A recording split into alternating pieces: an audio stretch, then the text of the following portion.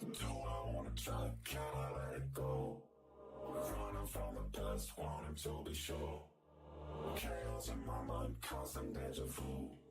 But every time, it comes back to you.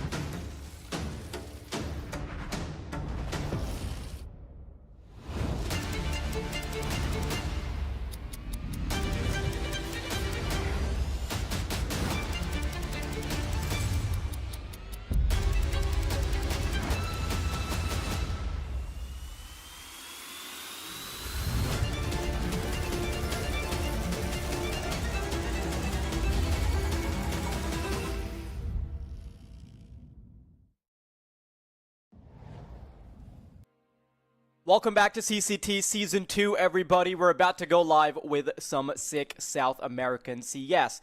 Of course, these are some of the more horrifying games if you're any of the teams involved, because this is a 0-2 bracket, and I've got the pleasure of covering it with CMD64 right by my side. Do you like the full version? Because CMD64 seems like a legal name for a gaming alias. Like, it's too long.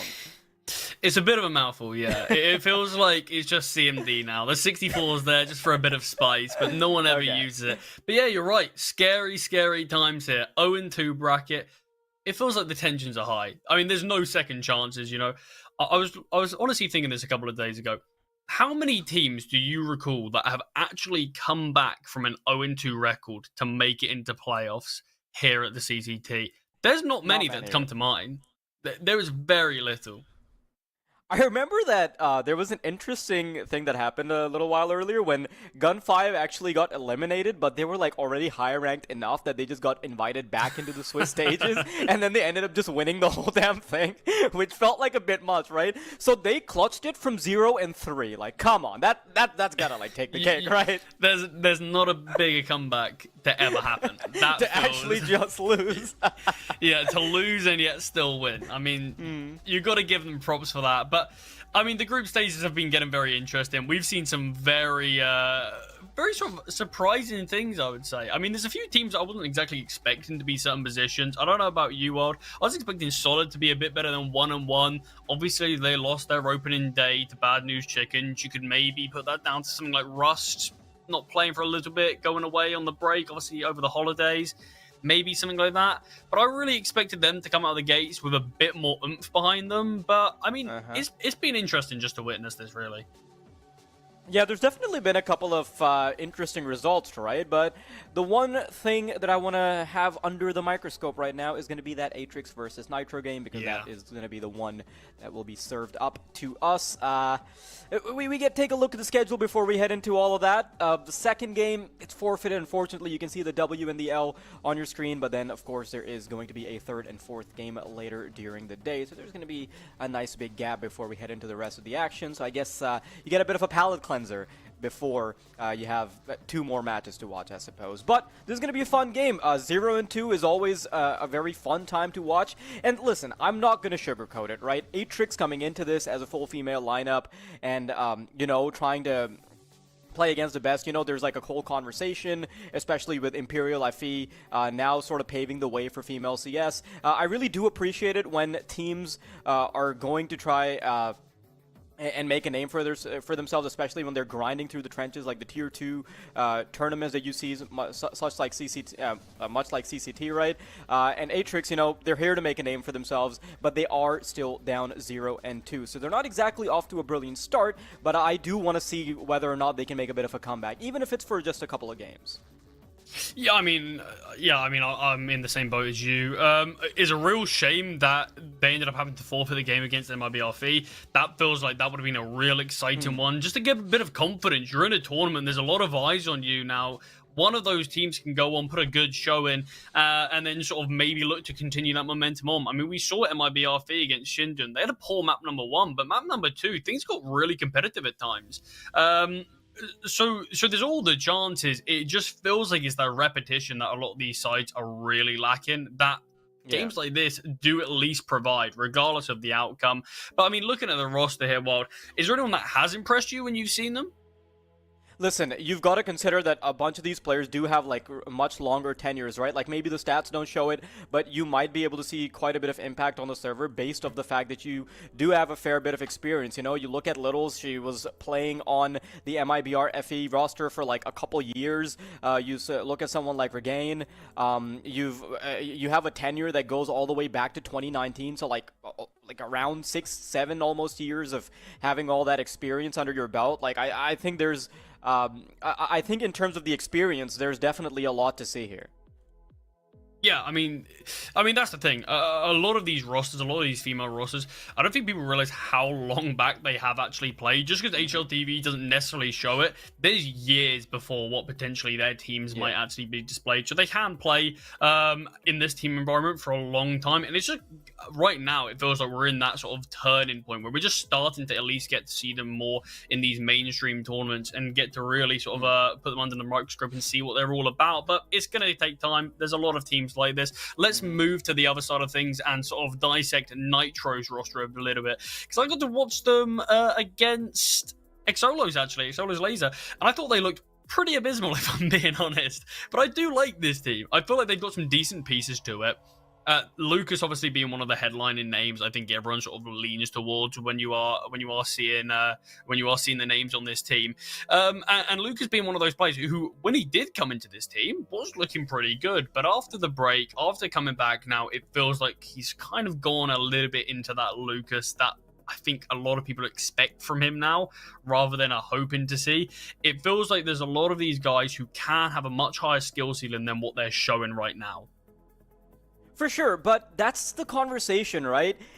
The ceiling isn't necessarily what you're always going to approach on the server. A ceiling could often just be a concept, right? You might never reach it. You might only show it once, and that's it. And that's the unfortunate thing for a lot of these teams. Like, if you're looking at a team like Nitro, when you see players like Lucas on the roster, where you see players like LCM, and they even have, like, some of the lesser known talents like Hap on their roster with decent firepower, like, you know, being able to put up the numbers, but still like in the 100 somethings of HLTV, in the 0 and 2 bracket, their ceiling is almost just something that you can conceptualize, but perhaps not reach. And that's the unfortunate thing. We actually need to see them perform on the server. Like, I need to see them have victories. I don't want to talk about what could have been.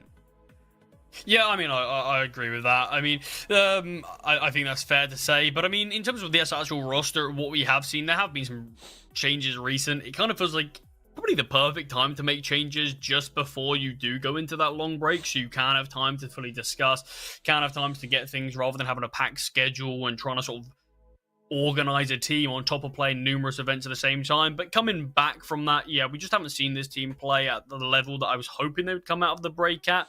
But yeah, I agree. Skill ceiling it's all well and said, but you've got to actually start to show things like this. In terms of the players, you did touch on Hap there. I mean, Hap has been impressive. He has been one of those guys that even when the team is playing pretty poorly, at least he's looking pretty damn good firepower-wise. At least he's keeping his individual form to a pretty consistent level. So I think he is going to need to be a player that Nitro rely on, not just in this game, but if they want to look to push for those playoffs in kind of the rest of the Swiss games. Yeah, we do get to see the map veto as well, so I'm sure we're going to be able to come back to that conversation later, but right now we've got to see where this battlefield is going to be. It's Inferno up first, and you've got Mirage being picked up by Atrix, the Dust 2 ban. I'm interested in seeing what that final map's going to be.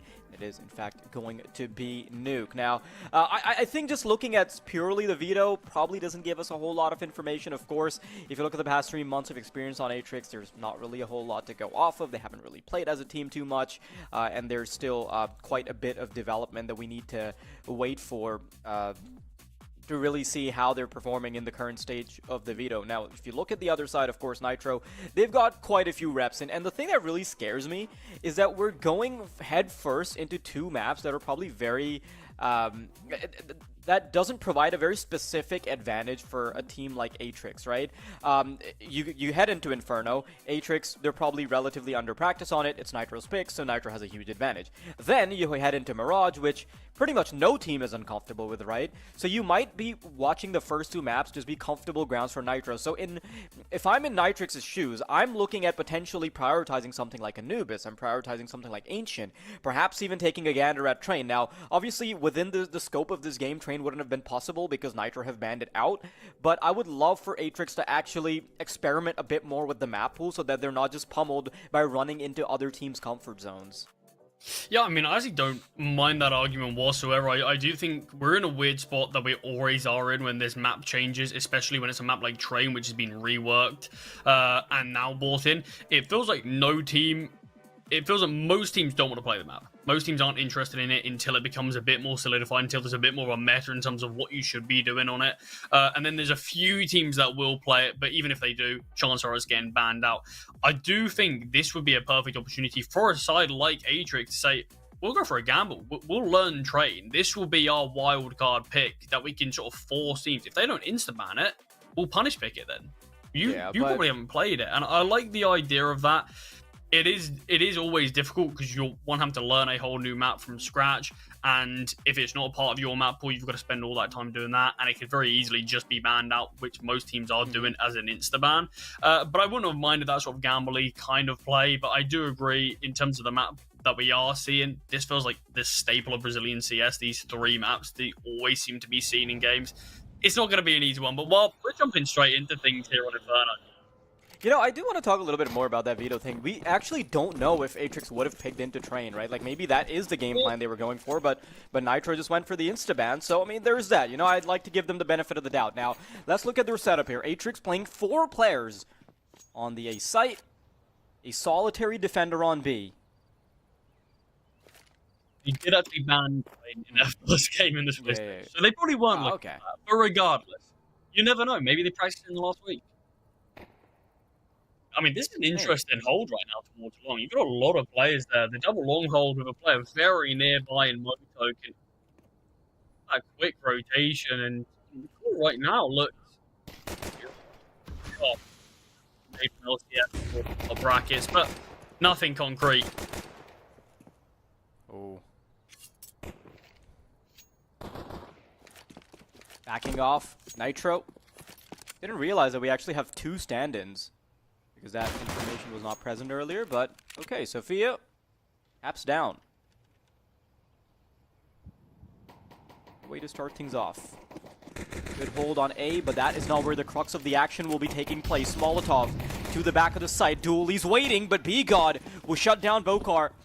Now, onto B site we go. Lucas will find a victim, and it's a 3 versus 3 as they start coming back into the site. Already, Lucas with a 2nd kill found. Shooting away, not really able to find much action, and Littles is unfortunately going to be punished before she can do much on the retake. Nitro with the first. Yeah, important pistol round to kick things off. I mean, I'm sure both teams are, or especially Nitro, pretty low on confidence right now in this 0-2 bracket. You've got to kick things off nicely, and the pistol round victory is the best way to do so. Just getting that early round on the board. Get to see Lucas with a couple of kills as well. He is a player that I still do think there is definitely a player in there. It just feels like it's been too long that we haven't seen him play at his level that I think many people are open to.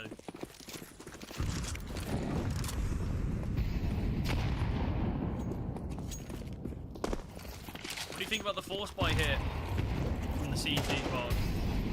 Something you would go for, or do you think just play the numbers and go for the eco? I mean, I like the gamble. Ooh, already headshot as well off the back of it.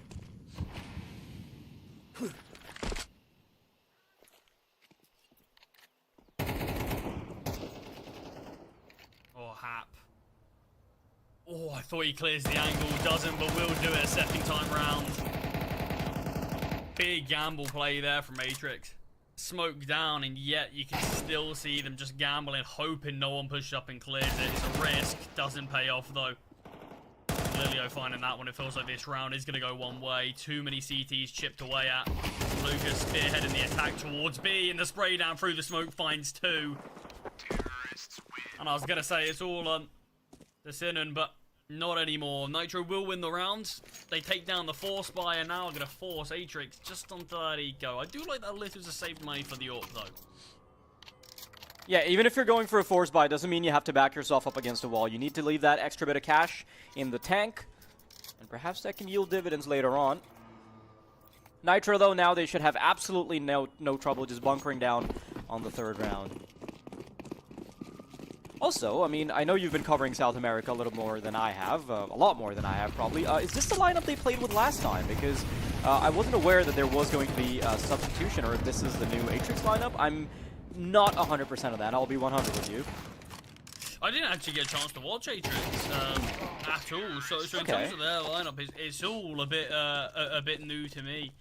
It's just sort of been Okay. following the team loosely right now. But yeah, I don't have a huge understanding. In terms of Nitro, I've seen a lot more of them. But yeah, Atrix is still sort of new ground for me to be treading on. Just getting to watch them at least. Yeah, fair enough. Like, I just wanted to put that out there, right? Because, like, we're both going into this a little bit blind, like, not fully understanding the specifics of the lineup. So it's fun to watch, you know? You and I, we're both discovering at the same time. Yeah. And we take the viewers along for a ride with us. Torino, Nitro, great start. Atrix.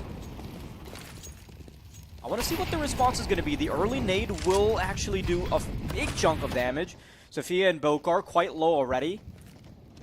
And these Galil suddenly became so much more powerful.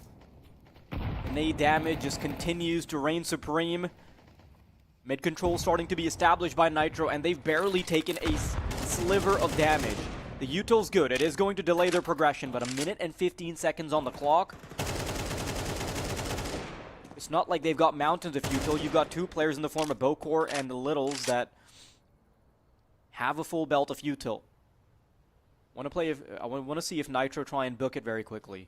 The op station on the angle, LCM about to be on the chopping block, but no, Little's gonna get off the angle. That might be exactly what the doctor ordered. Quick shoulder peek to get her off of it. And that's it. Now they're gonna start scaling up. Instead, LCM will avoid that duel and go straight into CT spawn. Now this is getting tricky. I mean, it feels like this is just a lose-lose situation right now. The HP that the players have on B, it's going to be such a tough defense, and they do eventually fall. Perhaps Lurk yields a double. The B take wasn't actually as clean as it could have been, but Hap felt like the contingency there. He felt like the backup plan and really helped deliver that pressure. But, I mean, I like the play. You see the AWPs posted up on the angle. Nitro just jiggle it off and don't consider even taking the fight. Just slip their way through the smoke and know that they can just apply the pressure onto the B players and opt for that instead. Sure, it wasn't as clean as it could have been considering the HP of those two B players, but they still managed to get around victory. 3 survivors as well, and first full buy of Atrix does fail to convert. Okay, so I just looked up their last match, and no, this is not the lineup they were playing with, so can't blame me that I was caught by it, okay? Yeah, mate, I think they maybe had 2 standings for that game. Yeah. Yeah, always difficult to start your first Swiss stage game with a couple of standings. Nice one there from the P250. Ooh, this is really good. And not even a lot of damage taken by B-God. He knows he has to make something happen towards B. In the meantime, one more player here, no. and B-God has just eliminated all of B, but Hap's low HP alone on A. The bomb's dropped. I mean, B-God's got all this space, but with the bomb down and Hap miles away, there's not a lot you can do with it. I really appreciate how this Apartments player is playing, as he's communicating for B-God to now start coming over. And, in the meantime, he's also making sure that he doesn't go deep into T-spawn. He wants to allow himself... Oh, no, the audio cue's there. Little's gonna be found. And this was such a good start for Sinan. 2 kills with a P250. Nothing to scoff at, but doesn't find the conversion. Nitro, 5... I wouldn't say clean rounds, but at least the grand scoreboard does look pretty damn squeaky clean, right? Yeah, I mean, exactly. I mean, that's the most important thing that matters. A lot of the rounds actually kind of have been a little bit scrappy at times, but Nitro seemed to pull it off at the end. I mean, B-God there, he's the only reason Nitro win that round at all. Because like you said, started off brilliantly towards A, finding those 2 kills, and then it only got worse for Nitro. But it's the fact that B-God, no support whatsoever, just took the fight towards B, found 3 kills all alone. That really turned the tide for that one. Adrian's going to be kicking themselves, knowing how much weight that round could have held, but a couple of kills through the smoking banana, and the AWP kill from Littles in Apartments, catching off Nitro. Really humbling them in a round like this. Yeah, it's a really good start, but listen. Last round, it was something like a 2 versus 5, and they were still able to bring it right back. We'll see if a clutch can happen. No, Little gonna put her foot down. And Lelio will be shut down as well. B-God. A 1 versus 5 to try and find. Bomb in his control. He's got plenty of time to dilly-dally in this park. They're not going for anything aggressive, and I really do appreciate that Atrix aren't going to allow for any opportunities. They're going full passive, playing the 2 and 3 setup, 1 on the rotation, making sure the AWP can be activated wherever. I was just trying to manage that finances on the CT side. Can be brutal, but there's just no need to throw away weapons cheaply here. They're really going to make B-God work for it. Make him have to individually search, peek into every angle. He is opting to head towards B. The two players are residing, but even then, you can see got a player jiggling towards Coffin, smoke being held out. They're not going to give B-God anything.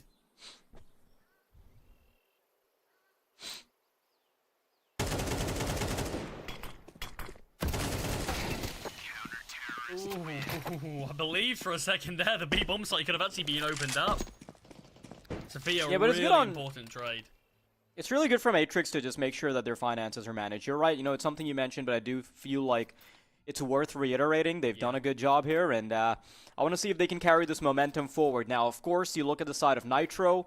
The money, still nice and available. And because their rounds have been so significantly clean, we've got Hap on 5,500, Lelio on 2,450. It's still going to take quite a bit of effort for them to get these weapons out of the hands of Nitro. Littles, I really like this initiative. Going forward. Flick is good. Hap sees a bullet coming his way, and not for too long because he's dead right after. Utility passed over. Nitro wanting to scale up the A bomb site. But they are going to have some force to find Lelio.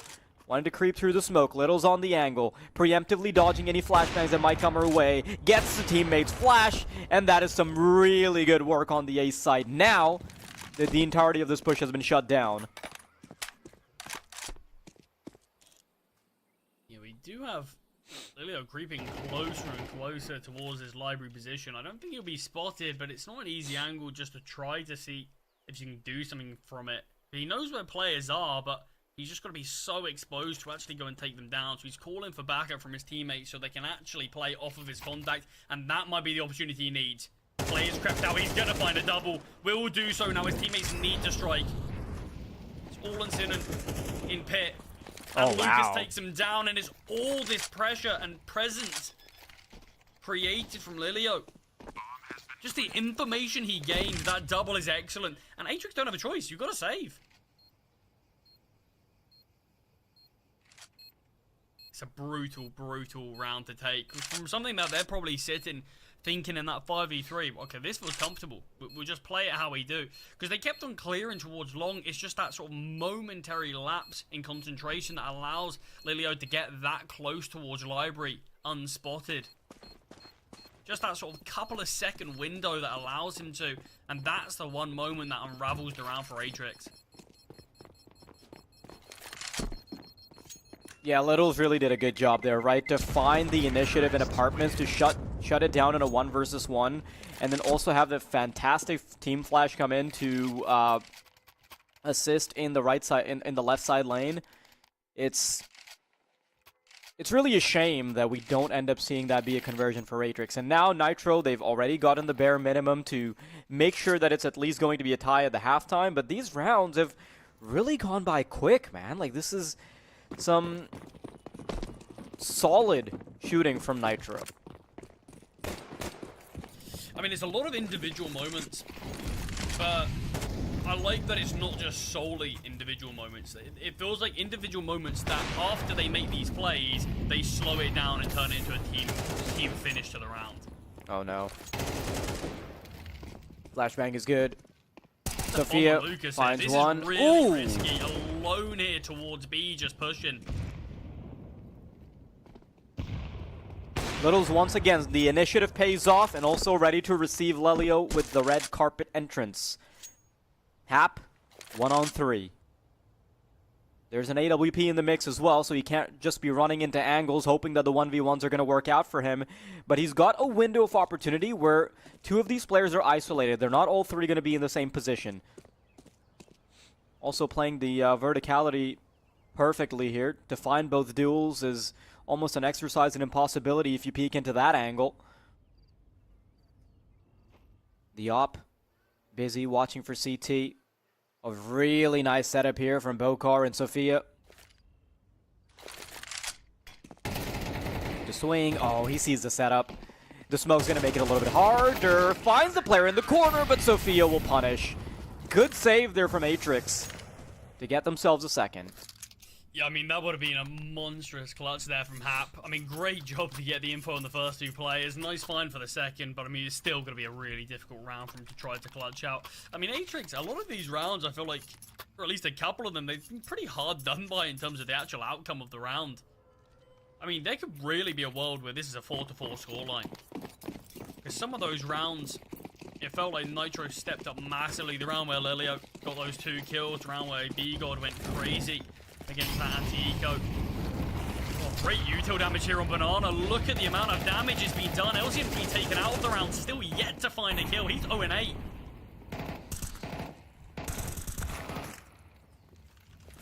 Lucas gets one back, but I mean, look how much damage he takes for it. It's some really good work from Atrix to shut down the initial pushes, and I do feel like Nitro aren't elaborate enough with their initial takes. Like, they're consistently running into the AWP. We've seen that in the past couple of rounds. They've not had a whole lot of util going behind some of their pushes either. And I think this bare bones approach to playing Inferno hardly ever works out. You're always going to get tripwired by the ops. There's multiple instances where there's nice crossfire setup. And I think Nitro might actually have to pull out the big guns now. You can see the util being passed over. Oh, I love this. Atrix, they make an adjustment, but Hap will find both. This is such a disaster. They had the right idea. They crept in at the right time, but now Sinan all on her shoulders. 1 versus 2 coming in from Banana. 2 heads to find. M4 in hand. No damage having been done, and there's a Molotov in the hands of Lelio, so it's going to be much harder to get on the bomb. Now, time not on Atrix's side. Already halfway ticked down. So much elaboration in the efforts to clear out Banana does not yield dividends here. They're going to be playing super passive, playing this to perfection, and as the timer gets hastier, so will Sinan's retreat. It feels like just another one of those rounds, well, that we've seen too many times this game, I feel like, where Atrix are actually in the driver's seat, where it looks like it's a round that they should be winning, but just somehow Nitro really just dig their heels in and fight back and just have a big magical moment that just flips the round entirely on its head. Because once again, there's another round that was looking really positive for Atrix. It's just sort of those final finishing moments that they're crumbling.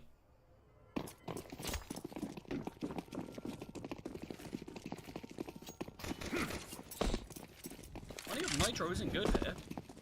All it can take is if Atrix win 1 round, they can start to get a few rounds back in this one. I like the idea of the second mid push. They go 1 for 1. Or 2 for 2, sorry. That's a 3 on 3. Probably didn't work out as well as Atrix wanted, but still managed to get good trading and keep things level.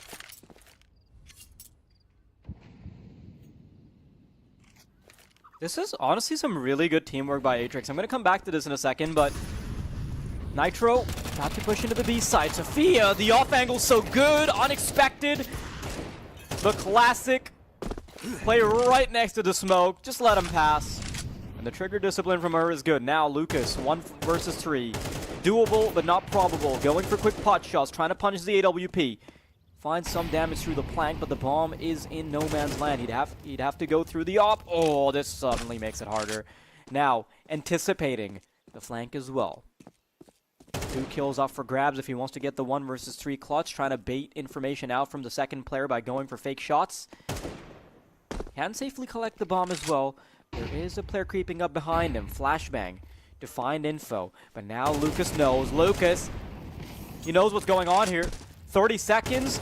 Here's the audio cue from the Molotov. Sees the corner of the shoulder, and that's it. Now he can choose to back off, but he chooses to fight, and Sophia will do the same. Atrix with a 3rd. I mean, massive round from Sophia there. But I think the most important kill wasn't either of these. It was that final one to 9. Lucas, that 1 versus 3. He had a great idea. There was a player on the flank, but just made so much presence, and then made it further and further towards the bomb site until Boca finally opts to push down Banana, and that's where Lucas gets the reward, but just can't win it on the 1v1. I don't think he expects Sophia to be pushed up that heavily. Finally, that's a round, and look what it's done to the money. Oh no, Lalio. Crosshair adjustment's good. Are they going to expect the second player in the flag? Oh, he sees her. Sophia's down. Now, 5 versus 3. Nitro, ready to scale on to B. Some time has been bought by the MP9. That is shivering as they wait for the push. Trying to pop out of the smoke. Yeah, that hardly ever works now. B-God will be able to punish, and with a really interesting buy, they'll be able to get full control of B. Little's trying to come in for the flank. Should be able to secure an AK-47 if she can time it right. Half will try and progress forward, though. That will make sure that the punishment will happen. Sinan tries to fight back, but it will be futile. Nitro, with a weak buy, they'll still be able to do it. Yeah, that's going to be probably one of the most brutal rounds Atrix can have. You finally are in a position to reset Nitro. They go for the force buy, they go for the full investment. Their money just doesn't allow for anything else. And they just absolutely obliterate you just with a B rush. Final round of the half, though. Atrix. It does feel like they've been a little hard done by the outcome of a couple of these rounds, but I mean, that's the thing. You can never take your foot off the gas. Especially a team like Nitro who do have the potential just to go crazy. But, Wild, we are on round number 12 and LCM is yet to find a kill still. Yeah, unfortunately for Atrix, the rest of Nitro is making up for it.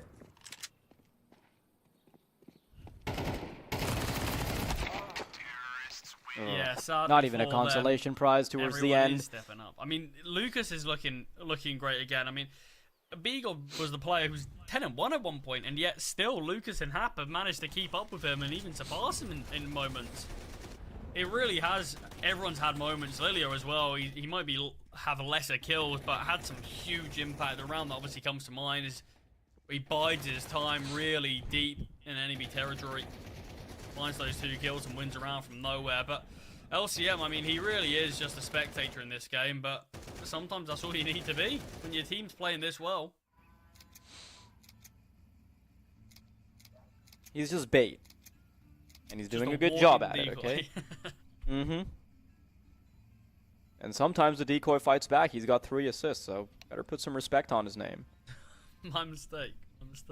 I mean, that's the thing. It always does feel rough when you're having a bad game, but if you're at least being someone your team can trade and create space, then although it's rough, it can still win you a game, as we're evidently seeing right now.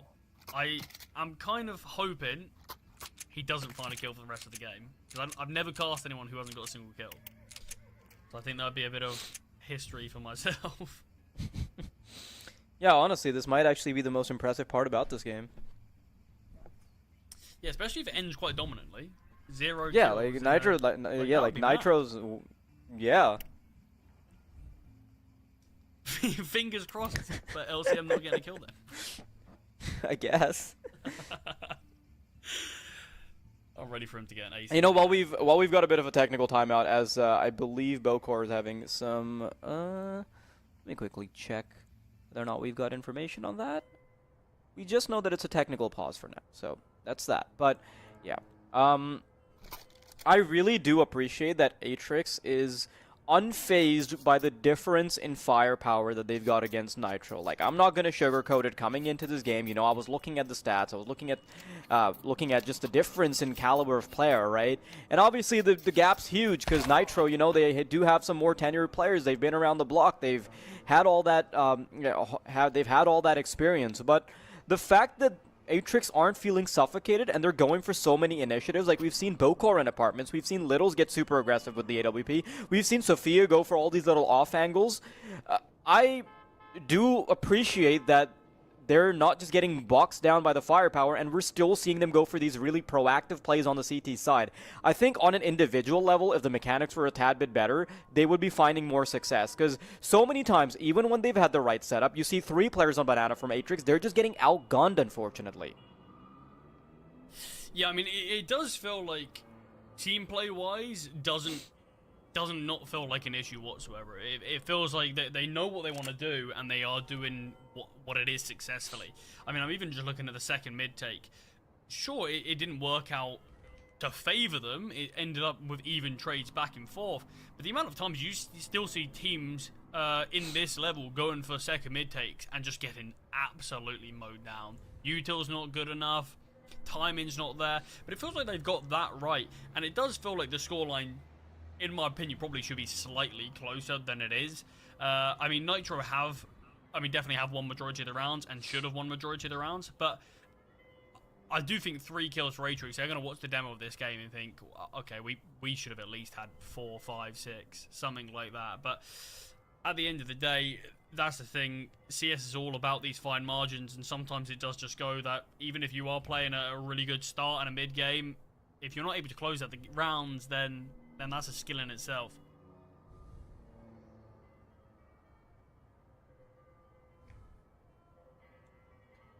Well, from the word that I've gotten, apparently, this is going to be a bit longer of a technical timeout, so we're going to be going for a quick break, but when we're back, hopefully we can get this Atrix versus Nitro show on the road.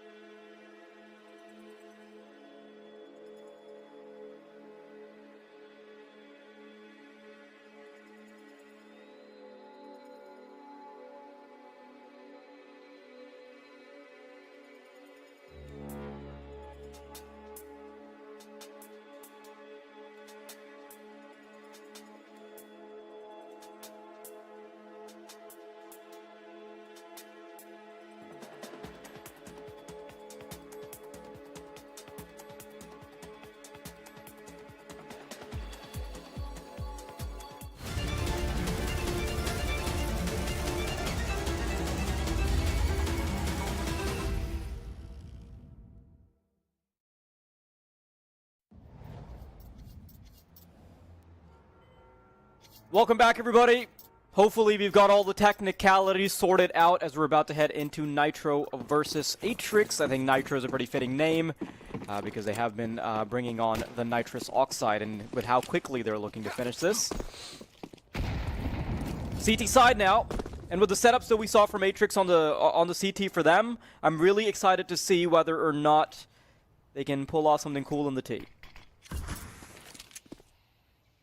I mean, Nitro have been looking very good individually. I mean, it feels like every single player, bar LCM, is playing really well, having a lot of impact. And that feels like that's been the biggest thing to tip the scales. But it is just a bit of a fake towards A, and it hasn't actually drawn Lilio away from B. Oh, and it might okay. more now the fact that Sophia has found one, could find the second. LCM struggling to connect anything. It's been a bit of a staple of his game so far. Finally, will do so though. First kill for him.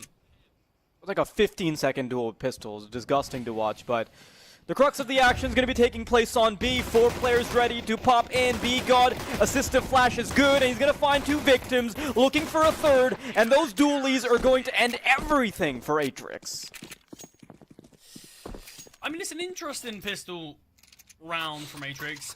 I'll be honest, I think it's probably the worst call that I think we've actually seen them make so far. And that's not saying that the pistol was god-awful, but that, in comparison to what we've seen from the rest of it, the rest of what they've called has been a really good game, but it does feel like this is just, I don't really get the idea. What, you want Sophia to fake by finding everything? Because they didn't even push off the initial contact. They waited for her to die. So I don't really get what the whole idea behind that was. Because you saw Lilio didn't fully rotate, but he also didn't fully go back. Because even he felt like he didn't know what was happening either. But just a very quick anti-eco here. MP9's pushing down middle. Not a single kill is going to be found from the T's, as it is just the sheer force. And LCM, he's actually sort of found his way at least a little bit into this game now. I mean, it's a pistol round that took 15 mags and is an anti-eco. Sometimes that's all you need to get a bit of confidence in you. Yeah, and do you get a free tank of copium with every South American game you cast, or? I do think, I mean, the amount of it would be a nice little bonus. Madness that I have seen from the South American games, I feel like everything you say, you need to be careful, because you could just come back to points. It could be a 12-1 scoreline. And next thing you know, we're going to overtime. There is always a bit of magic to the South American games. But this feels like the last hurrah, really, for Atrix to be able to play. The Vise are out, and they're up against 4 MP9s, but still Nitro are the ones to find the opening kill.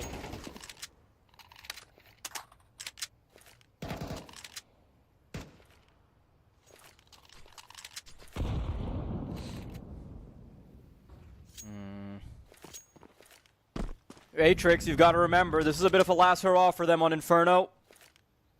Not much to fall back onto. And A side is what they've got their eyes locked in on.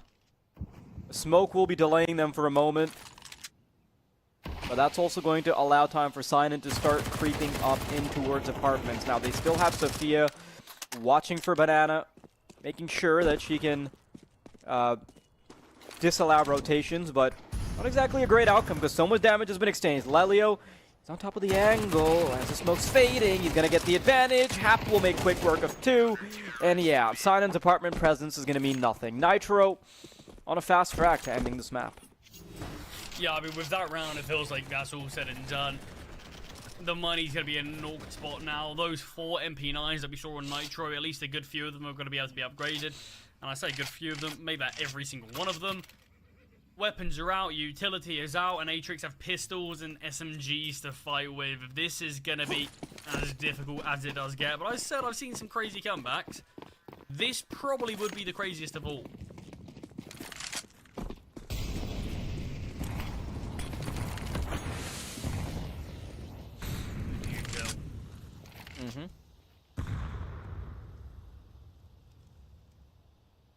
This apartment pop hit. 3 players heading towards the apartment. Lelio tasked with defending that, just drops the smoke grenade, but they're still going to push in front of it. But Lelio, the second kill is beautiful, and that's going to be all said and done. LCM finds 2. It's all on the low HP. Mac 10 in mini pit. Tries to flash herself out, but LCM found 7 kills in 3 rounds there. But Nitro take it in dominant fashion. Big turnaround for them. From what was a pretty damn close start to that game, those are really scrappy rounds that Nitro are winning. That could have really been a bit of a coin flip performance. But at the end of the day, it's the final score that matters, and it's a map of a victory for Nitro on their home turf. Wild, we're going to be moving over to Mirage. Oh yeah, and I'm not really putting any chips on Atrix winning that second one, because Mirage, I mean, yes, it's their map pick, but I still do have a lot of faith in Nitro to be able to do that. The fact that they get this so convincingly with LCM basically having his mouse and keyboard disconnected, it's not a great sign. But we're going to be taking a short break before we're right back, and when we are, we'll see whether or not Atrix can fight back on map number 2. Stay tuned.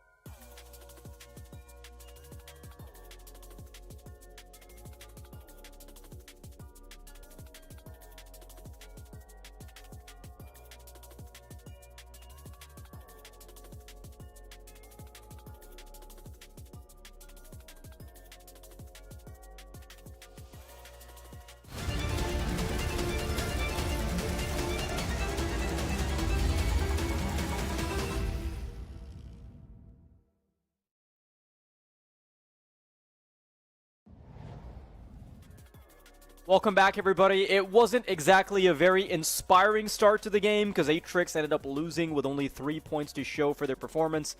But I'm hopeful that things are going to be a bit better on their map pick. You got any thoughts for me here, CMD?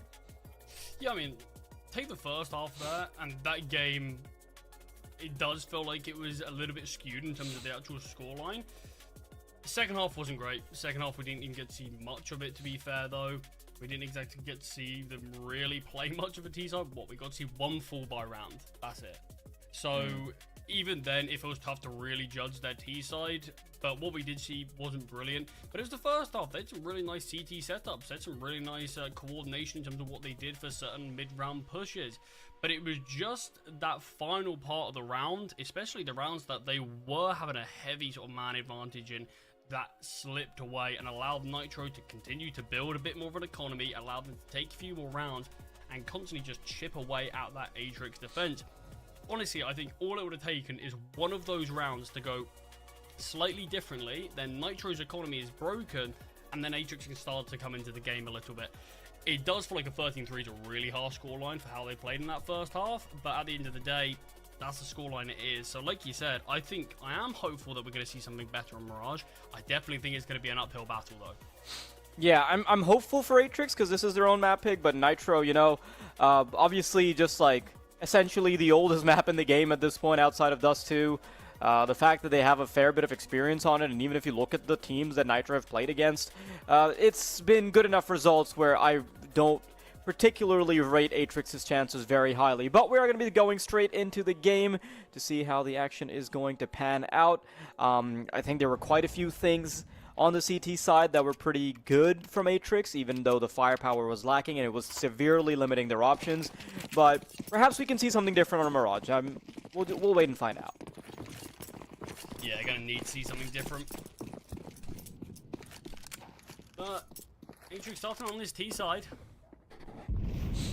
I wasn't a massive fan of their T-side pistol on Inferno, but once again, it seems like they do have a similar idea of wanting Sophia to sell presence elsewhere on the map, while the rest of her team sort of resides on a complete different side. But Sophia is making presence known, has a lot of damage to Lucas. Dealt nice find there on the B god and is going back for seconds onto Lucas. In the meantime, the B bush has come through. This is a great looking pistol now, but it's so heavily reliant on Sophia all the time, it seems like.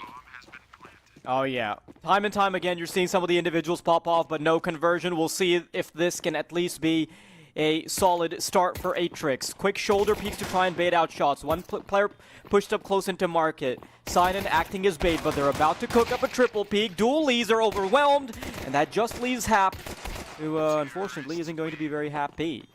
Atrix the first. Big round, an important one to have. And yeah, I mean, like I said, it feels like it relies so much on Sophia. She gets the early dink with Lucas, who has to play a lot more timidly there, and then just gets all that room out towards the A-bomb site. Great find onto B-God. And sure, goes down towards jungle, but it's just the amount of time she's wasted, the amount of presence she has pushed over to that side of the map just to sort of try to contain her in jungle, that the rest of the Atrix side can just push out to B, isolate that one lone defender, and at that point, the amount of time spent trying to take down Sophia, it's all nice positions, deep angles that Atrix have been able to take. Oh wow, I really like this walkout here from Atrix. Such an advanced position to be taking. Sophia holding the back line, denies any pushes into Palace. This is a really good start for Atrix. I'm loving what I'm seeing already on Mirage. Now, a couple casualties, sure, but it's going to be Hap on the chopping block once more as the last player. Ooh, that's a good timing. We might see something here. No. I have my fingers crossed, okay? You've got to sometimes. Mm-hmm. Fortunately for Nitro, Atrix were busy squeezing their fingers on the trigger. That means that with a second round under their belt, and I suppose with some util, do they have full util? No, they don't.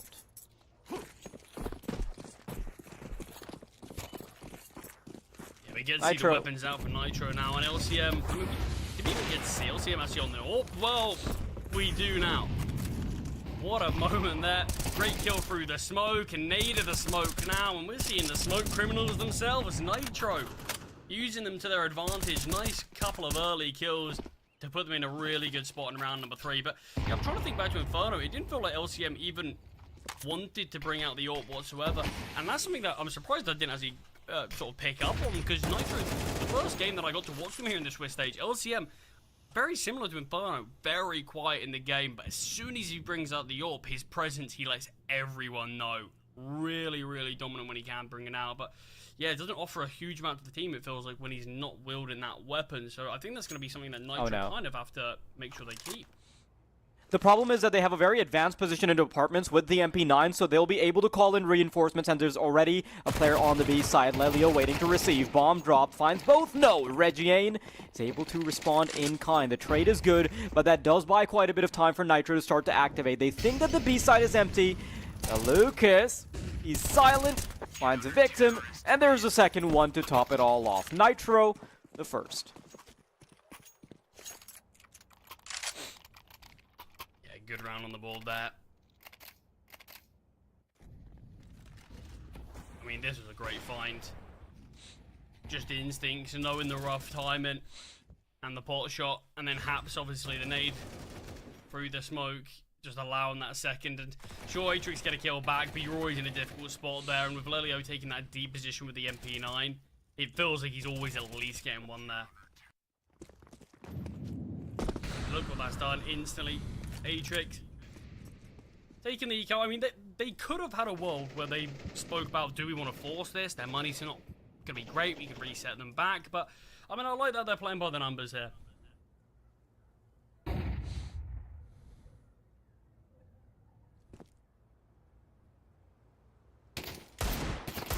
Oh. That's a good start. To find the middle player completely untraded.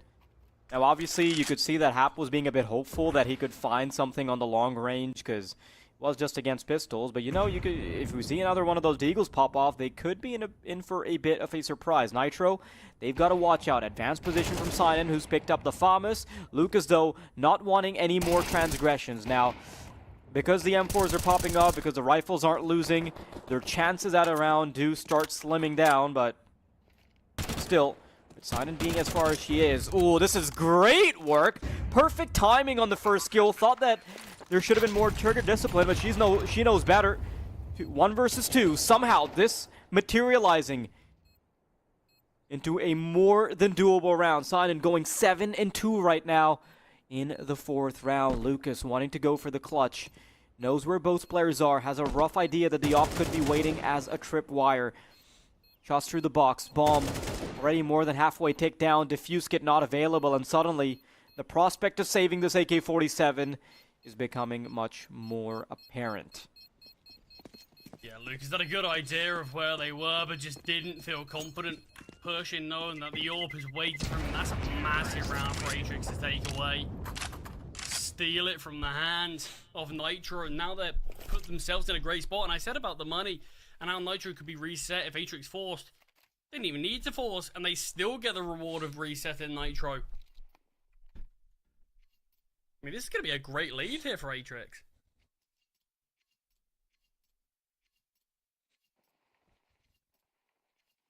Yeah, such a fantastic start to this terrorist side, and you've also got to consider that now the money's in the shambles for Nitro, so they're always going to be playing catch-up. They get 1 round for their troubles, a Deagle round being won by Atrix, and you've got a pat to sign it on the back there. Just some incredible shooting there, but the solitary AK-47 might still sing the chance for a bit of a turnaround here. Walk out from ramp could catch Lucas by surprise. The B-God with the recovered AK-47. Molotov should provide the audio cue, running right into the crosshairs of Nitro. Although it was a nice fetch from Atrix to get the 4th round, this is still very troubling.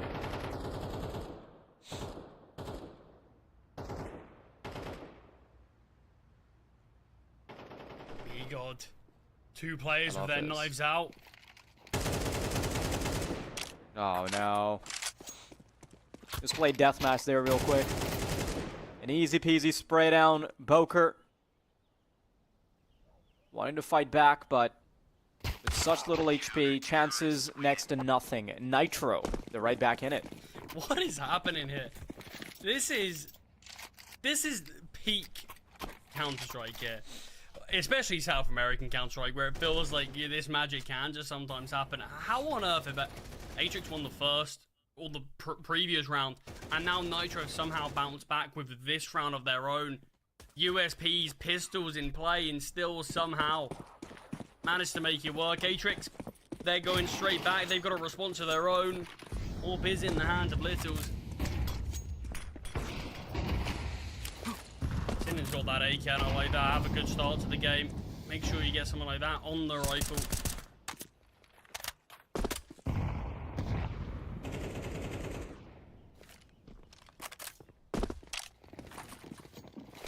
Here it comes, Atrix, the cavalry ready to push into B site.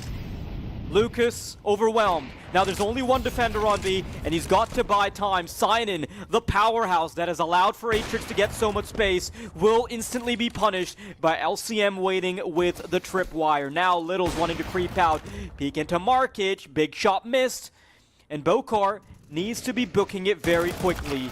Runs into the connector player, is shut down by Hap. Even though a lot of damage has been inflicted, the conversions aren't happening, and that means that Littles is in a bit of trouble. Might be seeing the knife attempt here. No, it's just a 5-7 from Lelio to shut it down. Nitro, they've got him the equalizer.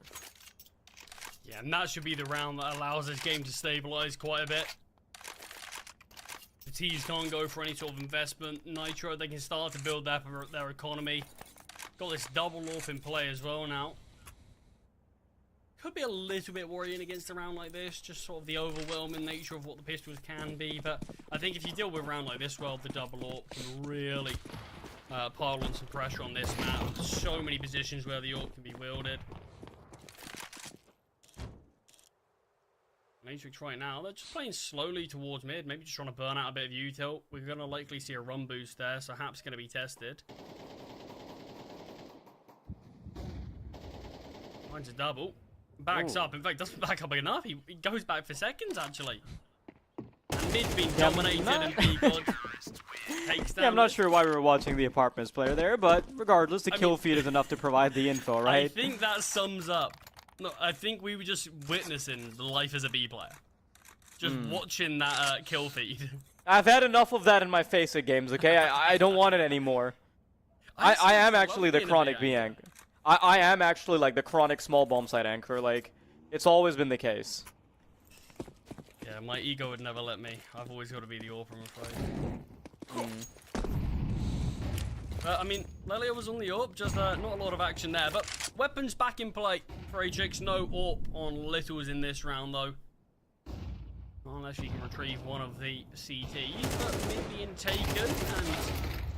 oh, double, almost a possibility there. Boko perhaps silences. He's been a strong performing player here towards Connector.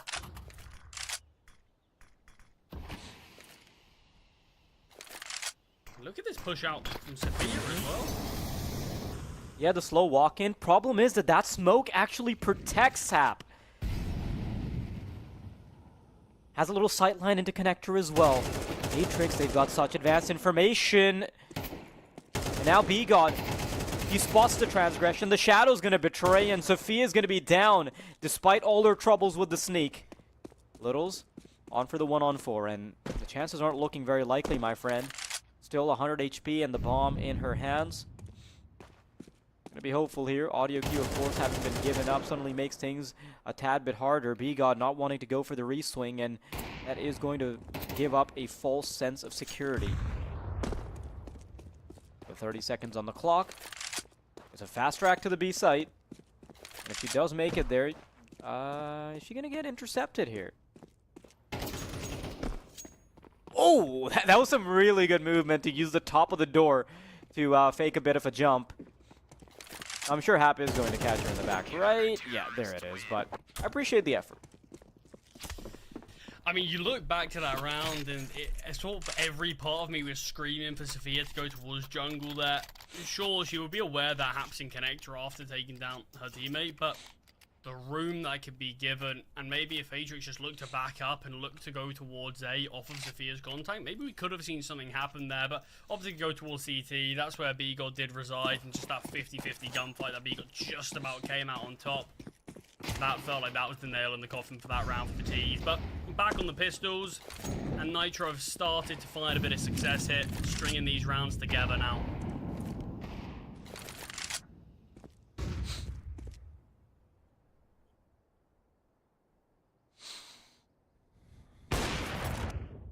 LCM not sitting on the 0 kills curse anymore. In fact, he's actually kind of spearheading some of this performance.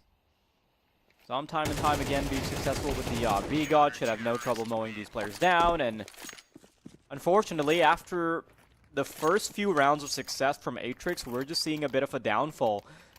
Nitro's been very consistent with it. After they got some traction winning their force buy, Atrix haven't been able to have a response. And, you know, we saw LCM as the AWP player being stuck on 0 kills earlier, and we're seeing the same curse now be inflicted on Atrix. We see Littles, who was actually one of the main drivers of any performance we saw in Inferno, finding those little initiatives in apartments, finding aggression in middle. We're seeing her be completely deactivated here. Oh, you can see how rough the odds are as well, 1 to 10, and for good reason. Yeah, they're a bit kinder at the start of this map, but on Inferno, yeah, they weren't pulling any punches.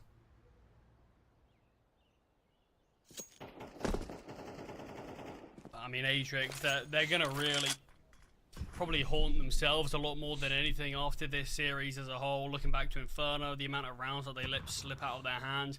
Even this Mirage game, they were, what, 3-1 up and lost against that weak buy with 1 saved weapon on B-God. That could have really started them off on a nice starting streak, but yeah, haven't won a round since then.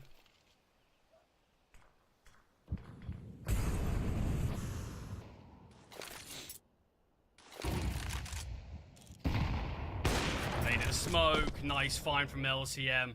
And that's another fact, LCM wasn't even really a factor whatsoever on Inferno. 0 kills in the first half. But when he's playing well as well, that's just another thing for Atrix to worry about. But great double entries there. Sinan, are they going to be aware for the third player? Hat finds one, takes down a second, still got time to readjust. The Molotov ticking down on Sinan. Has to now tuck it bench while Hat is exposed, but Sinan with another great find. That's 3 kills already, and if we don't see a conversion now, it's going to be a disaster. Littles clocking in the first kill of this map. B-God walking right into it, watching like a hawk, and Littles will get a double to clean up. Atrix, a much-needed round coming off the back of individual brilliance. Sinan really stealing the show there. Yeah, I mean, great 3K in general. The kill on the Hat was the most impressive for me. Because Hat was playing such a weird angle. And that's not an easy one to readjust when you are already chipped down. But Littles as well had 0 kills before a round like that. 2 big kills just to confirm the round for a teammate. Atrix finally get another round on the board after, I think, 5 in a row from Nitro. Oh wow, B-God somehow finding a kill even in the madness. The flashbangs not effective. Regiane, though, is able to get some really advanced positioning to find the player in connector, and now we've got a 2 versus 3 on our hands. Once again, Atrix doing a solid job. Lucas not able to find the connection on the crossover, but 2 AWPs. I suppose they're the right weapons with the kind of positions they've got going, but now that they're aware that it's ops on the retake, it's going to be harder. Littles takes the initiative to find LCM, and now Lucas wanting to very quickly book it onto the A side. He knows that he was a little too late on the previous retake, but he also knows that money is not exactly on his team's side, going right for it, and he's going to walk into Regiane's AK-47. Atrix, impressive how close they've gotten this half.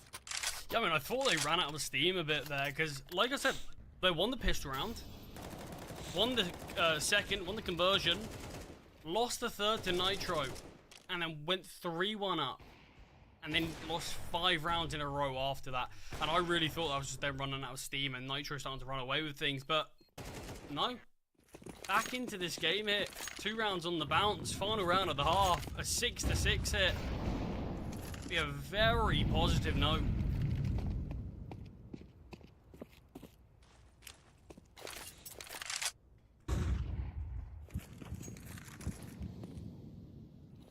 They're being very cautiously taken here. Not really any fighting from either side. You can see even Hap's been pushed back a little bit further. But just slow and concise default hit from the T's.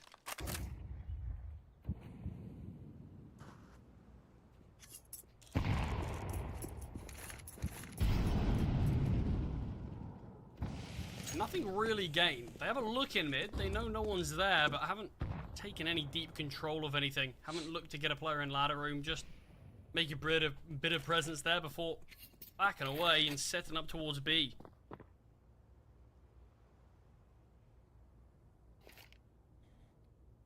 Nitro might not be ready for this because the short player is playing it pretty committed because Lucas is boosted up. It's all about whether or not information can be found. Oh no, the B-side anchor not ready for it. Burned by the Molotov. Sophia's ready on the angle. And Lucas will still try and do something off of the boost. 2 kills found. Gets more than he bargained for.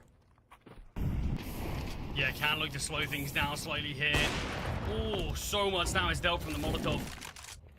Seaden getting whittled away, and now the bomb starts to get planted again. Time is ticking. Lucas could have probably dropped down and tried to throw that nade, but gets the kill after the bomb goes down. Still, you can see how claustrophobic Nitro are making this site, and they're not even pushing in. They're just waiting, making the Atrix players guess. Where are they? Are they close? Now they've got to do it, though. Yeah, 1 on 4. This one is surely going to be impossible. Can't even pass the first test. Hap takes the kill, and Nitro will finish the half 7-5. But a lot closer than things were looking in that 6-3 scoreline, sorry. Yeah, compared to what we saw in Inferno, this is already already a much better affair, right? And you know, I feel like this would have been even greater if we saw players like Sophia activate to the degree we came to expect of her on Inferno. Perhaps if Littles found more traction with the AWP early on, then we would have seen a much more competitive half. But right now, Nitro, even though they aren't exactly making things look clean, they're still up ahead, 7-5. This is where it gets worrisome, though. Will Atrix be able to take advantage of the CT side? Nitro, want to see what pacing they go with. Not exactly having trouble popping off here on all cylinders, except Lelio, who was good enough on Inferno to compensate for his lack of performance here. Yeah, it does feel like with Mirage, a lot of teams, they don't massively play the map, feel like they struggle on the T side. Not so much with Nitro, it's their better side in general, but the CT hold on A is very good. Boko under Palace does so much work, but the lack of ammo is the thing that cost her in the end. And then finally the trade starts to come through. Smoke down towards CT, but LCM pushes in front of it. Gets that information before evading back away. Oh, it's all about the flank, though. He's got the noise, he's heard the steps. Yeah, Sinan needs to go really big here. The ramp player meant for distraction now, and Sinan does a really good job there. Atrix, they've secured themselves a nigh guarantee that they'll be able to tie things up. Unless Nitro are going to offer the full Galil buy. I mean, that was one of the things we were saying on Inferno about Nitro. It felt like it was the individual and the firepower that Atrix couldn't really keep up with in certain moments. It feels a bit tough to even say that now. Players like Sinan are playing out of their mind. And it feels like Nitro are just getting manhandled by her in many instances. Yeah, so many times where Sinan just... Ooh, Littles! Love to see that performance straight up. Good shot with the scout rifle. But B-God, able to respond in kind, knows that there's a player on stairs, is going for these quick shoulder peeks, expects it from the left side. But things are going to slow down. A 1-for-1 trade. Not quite a disaster for either squad just yet, but look at this. Nitro, they're getting ready to cook up a storm on A. Atrix are going to have to watch out. They go for the full mid-aggression. I love this. They took this type of initiative on Inferno.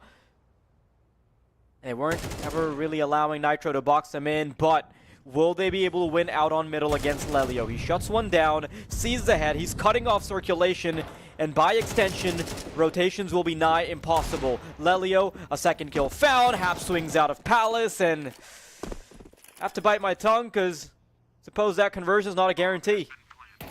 I mean, once again, great work from Lelio. Even though he's only got 2 kills in this round, it's similar to Inferno. Kill-wise doesn't look mind-blowingly impressive, but it's the impact that he gets of them. I mean, so passive towards mid there, knows that the util's coming in and just fully touched. As soon as we see the full clear from the CTs, they just assume, okay, it's fully clear, and that's when he opts to strike. It just looks too easy for him. Great job to find the second kill onto Severe as well. That was a bit of a 50-50, but managed to come out on top of that duel, and yeah, you mentioned it just denied any of those rotations coming in. Easy find onto the CT player, and at that point, that's round done. Terrorists win.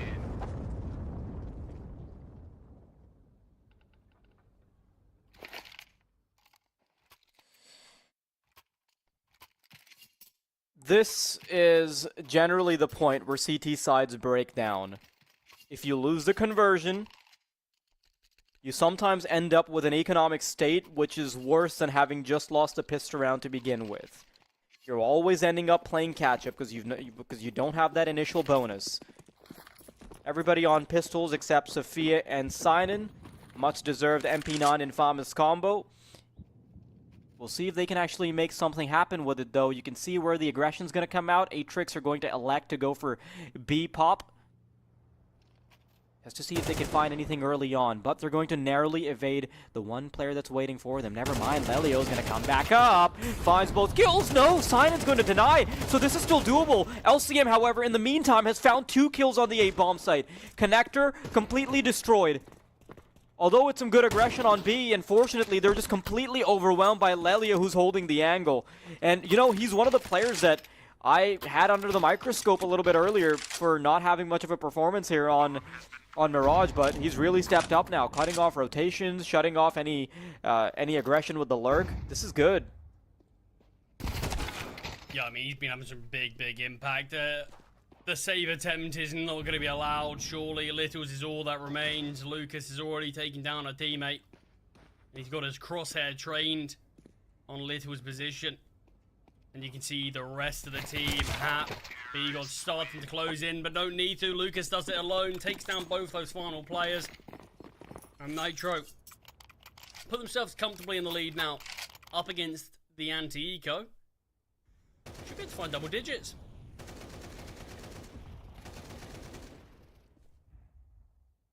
Yeah, nice double kill from LCM as well in that round. But it was, like you said, Lelio just finding that one kill going 1-for-1 there in that awkward position, but also just getting the information. Really felt like the go call there for the rest of the team. I'm really hoping we don't see a complete breakdown like we did in the second half of Inferno. Atrix still wanting to have a bit of a performance here, but the Molotov from Hap is so good. Shuts down any potential of a stack working.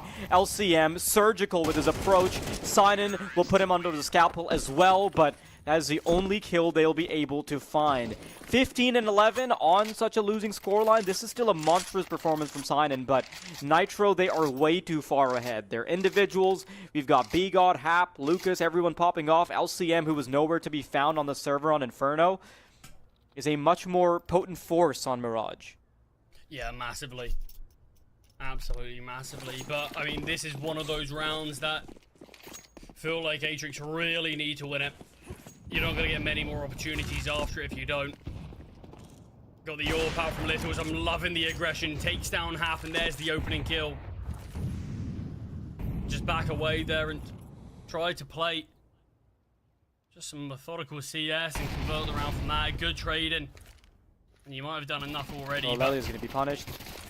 Oh, wow. Lelio's got the awareness to go for the shoulder check, even though he doesn't see the quick jump up. Now Sinan, though, waiting to receive. They're going to try and book it to the B-bomb site. Sinan finds the head, sees more coming her way, and she'll be able to thread the needle. Lucas found. Difficult shots to hit, but the crosshair is perfect. LCM and B-God, everything to do. They just broke into double digits, but the story is not over yet, especially with the super advanced position into Palace. Actually getting the bomb down on A is going to be a bit of a nightmare. B-God, though, taking the liberty to go deep into jungle. Finds the first kill. Now, this is a bit of a check from B-God.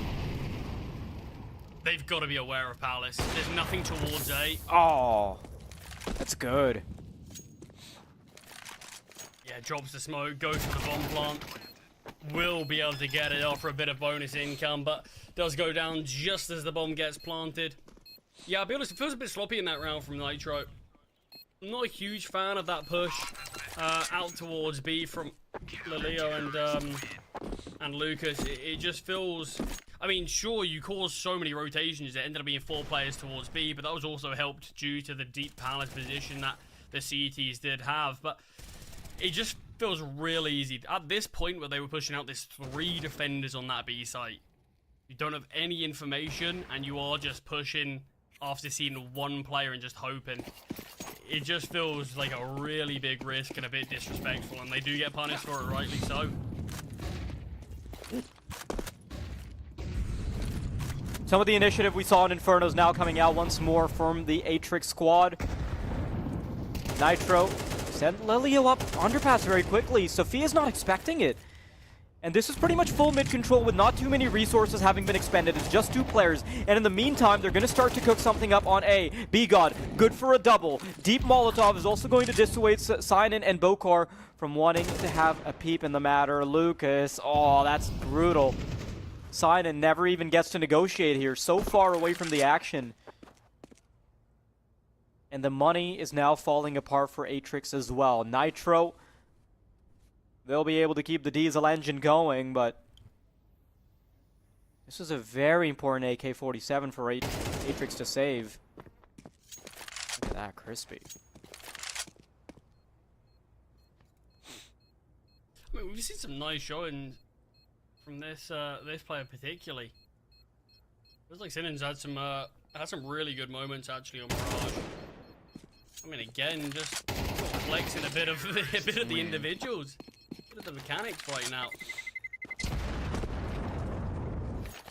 And it does feel like, sadly, Sophia, who was such a big player on Inferno, you're hoping someone like her would be able to step up alongside, but no one else really on Atrix whatsoever can really say that they're supporting from the top. It feels like a bit of a one-player show right now. Yeah, nobody else even breaking double digits. It is a bit disappointing when you've got 1 player on 20 kills. Nate is good. Punished for the boost up. And I think it's also going to become obvious that there's a player into ladder room, considering that they're able to find damage there. Sophia, good on the 5-7, should be able to recover a gun as well. In the meantime, though, Hap getting ready to be problematic on A. I don't think this round goes any other way than Nitro's favor. Chance of doing some damage maybe, but Hap's going to add insult to injury with the 1-tap. Recovered AK, not going to do much. Did you see that desperate attempt to survive? Man, Sophia just jumped out of the window and into underpass. Yeah, I mean, it's always going to be a difficult situation. Sometimes you've got to pray and hope that a luck comes your way. Not the case. What could be the final round, though, here, Wild? It's been a close competitive game for the majority of it, but it does feel similar to that Inferno, where as soon as we have breached into the second half, Nitro feel like they just stabilize.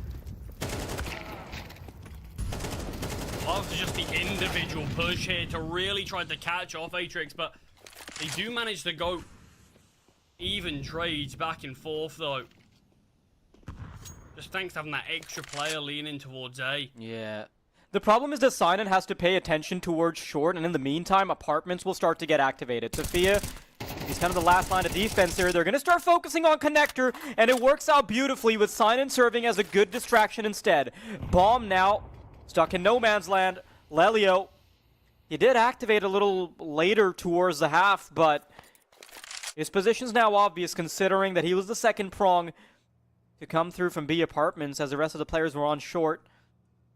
They've narrowed him down to roughly B and Market. That's where they're going to have their eyes locked. They know the jungle is open, so that's a realistic possibility. Lelio clearing angles one by one, hoping that he can run into isolated duels. He's about to meet his maker, though, as Regain will be ready on the angle, and Atrix will at least extend play. Yeah, keeping the game alive for now. 4 rounds more needed, though, to close the gap and bring us to overtime and keep this one alive. See, that moment, I really thought that was going to be a great find there from B-God onto Littles, but you can see he just was not expecting Regain there as well. And even after spotting, actually did have the opportunity to back away, but you can see the Nitro players, they are confident in their own abilities. They wanted to take that fight. B-God could have walked away there with the man advantage for Nitro, but opted to press the issue slightly further.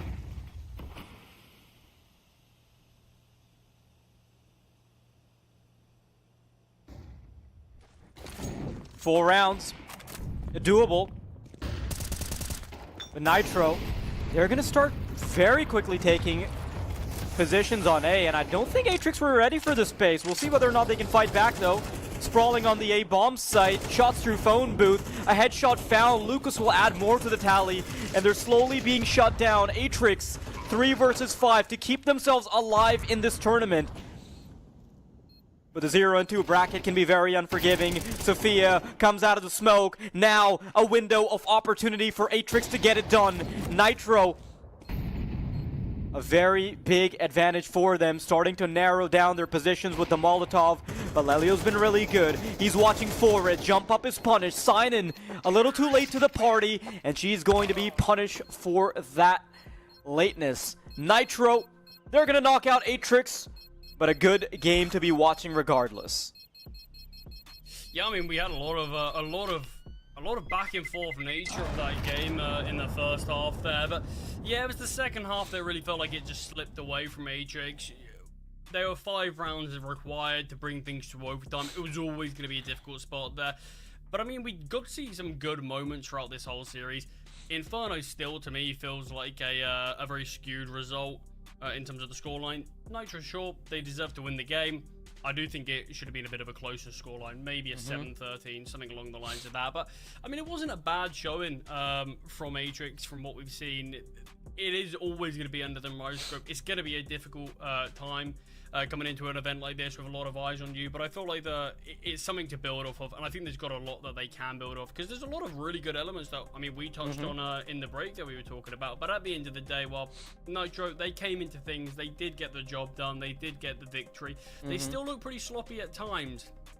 They definitely look far from perfect, but you can see what this team can do on Inferno, where the individuals, where they all are stepping up at the same time. It feels really, really tough to stop a team like this.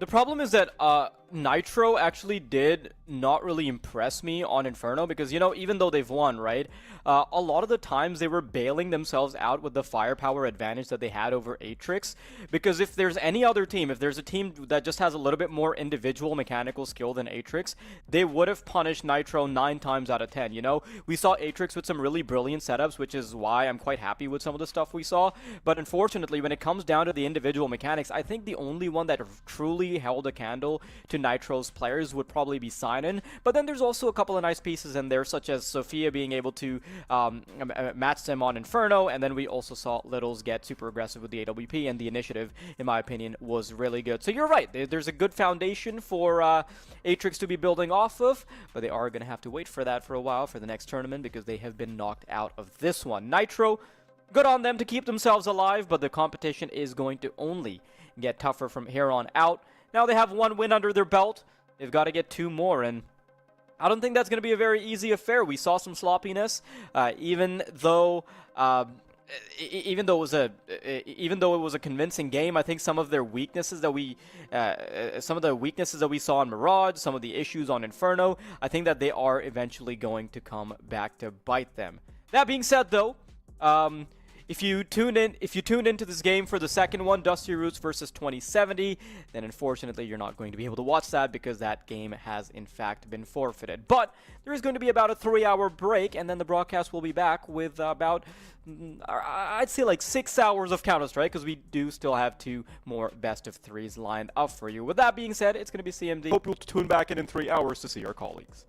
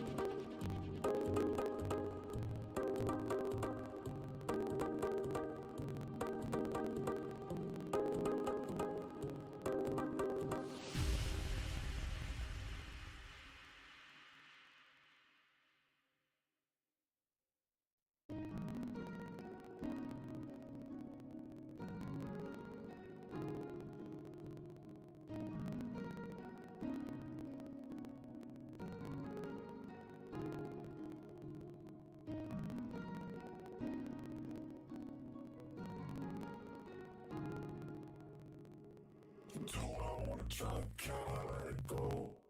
We're running from the past, wanting to be sure. Chaos in my mind, constant deja vu. But every time, it comes back to you.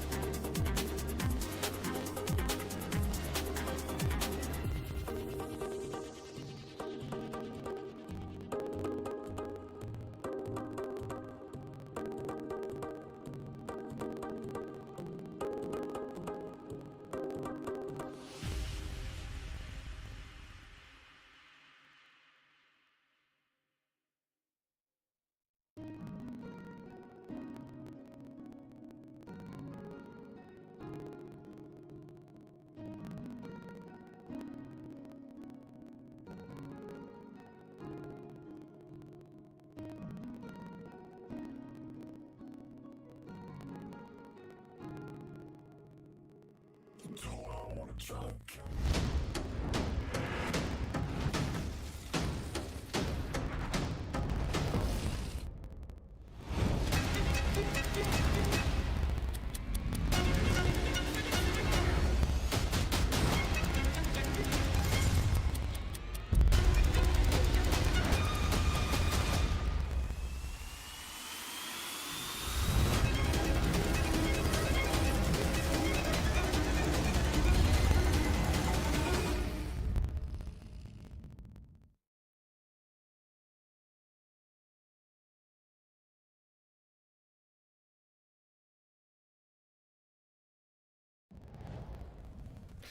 Good evening, friends. It's time to get back on the casting grind once again. This is my first cast of the year. I believe it is my good man Tony's first cast of the year alongside me as well. And we're back at it with CCT South America. We've got some interesting players, interesting teams that have been around the Brazilian South American scene for a very, very long time to have a watch of tonight.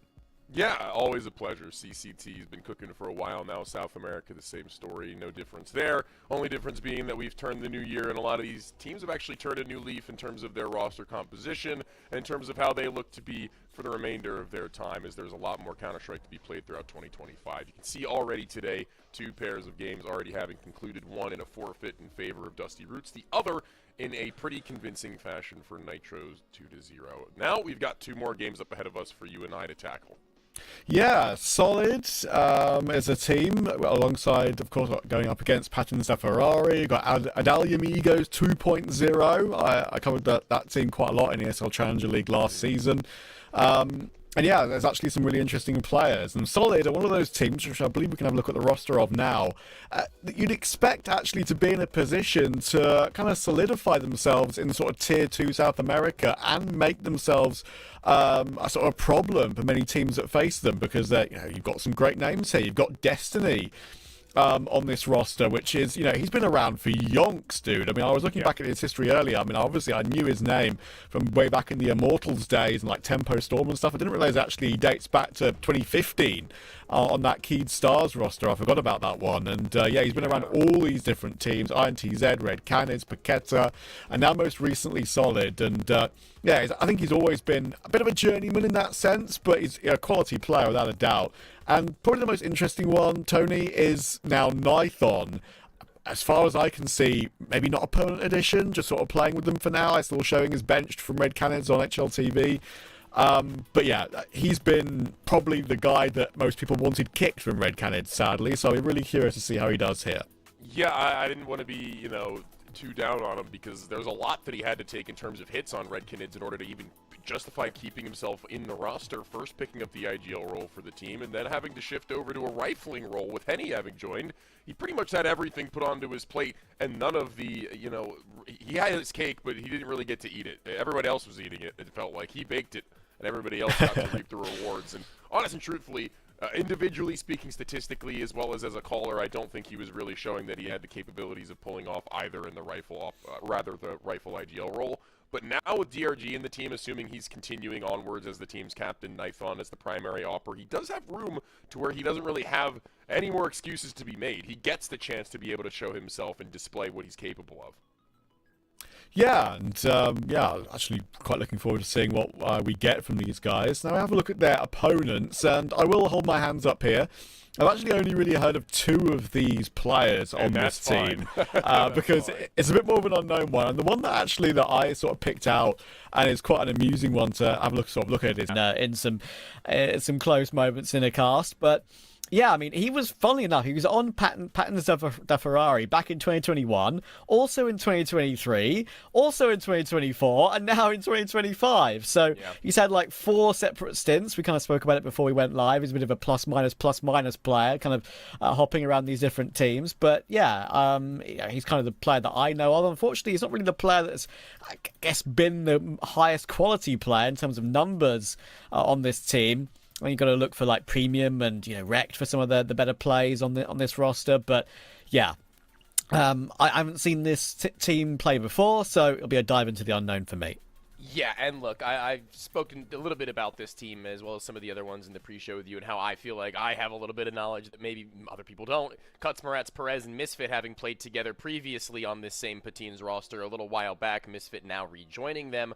Premium, who's been on the lam in CCT, joining a couple of different teams and trying to showcase himself as a better player. But Rekt, that's a name I have zero data about. Played for Be Bold, joined this roster, and only as of today, as far as I'm aware, it was listed as a different roster just about 30 minutes ago even, but he slots himself in here, and as that silhouette goes to show, not really a face to put to the name for many of us, but maybe he'll make a name for himself tonight. This would certainly be the place to do it up against the team of Solid, who were, a little bit weakened. They've been shown vulnerable in multiple occasions, even still in this CCT bracket, as it's been kind of awkward for their justification to whether or not they can push for a playoff level. It was a win relatively clean over Nitro, and then getting kind of crushed by Bad News Chickens in some of the specific rounds and maps, but this is a Patines roster that never really found themselves pushing for playoffs in CCT's past. So this would be the time for them to make a statement as a 2-1, and it'd be a time for, this team to make a statement just as well that maybe they can push that far beyond now with the weakness being shown by the teams around them. I believe we have the opportunity to look at the veto now to see where we're going in this series. And of course, it being our first cast of the year, I think both of us are super eager to cast Train. So, I'm looking forward to seeing if that's going to be in this veto right here. We've got no Inferno, we've got no Nuke. First pick of Ancient coming through, probably one of the most popular maps at this point in the pool for nearly everyone in the entire scene, it feels like. Dust 2. Will be map 2, and now we see where Train appears. Is it going to be a ban? There goes Anubis. There goes Mirage. I can't believe it. I want a third map decider. It's Train. Give it to me.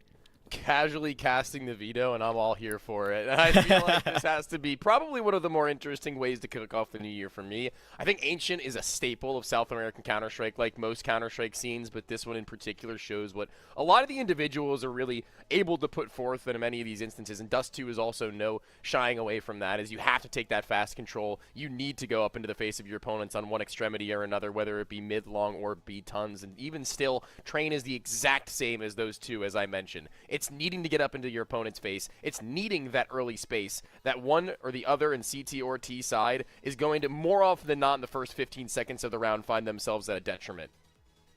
Yeah, for sure. And we'll have to see how...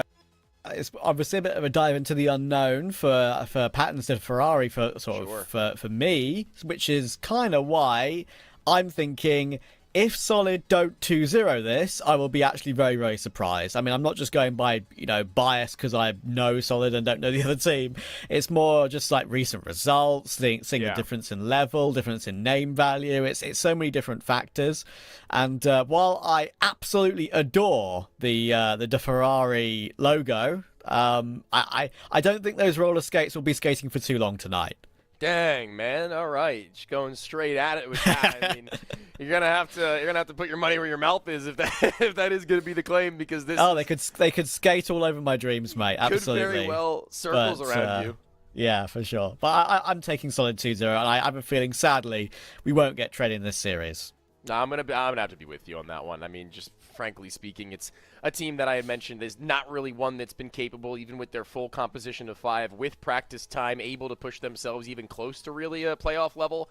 And I think that even now, Solid were a team that we kind of expected to consistently make playoffs in these CCTs and push past group stages. But I think that even now with Nithon and Tomate, it's not. I wouldn't say it's inherently that far of a downgrade in the short term. I think it's a little sideways. Maybe in the long term it can be just as good, if not a little bit better, but it's hard to say. Nithon's going to have to find himself in unprecedented form for him, recently speaking, no offense. And then also Tomate, who's been okay, middling of the pack, playing some relatively favorable passive T-side roles and being given the opportunity to take space on the map slowly as his teammates have to maybe move a little bit more aggressively around him and in front of him. It's going to need to be a unified effort from a team that hasn't really had the time to make it look like that. So gelling quickly is going to be the name of it for them, and it should be okay even still. Yeah, I mean, I think the other name that we haven't really touched on Solid, that it's probably one of the more known names, to be fair, in South America, is actually DRG. I mean, he was on Sharks for just over 2 years. I think he was part of that Sharks team that put in a very respectable performance in a couple of maps at Pro League when they made it a couple of seasons ago. So yeah, I mean, like, he's got pretty decent experience. He has experience with Nython for sure, even if his his individual level isn't necessarily something we shout about. Right. But it's GBB and Destiny that are kind of put in the most numbers recently, and you're absolutely right when it comes to for Solid. Like, it's not just playoffs in every single CCT we expect them to make. It's also, we expect them to make deep runs in ESL Challenger League South America. We expect them to at least show up in a game against the more known orgs in sort of this level, like the likes of your Oddix, your Fluxos, for example, right? A couple of those teams which they're looking to sort of get to that level. If we're going to really talk tiers and maybe spread out the tiers a bit more than perhaps we'd usually do, you've got like the S tier teams, of course. Obviously you got Furia, you got MIBR, you've got Pain, and then you've got that next tier below that we don't really know who's going to be top of that tier, and then a tier below that, which Solid, should be around that and on the very top of that. So we're going to see. We're jumping into the game now. First cast of 2025 for me and you. I'm looking forward to it, mate. It's ancient. Let's go. Let's make it a banger, yeah. I mean, jumping straight into things, we've got the big green map, and most storyline written and driven for me is going to be the big green gun to start this off as well, so I want to see how that pans out. Cutsmarat's taking things all into his own hands, audibly so. I guess he wanted to give away a little bit of a sound cue, as GBB has just played this one deeper back into the caves, and the rest of the team has taken up residency entirely elsewhere. It's A they'd like to go, and this is one hell of a matchmaking looking fake to me. Well, it can work everywhere sometimes, calls like this, but you've got to win the duels. That always is what it comes down to, and now they're going to be going in as 4. Unfortunately, they're going to get munched up by the dualies straight away. Tomate gets himself a triple with those dualies. 2 guns are better than 1. Nython gets 2 of his own as well, finishes off the round, and that couldn't have been a better start. New kids on the block. It's a bro ace for Nython and Tomate. They unite and shake hands in an effort to be able to give themselves that heavy swing into an opening round win on their opponent's map pick. Not spelling all too much hope right now for the Patines, but going into this round, it's going to be knees deep force buy, 5 Tech 9s, utility looking relatively decently spread, and a fast B play never hurt nobody, and I think that they definitely could be able to pull one, but it's going to have to be a little bit of an off-guard CT side. Not blinded in the slightest, touch the cubby, GBB only the one, but the second flash and support is beautiful, and DRG will capitalize. That is pretty decent with the SMGs, lots of money built up as well. Patines going for that force buy, not working out too well at all, I'm afraid.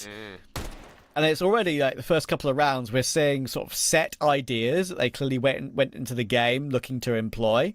And it'd be interesting to see how many more they sort of have in their locker, because for a team that, just as a complete example from probably a game that everyone would have watched the other day, right. Imperial FE, right? They had solid set in stone strats they stuck to, and it actually worked out pretty well for them. Very respectable indeed. So when you're a massive underdog, you want to try and stick to your guns and play without pressure in a way. I'll have to see if the teams can do anything like that when it comes to the gun rounds. Not really spread all too far thin right now, Sala. You talk about pressure. They haven't really felt that, to be honest. You can see in both of those instances, they were ready in terms of the numbers as well as the reactive movements from one position to another. The flashbangs were not far off at all from the behind of DRG and GBB now, who is going to need a little bit more of that from the last round and might just get it. He is going to be once again successful for his pair, but it's Nython who's offered up a multi-frag in his own regard. It's everybody getting a piece to the puzzle, but no plant. 2 go down once again. And Solid, you can't really say a whole lot about this round in particular. It was just going to be a ditch effort to try and get that bomb planted in any way that they can. This is going to be where we're going to need to really analyze how they play out this map right now, the Patines, because they've got no time really to waste from here on out. Yorp's out for Nython, and that's something I sort of touched on in the pre-game as well. I hate to say it, but I'm going to call it how I saw it. Unfortunately, when Nython did AWP on Red Cannons, he was probably one of the main factors that actually held that team back for quite a while. We always thought they'd have a great opportunity. Okay. I thought that's a surprising team kill to see in the kill feed, I think, wait, there, when what? it was off camera there. I think Destiny might have just caught Tomate by accident as they went for this sort of aggression near Jaguar. When he's toward that red room position, maybe it was a mid push when he went down to fight as Kutzmarets came out. Well, works out in a 1-for-1 in the end anyway. I didn't even notice that.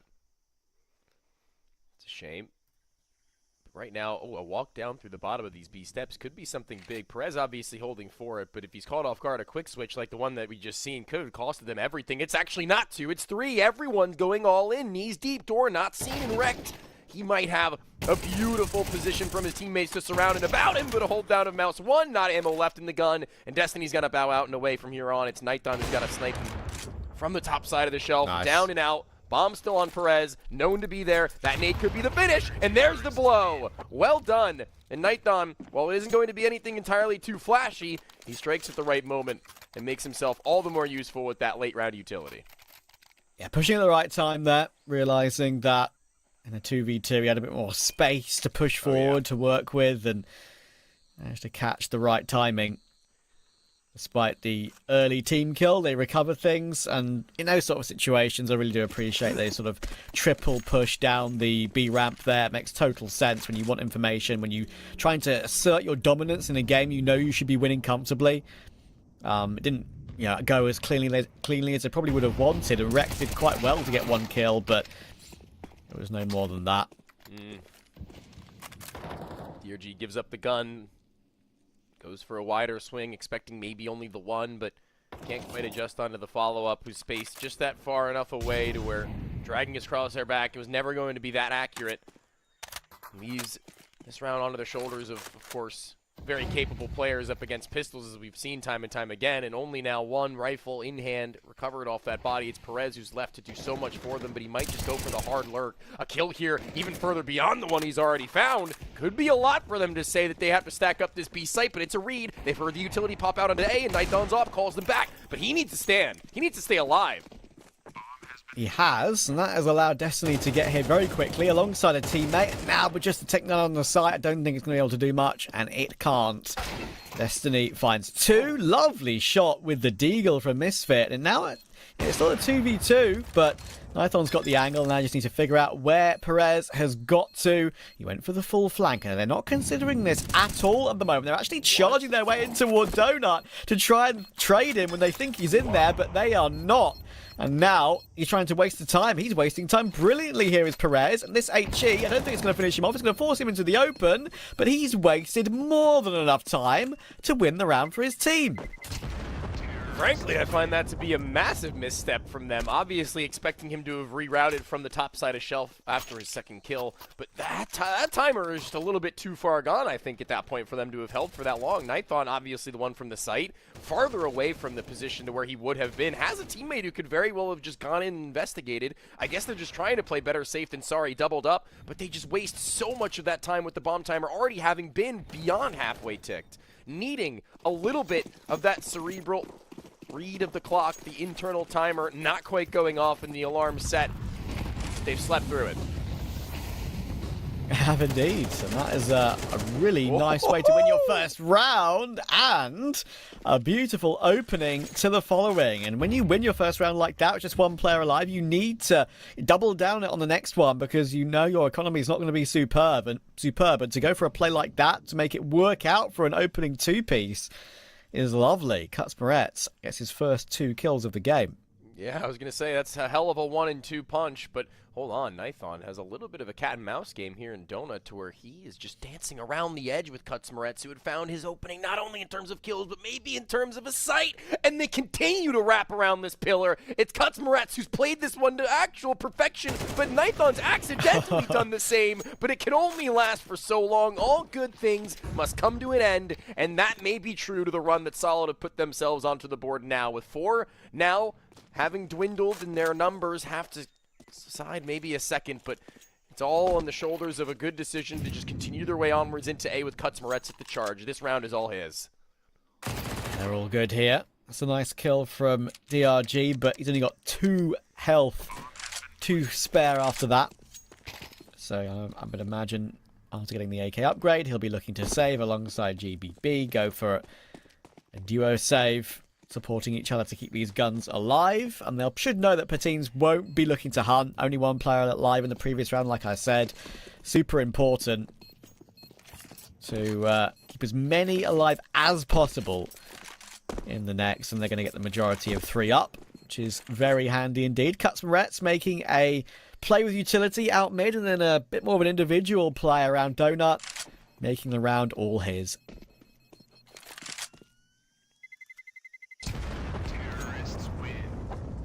Sight goes up in smoke. The money starting to find itself in a place where knife on's op isn't something we'll see very soon again. Some decisions to be made from the CTs who still sit in the spawn, not really sure where they want to go with it, with some being bought, some being sold, floating around that $2,000 mark, knowing that they have a buy available to them in the next, although it might not be perfect, a kill or 2 here and there, in addition to maybe one of these guns that they have brought into this round being saved, could be the name of it. Fast boost. I think that's Misfits op, peering over top, no one long. I want to see what the move is from these rifles, though, with only that one flashbang left onto the body of the captain. The expected leader, DRG, who's already made the AK-47 audible, and I guess they maybe want to puff up their chest a little bit and seem like they have more than they actually do here, Trav. A lot of presence has been shown. I think Solid know what's going on here. It's a question of how they get these 2 guns into play. I'm pretty defensive with them at the moment, which is, I would say, slightly disappointing. I maybe wanted that M4 a bit more on the front foot, but who knows? This DRG AK could do something here. A lot of noise is being made. He's on this off angle, but immediately deleted by Rec. That's actually really nice. Huge threat of the round removed. And now it's just this M4A4. Needs probably 3 kills and it gets 0.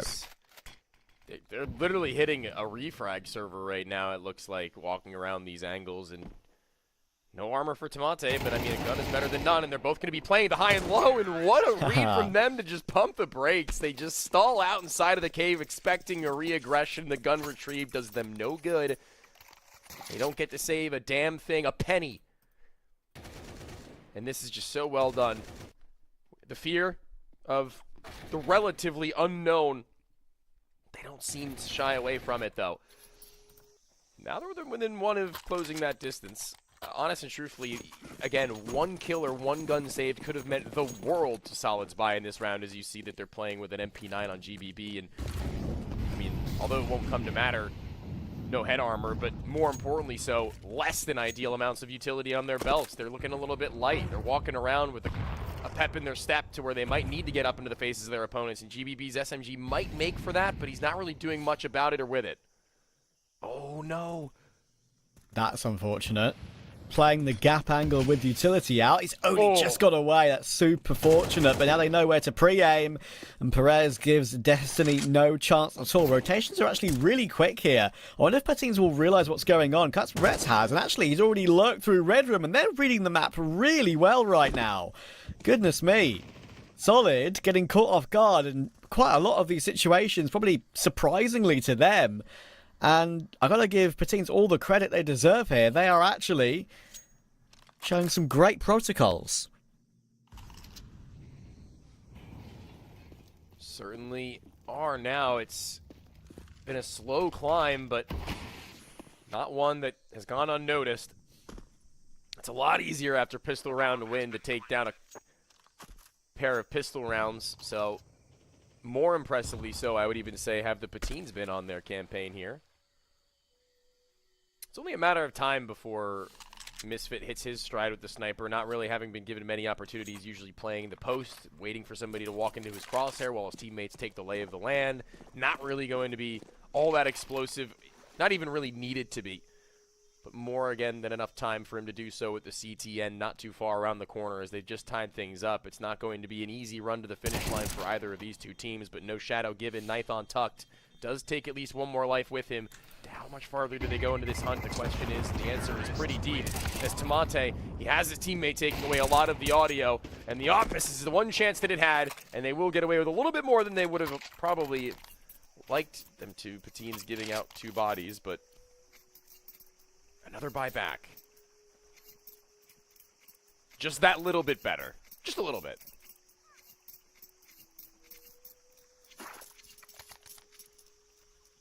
There was a utility at the very least. Yeah. Some kits.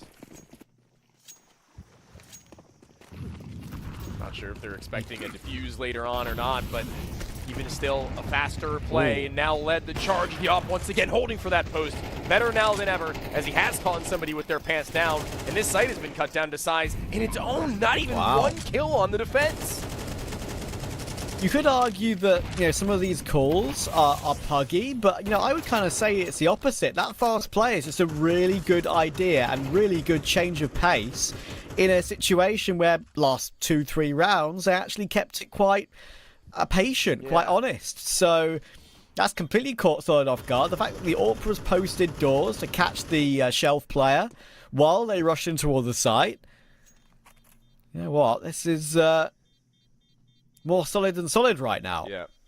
I mean, last time we had seen the fast B play was on round 3 with Glocks and round 2 with Tech 9, so you're really not getting a whole lot out of it in those rounds, and then, as you say, going a little bit lower and slower for the remainder of the half up until now. It's a nice change of pace that looks a little bit more coordinated with guns. It does. It really screams that they've ironed out where the utility needs to be placed and where the bodies need to be, as Misfit with that AWP is more than attuned with what's going to happen with the rest of the crew, and even over top side of the molly, he's fast enough to find his shot.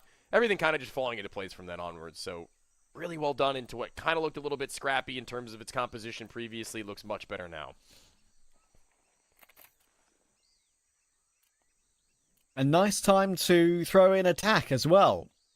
You'd think maybe Solid are they going to be the team that would need that tactical pause, and sure, they're given one, thanks to Patins, but at the same time, the fact that they called it shows that they're very much in control of what they want to do right now. Just take their time, they've got a lead, refresh their ideas. Yeah. Good timing for that. And they're winning their duels nicely as well. It's not like these are laboured. Rex might be 3 and 8, but the 3 kills he's gotten in this game have been pretty fire. So all of them feel like they've had their moment. 1 or 2 of them. Cycling through the strat book and not going back to the drawing board, really, have the Patines, which we like to see. And Tamate, he's tucked once more, previously with an SMG, this time with an AK, a lot more potent. But Bomb being the first player in, that's the first misstep we've seen in a long time from the T side, to be honest. With a flashbang to be bounced off of the wall, not able to look straight down that hallway, and needing to turn vision for even a split second is too much for Tamate to handle, as now Nithon's op, who's typically been floating over at A, has a little bit of support in Destiny should things get a little bit too squirrely. Donut, the least of their worries, because they battened down the hatches at topside shelf with one holding for red as well. So they've got their bases covered, but for how long will they sit into this position without anything else happening, though? I think they're just going to maybe sit here for the round. Actually, a very important round here for Solid. Completely lost control of the game. This is a necessity now. They've got some pretty decent information, I feel like, across the map. But, I say that. They are rotating away at the worst possible time. The patience from Patines, again, is working out for them. Rotation back in from Destiny, but how many can he get? That smoke is not up towards that temple position, so it's going to give them free reign, and there's no smoke CT either. And that means that the CT side will actually get an opportunity to make this one pretty comfortable, I feel. Shadow may have been spotted, but Nithon's creeping forward, knowing that is in that position. And there you go. The Shadow bait works out, and Nithon gets his 10th of the game. As the kids would say, get brained on. Is that what the kids say? I don't know. I'm not a kid anymore. I'm graduated, dude. How old are you? 23. God, I'm so old. Dead, dude. What are you? Oh, what are you? I'm 28, mate. Oh, man!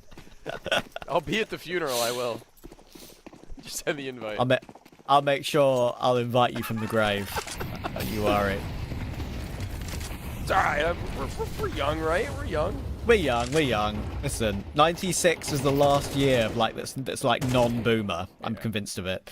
Perez will get a nice entry onto Tomate there, but there's DRG, and he gets 2. Lovely second there, reacting and adjusting onto Cuts Moretz. Hang on a second, what the hell is going on here? What is going on? Rekt has managed to get that one. That's a trade. He sort of fades his way through the smoke while DRG was doing all that work.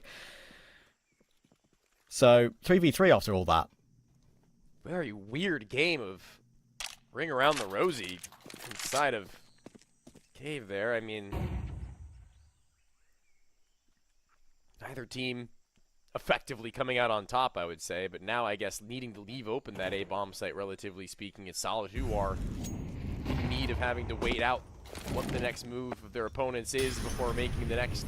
As Destiny's tucked himself, if they look to cross towards the big box, they are going to be sorely mistaken because he's already and awaiting them. But the op on post from the deep side of A main has Nython walking right into his line of sights, but seems to be actually more of a negative than a positive for him, because in the belly of the beast, it's Nython Sniper. This game has started to look a little bit more and more alive as things have gone by, and at the end stages of this first half, needing that now more than ever, inching out to the top side of the molly. Maybe a misstep, an overstep, an incision into the site, to which now it'll be Premium who has to plant, and Rekt who has to hold him.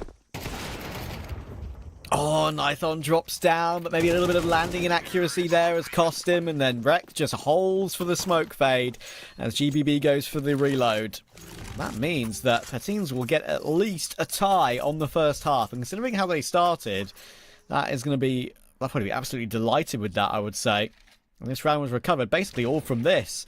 Rekt did try and play Trigger Discipline to maybe try and get behind their second player, but gets the kill to recover it into a even standpoint. And this kill here, Destiny's ever so slight overstep. It was a very tight angle, but Premium did very well to get a clean spray on him and then deal with Nython too. That turned the round. I'll say it again, maybe just a little bit too hungry for something more in that last round was Destiny. The player you were saying has been around for all this time, and experience not quite showing in that moment. Maybe trying to get the better of them even before the bomb had been tapped. Curious to see just how Nython performs as we flip things around to the T side, because a good number of these kills, I have to say, have been not layups, but never really needing to be all too flicky-leany with it. A lot of players kind of walking into his line. Yeah. Giving him the opportunity to just click mouse 1. And which is, you know, is the name of the game, though. True. You know, I was talking about how Destiny was on that, like, a Keyed Stars team. Yes. That was his very first organisation. Just looking at some of the players he played with back then, and I'm looking at some of these names. Like, he's played with Phelps, ZQKS, he's played with KNG all the way back in 2015, 2016. Those are some insane names that to sort of start your career with back then. The RG's doing a great job in this round, getting himself 2 in a bit of a wild moment there, but keeps the man advantage for his team thanks to that. Rekt had to run him down, and did. I remember watching him on that Immortals team. That Immortals team was kind of a mess in 2017, actually, because they were kind of scrambling to find players. Very awkward period of time in which it didn't last very long. Bolts got immediately poached, and Steel got poached by Liquid. True, yeah. I was just looking at some of the teams he played back then, right? Like one of the original NRG teams. You've got like Splice, CLG, Liquid, C9 when they played in Americas. I was looking at the Cloud9 team. It would have been the team that won the major. Gosh. Yeah, it did. It was the team that was the C9 that won the major. Yeah. That's what makes me feel old, is because I remember that. I remember him getting his quote-unquote start in playing, and it's like now he's like the old veteran of the team, and I'm like, man, what am I? What am I? Where am I? I'm caught between this limbo. Oh God, he played that Misfits team with Sick, Sean Gares, Shazam, Amanek, and Davidovec. I loved that team. Just stroll down memory lane now. I know. I mean, sometimes you've got to do that when it's a 3v1, right? But yeah, honestly, like some of those teams were so fun to watch back then. I always remember like one of those insane Misfits upsets at one of those DreamHacks. Didn't they beat Navi or something? Yeah, or something Shazam like that. went absolutely nuclear on him. That's it. I remember it. I remember it like yesterday, dude. That was my favorite. What's that? team. Borderline 8 years ago now, like if not more. That's crazy, dude. Yep. Wild. Yes, it was. I remember that train game. I could blink and close my eyes and literally visualize some of the kills. Yeah. It is crazy how like some of those things when you're a Counter-Strike fan. Right. But to be fair, when you're a sports fan at all, like I mean, if you're like any sort of sport, you'll remember things from like your childhood / history if you've watched it since you were a kid. I'm the same with like tennis and F1 and now CS, of course, as well, ever since like 2014, 2015. Yeah. So, yeah, pretty cool. Anyway, pistol round. Let's cast it because this is an important one. It's 6-all. And we're charging all the way through Red Room, all the way through CT, and actually trying to get ourselves in toward A. And I think they've actually done this pretty successfully. Nithon's doing quite a good job until then of holding them at bay, letting this plant become a little bit safer. But it will go down now. Retake is about to come in. Lots of damage coming in, and now Premium's down to 3 HP.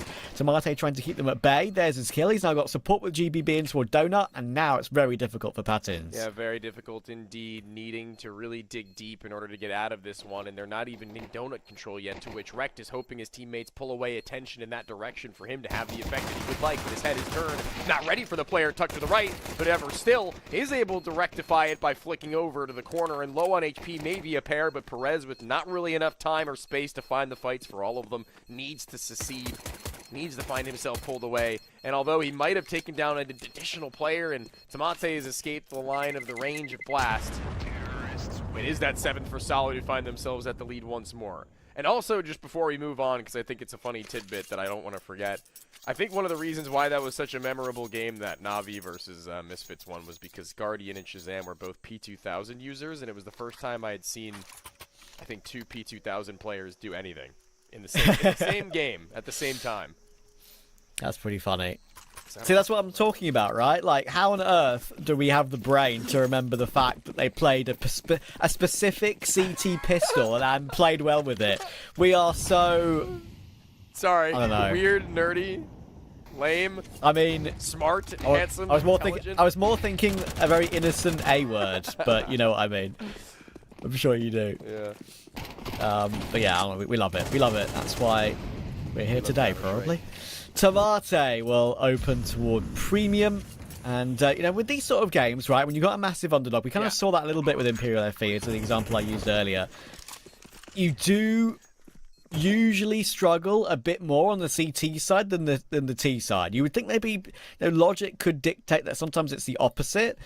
You know, if your individual level's really good, you could easily put a good number of CT rounds up, but you can't rely on that every single round, and when you anchor a position, you probably don't expect to get more than 1.5, if not 2. And when you're on the T side, you can sometimes feel a bit more free because you've got ideas in your head and you go as a pack, right? On the CT side, that's not really what happens, and you'd expect Solid now. Very often it's a pattern. Now the favourite on T side should pull away.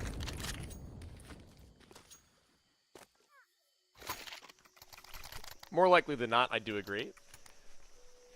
It's also a question of if you're playing against a good T side with a still working towards it CT side versus the opposite, the flip side. I think it's much harder, like you're saying, to play up against a good T side with a still building towards something good CT side. Your protocols aren't all quite there. You can very easily get caught in maybe a miscomm, or somebody isn't in the right position, the right piece of utility hasn't been thrown. Even if it's a split-second difference between them realizing and understanding what you wanted or said, that split second in Counter-Strike means a world of a difference when Solid have every inch of the map being taken a little bit more methodically than maybe an entirely new core team has. But this looks like they want to just take this one in stride. They want to take it quick, and it's left a major gap in through house, to which Nithon has slipped through. It's Premium at 5-7 who's going to have to find more than just the one in order to give them a chance, and although he might get halfway there, it was all too much more to ask than he could have possibly have been expected.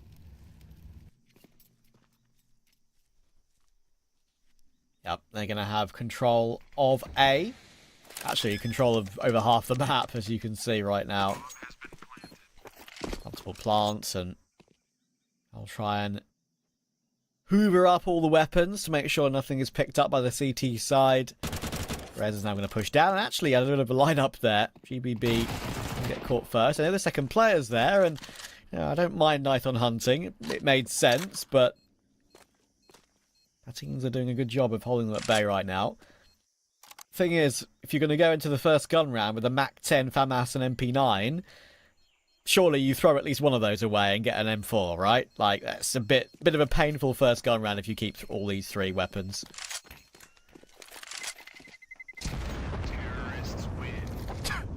I think one of the nades might have just been blown to smithereens. I don't know where it went. Blown to Mirage. Blown to Mirage.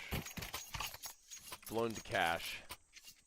Soon to be Bring it back. retrieved in 6 months' time. Is that your prediction? Yeah. Cash coming back in 6 months. Post-major, I like it. yeah. Or I guess that'd be... Is it 6 months? 7 months? 6 or 7 months. I think the boring option is bringing back Overpass, even though I wouldn't mind that either. I'd take both, dude, at this point. But at this point, now Train's in for Vertigo. Everyone can stop complaining about Vertigo. Like, low-key, I think the next one to go could be like, Inferno Dust 2, and you'd maybe consider a cache, so... To be fair, I do like Dust 2 and CS2. But We can have a talk about it after this round, maybe a little bit more in depth with some time to spare, because money is not really looking all too great for the CT side It's if they not. are to fall here, so...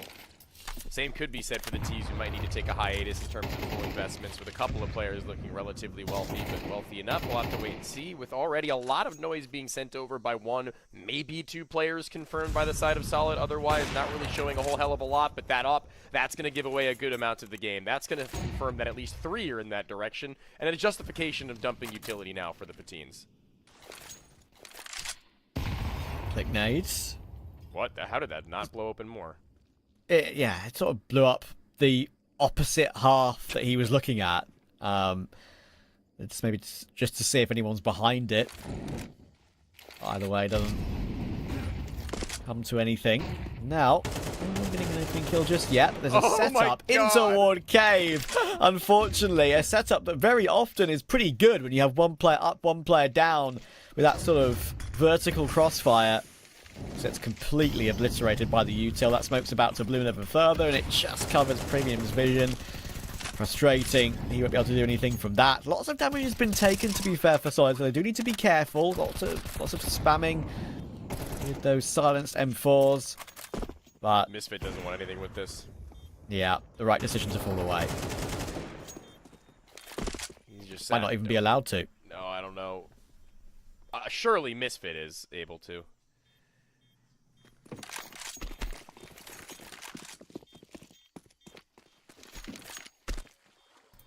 Yeah, this is some clean stuff now. Kind of going as I suspected once they got onto the T side and won the pistol. Harder for the underdog to play CT. Tried to get into the game, tried to make something a little bit different happen with that setup in toward cave, but and that utility is thrown in to counter it, and you get swung on like that. Have to sort of readjust, shuffle your position around in that area. It's awkward in general.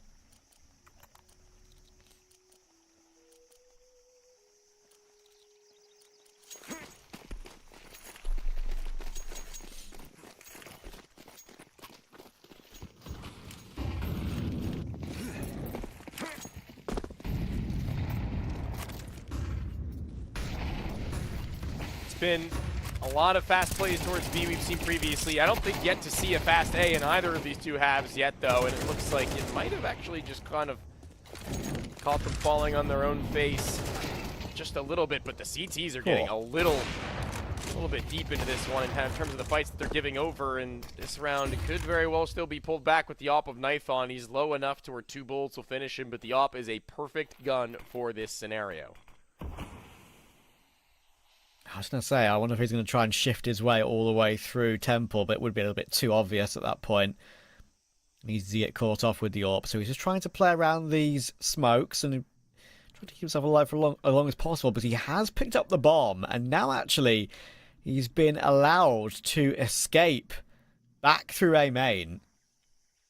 How long do Patines realise this possibility? They are sort of checking that thought that I said that he could have just walked in through Temple, but now they realise that there's just kind of no sign of him anymore, so should try and rotate one player over. They already have with Perez to just double check mid, but Python could be ahead of the game still. I think he will be. The plant will be open. 25 seconds to spare. Now the question is, where does he post up? He will push towards CT. That's the right play to make. He's in the perfect position now, and he sees one. Did he see two? I'm not so sure, but he's going to have to show his position by taking a shot, and now he should just get run down. They both push through with Molotov, but there's the first. Hang on a second. Oh, Perez deals with it and just about, pretty much, keeps his team in the game.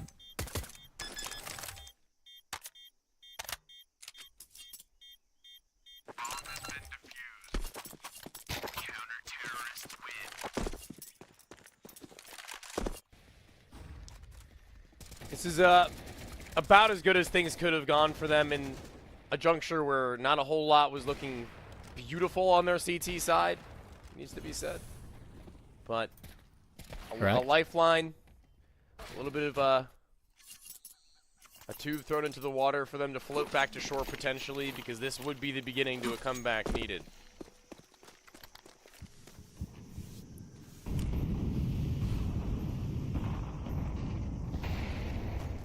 I know that this MP9 has not really been all too influential in Cave for either of the Patines or Solid, but now grouped up with another player deeper inside of the Cave, that's where you would have expected it to be. But Nightphone, he's gotten actually circumnavigated by Premium, who's hugged the wall. He's given himself a freebie fight and a fast reaction onto the shoulder. The shots are all there, and although Nightphone might get out one, it's not on the money, and the CTs get away with not one but 2 kills. Although they lose one in exchange, I think that they'll be fine with that, seeing as GBB is still on a limp.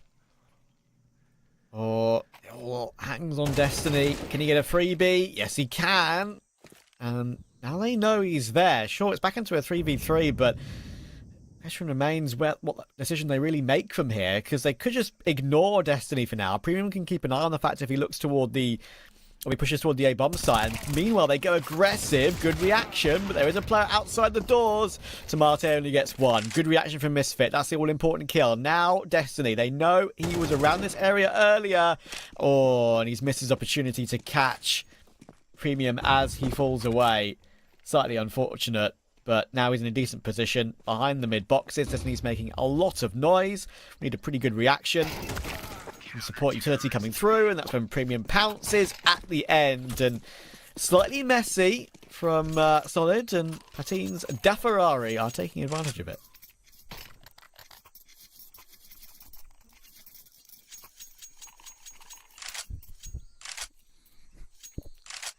Eight to 10.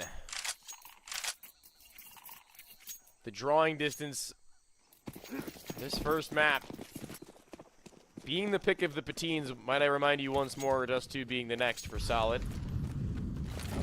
It's getting a little bit too close for comfort. Even then, our first cast of the year, maybe best that we get things out with not so much of a stomp and a little bit more to actually look back on. True. For the remainder of this series. We've got a little bit more data we can now lean on, and right now I think leaning a little bit too heavily on Perez, our Patines, and needing someone else to really step up into that next level. We've seen a couple of faster shots as this CT side has progressed.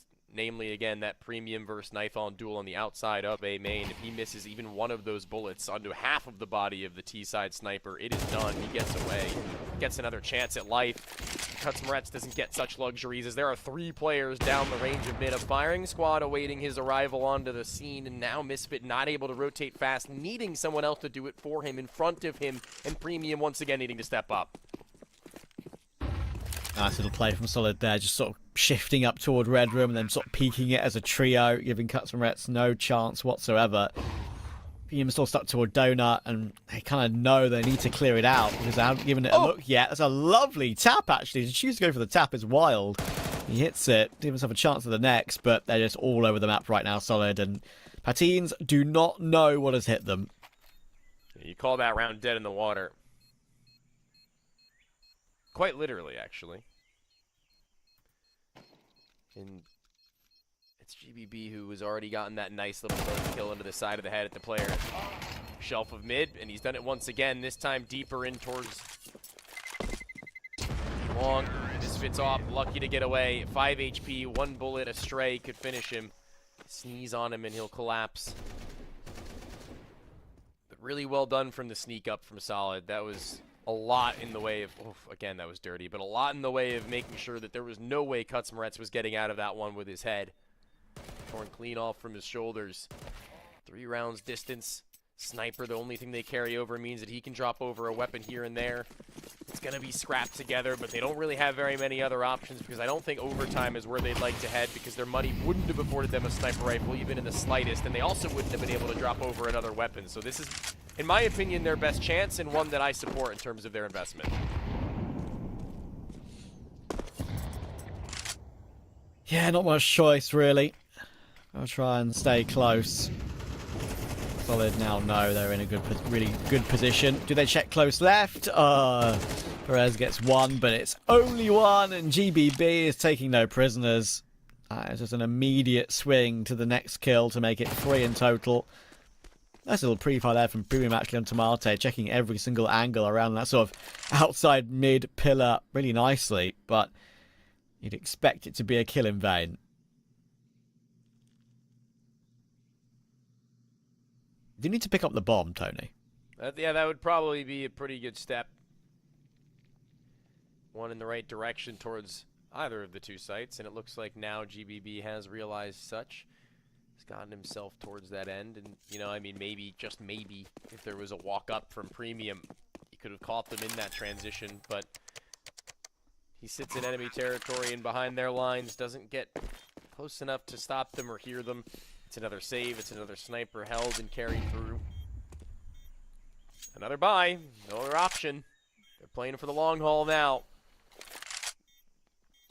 As a more unified effort from Solid across the board now, it felt like everybody had their moment, right? Everybody's had their time to shine. Maybe not Destiny all so much, but at the end of the day, when you have 3, let alone 4 players putting on individual performances with multi-kills and scattered rounds, that's probably all you're really going to need. And it also spells a pretty good look for what Dust 2 could hold.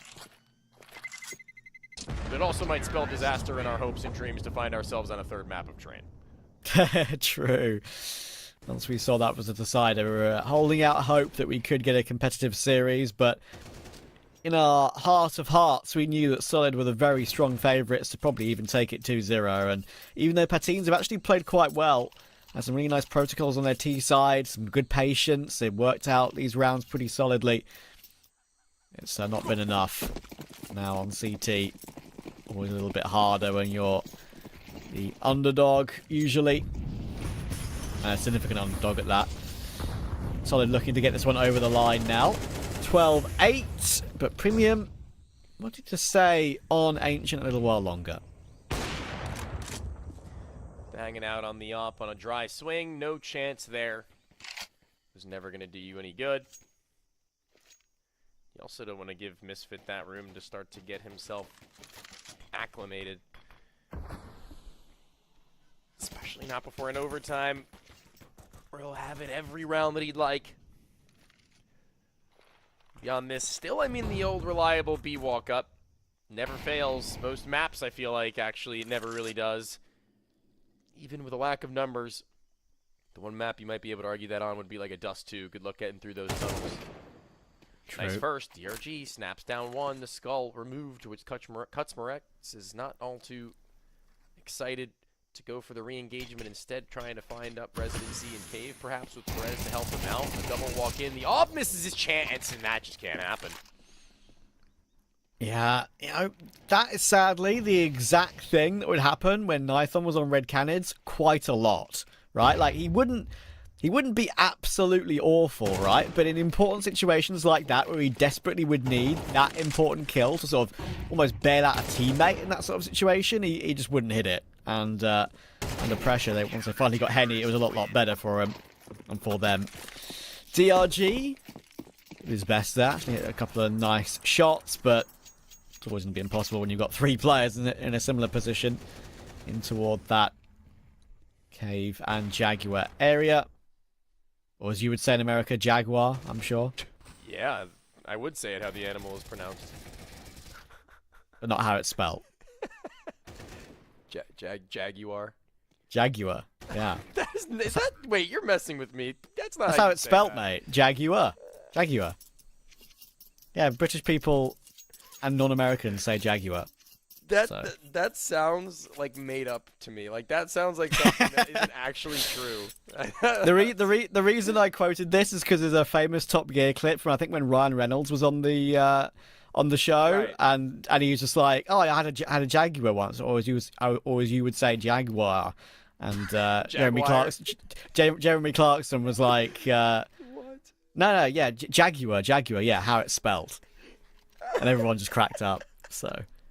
I swear this is. I've never heard anybody say that before. This is brand new information to you. I love that. That's why it I love sounds like that. it could very well just be like the European gaslighting me for fun. No. Listen, I would never do such a thing to you. I would Tech never 9 do such a fast thing. up. AK and hand for Nithon, the one usually with the Nice. sniper rifle, but they haven't even needed to call upon his resources yet because they only sent one man in GBB up and in, Molly out. They've rotated a number of bodies, but A is free. They could very well have just slipped the net and made the perfect maneuver.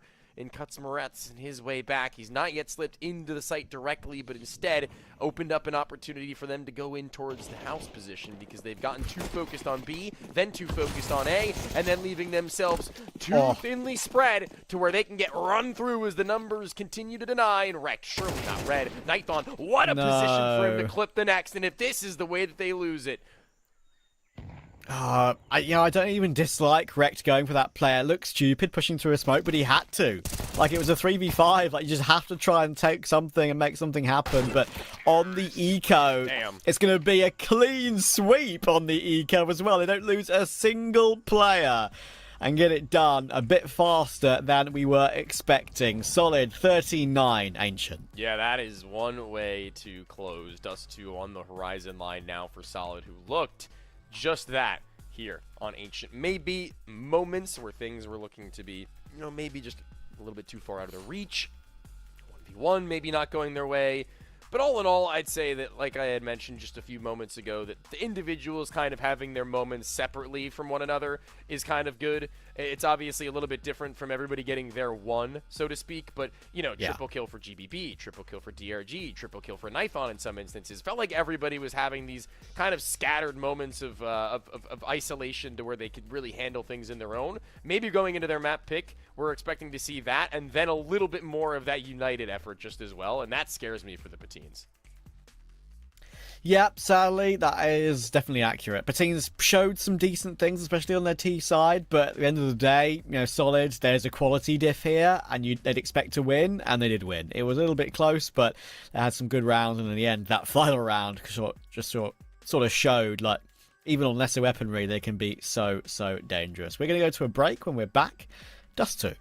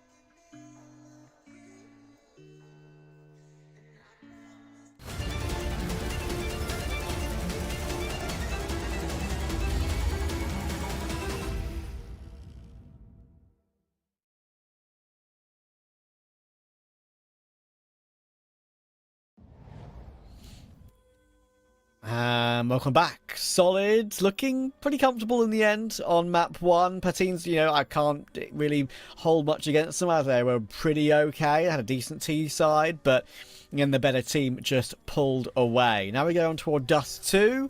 You'd feel like the pattern will be similar, but you just never know. Yeah, you do. You really never know. And I mean, with these maps in particular as well, you always have a little bit of a question mark on your head as to whether or not it could be exactly what you come to expect following a map victory on your opponent's Ancient. Not an easy map, I would say, to really get the leg over your opponent, who are, I guess, in their own minds more comfortable on it than maybe you.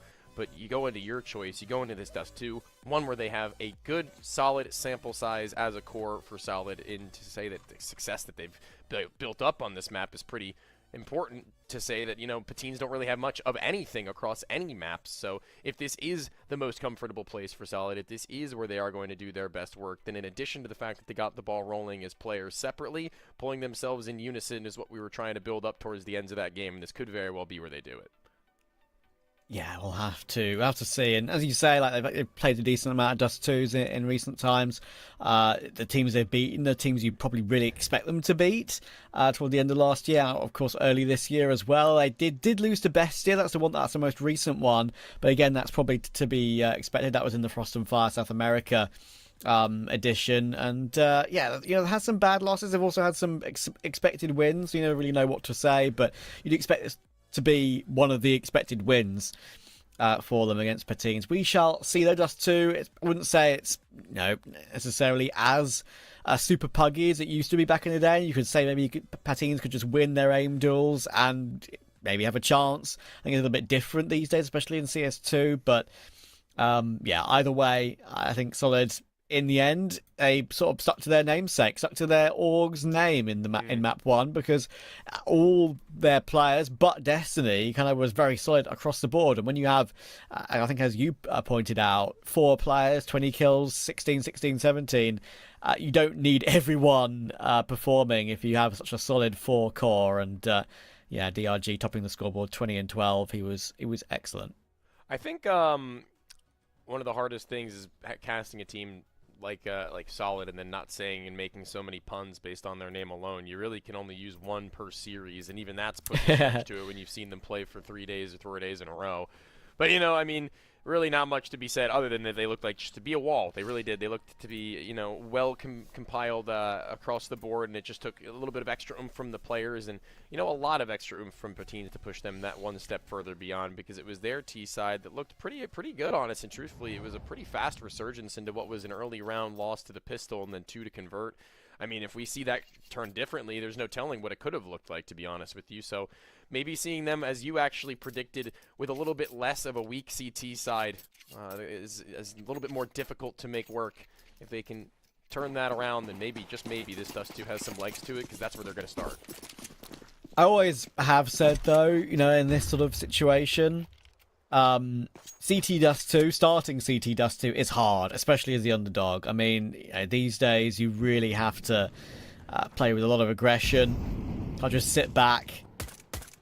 So the same can be said for Anubis in the same sort of manner. CT.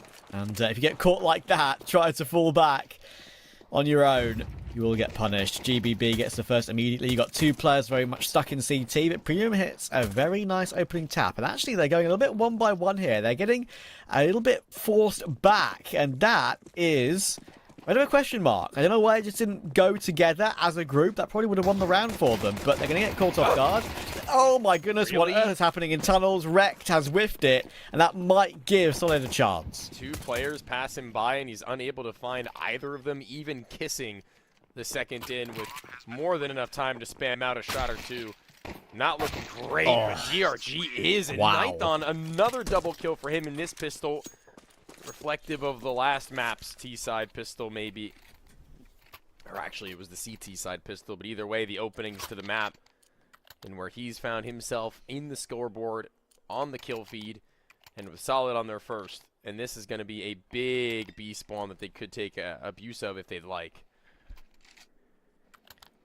How fast do you really go on these kinds of rounds, though? How often do you find a CT stack in the B site on the second conversion is my question and follow-up to that. Not very often, but, maybe better safe than sorry. And a nade SA nade.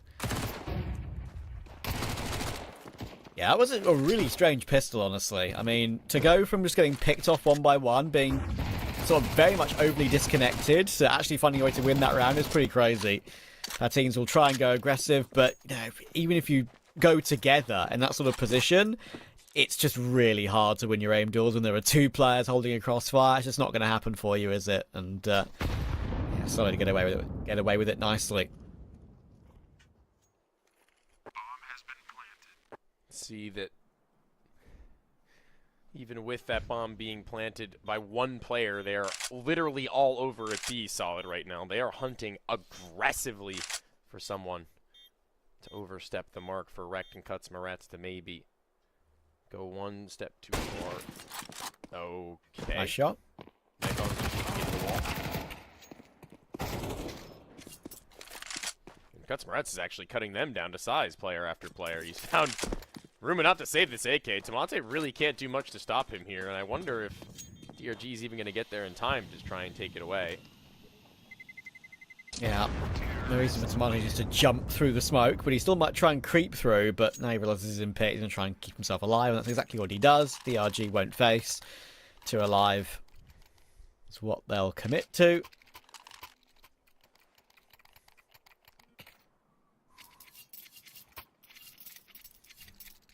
Now, how do they play around this AK? What would you call right now, Tony? Where would you put the AK on CT Dust 2 when it's the only gun you have?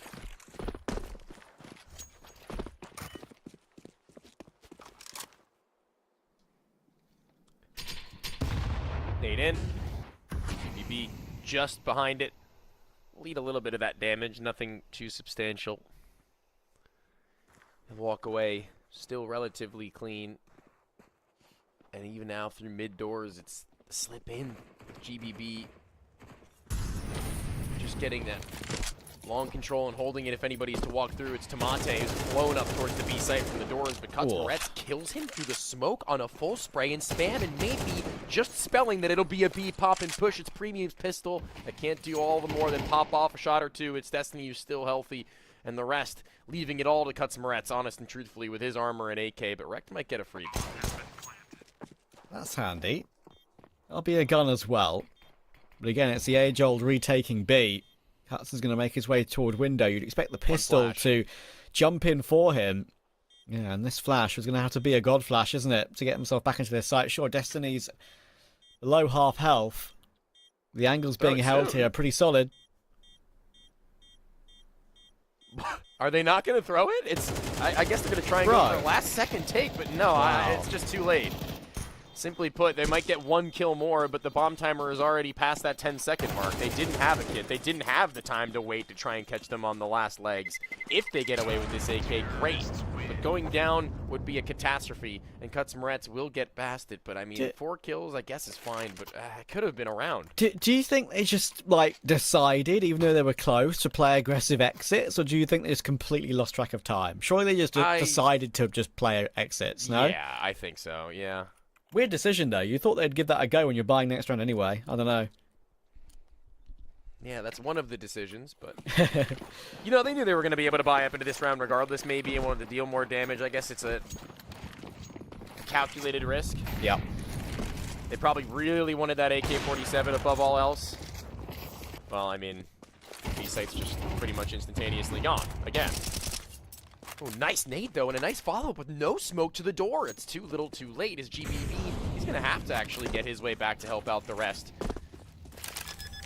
They're going to have to save, aren't they? I hate to say it already, 4v4, but I don't know, man. You've lost your first player thanks to the Nython pick, and you may fight to get that 1 kill back. Sure, well done. Decent damage with HEs, but you just can't go any further with it. That's just the way the map works, I'm afraid.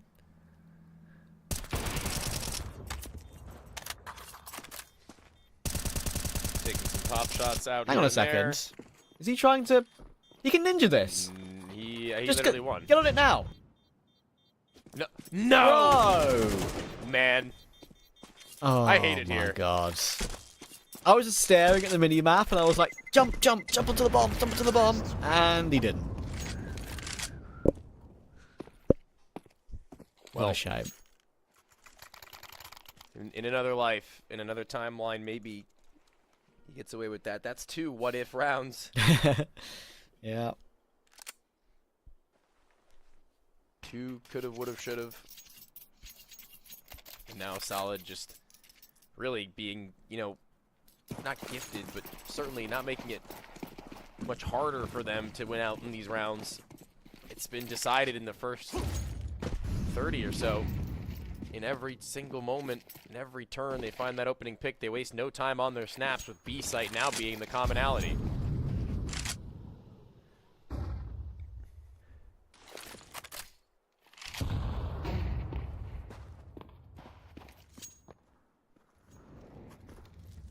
Spit on the tight angle on short.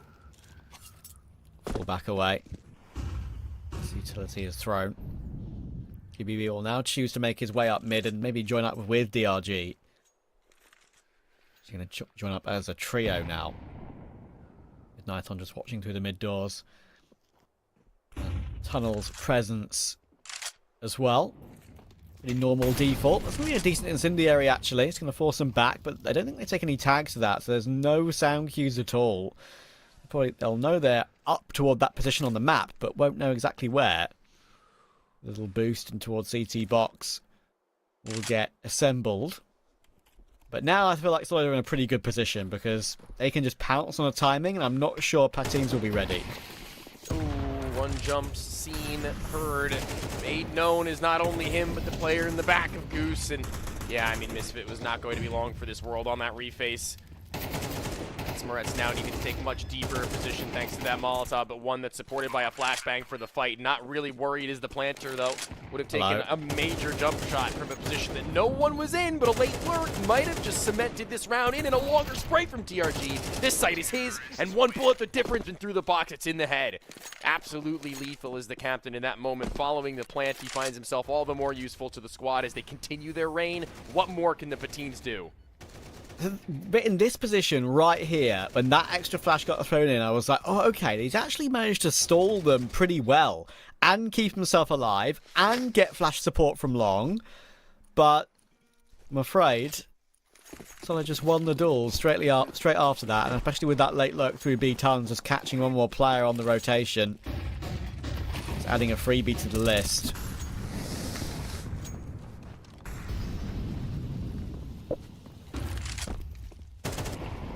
Out through the smoke and at the corner. No one playing contest from Patines. They're going to give them the room to cook once again. Holding for that cross to the corner. Misfit just trying to make sure nobody's hugged that close wall. And if they had, that they put a break to it. And this is a stack now up towards Catwalk. They're putting a lot of faith in the fact it's going to be an A hit, rather, with that player and tons pushed in. It's Rekt who's given them that sense of security. But what more can they do in this hold if they're caught out in positioning again? This time not insides of the site, but deeper up towards that Catwalk. They find themselves shelved. They've just been locked out of so many of these plays, man. Like there's been no comfortable situation at any point. I mean, that's just instant death for Cuts. Nothing you can do about that. But what has it been? Has it been like 3 rounds where they've... Okay, am I right in saying it's only the pistol they've actually been competitive in a round? It's like... There's been 3 rounds where they've gone B and they've been in a disadvantage or an even situation and they've just saved because they've really got no choice. Like, I don't blame them. And I got now a couple of rounds towards short and A where they've just won the duel straight away Solid, and Patines have had no chance. They've been playing exits nearly every round.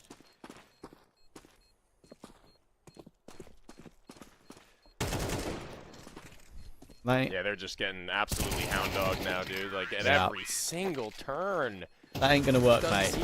Like, this is the Terminator kind of game where you play and you just walk around with full confidence in your shot. Doesn't matter who you're up against, you press tab. It could be any one of these names and you're ready to take that duel. And that's a scary place to be if you're on the other side of it. All they see is red.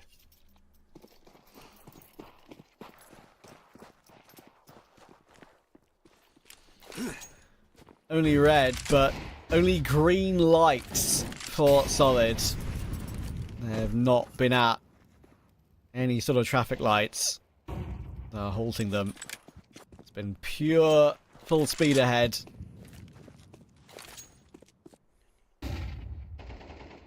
Now it's down to Deagles and a couple of MP9s, so it would just be the way Counter-Strike works if they won their first round with a buy like this and actually got on the front foot with a buy like this. There are 4 players around A and make that 5 now. But the doors are coming through, they make sure they double swing, in comes the cross smoke. Will they be expecting a triple or maybe even quadruple swing? That's a ridiculous shot from Cuts, that was well moving. In comes the cavalry, but they all get mowed down. Solid, keep it trucking. This one's going quick. This one's going too quick. Dust 2 is just... Might get a decent else. break between series at this rate. Yeah, no train. Crying. Crying IRL. Maybe somebody will pick into it next game. Please. That would be... Adalia Migos, if you're watching this, pick train. Thank you. Please and thank you. If not for you, then for us. A boost for Nithon to maybe see something over the top side of the back crates. A deep suicide angle. Doesn't net them much of anything. Pateen's not really getting all too fancy with it. No lower push. No upper walkthrough. No late cat swing. The timings are there, but they don't really seem to want to take them despite their lack of utility. They're not getting all that gimmicky in these rounds where they've gotten put into a box for it time and time again previous. Oh my lord, just fully wide swinging with a nade out in hand. These guys are scaring me now.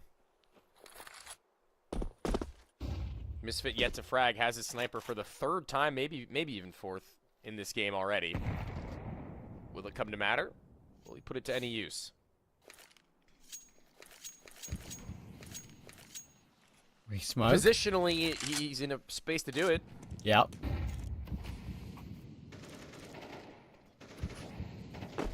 He's also being spooked right now, though. That look, smoke from tunnels, is going to keep his attention, and he's not going to know which way to look. There'll be 2 mollies coming his way as well. There's a lot of noise being made. That was very awkward for Rekt. I feel like he was almost spooked by that player being in front of him and almost hit his mouse on his keyboard or something with the way that spray worked. But he got his 1 for 1. Misfit gets his kill. That's his 1 for 1. And now, the bomb goes down on B. This time, finally... it's an advantage for Pateens, but again, damage done. That means Tomate peeks the doors off of his teammate's contact, and, well, now it's even harder because suddenly it's Solid who have the health advantage. Yeah, Cuts is low. Perez can flush out 1 position. Cuts himself can toss out a nade to try and help out and deal some extra damage, but it is GBB who will stand his ground for a moment longer. Ticked in it, made known. Tomate goes wider to try and support. Can't see him on the initial, but GBB can hold his ground. Doesn't need Tomate to do all that much but hold his position. They're given 1 job each, and they both perform. And they pass with flying colors to move in. This is just utter chaos right now from the Pateens. I mean, that round, if any, felt like it had a real beautiful thing going for it at 3-2. The swing from the doorway, it was the attention taken from the window peak itself that allowed him to get away with that door swing with just a sliver seen to the CT.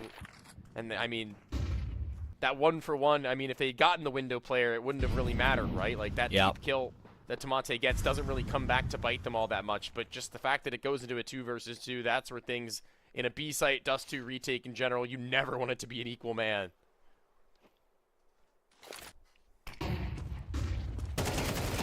Ah, lovely little flash there. Rekt didn't just get wrecked by the aim duel, it was mostly wrecked by the flash, I'm afraid. And another dual 1 toward B as well. That means the site is open, and they'll know the MP9 is towards short. They'll hear it falling away as well. Site taken. This is going to be 9-0. Job done for this round. Looking like it for the game.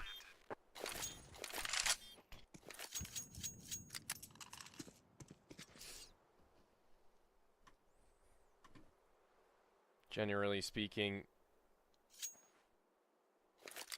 it looks like Pateens are just out of steam. They put a lot into that last map. In some instances, like we were drawing up, they looked like the better team in terms of the composition of their game plan, but you know, game plan only takes you so far when you're just getting outshot. Again, 4 players at a clip at the same point in time looking to do it. Terrorists win.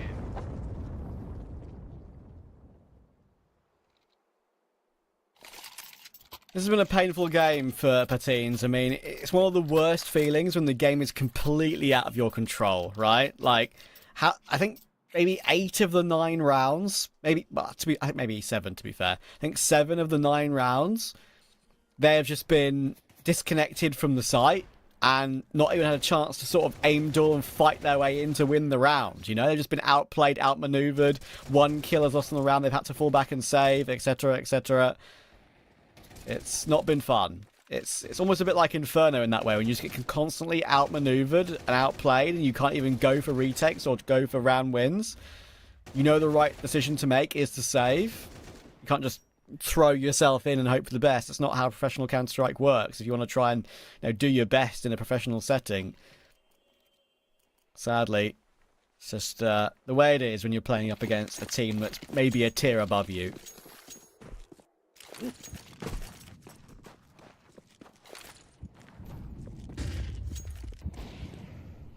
This is a little bit more like the playoff level tier solid team that we had come to know and love previous. And again, it's literally just flash after flash, systematically tearing down each position from Patines and taking the fights relatively dry from that point forwards, though. And this one, much more dry than any of the rest, and probably the biggest risk we had seen any member of the CT side take in these duels in the mid to late round. And maybe it's just too little too late. That kill's good. It doesn't get you anything more than still a man down, though. They actually went for something aggressive, like you said, but at the same time, it was also pretty laboured, right? I mean, like, Rekt was making his way through after his teammates had died, pretty much. And it could have been a bit earlier and maybe saved one more. And look at this. I mean, Destiny's already on B. Like he's going to be behind the play. Both kills should come through. Doesn't connect with the second spray. Perez jumps at him and gets the kill, but GBB was always going to be in the right position, and you know it's been dominant when you had 3 players at the beginning of the following round, starting on 16 grand.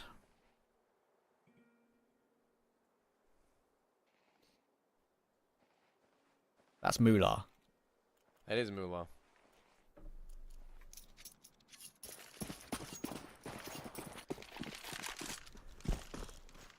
Drop down once again. That boost not going to give them much of anything in terms of a sight line. CT smoke will deny them of that. And this is a setup we've seen tried and failed a multitude of times previous, but who's to say it's not work now? At 0 to 10, I guess they're due. They're bound, right? Surely one. Surely. What a way to spring into the second series than with a 13-0. There's the flash, actually anticipated by DRG, maybe even heard as he's ready for the next pair of them. It's just nade after nade, in which doesn't get them anything, Patines.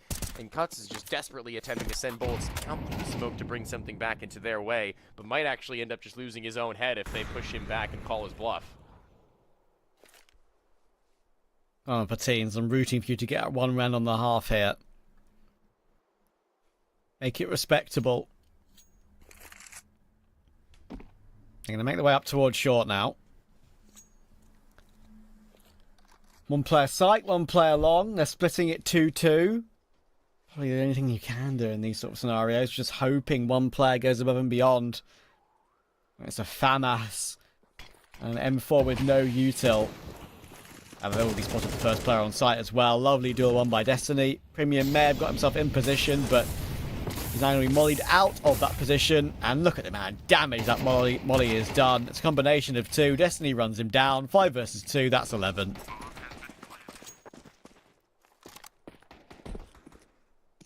Is that where they call it a day? Call it wraps? I mean, I'm not even sure where you would go from then onwards. I haven't been given a chance to play, mate. That is literally what it is. Solid have outrun, outmaneuvered, So crazy. outplayed.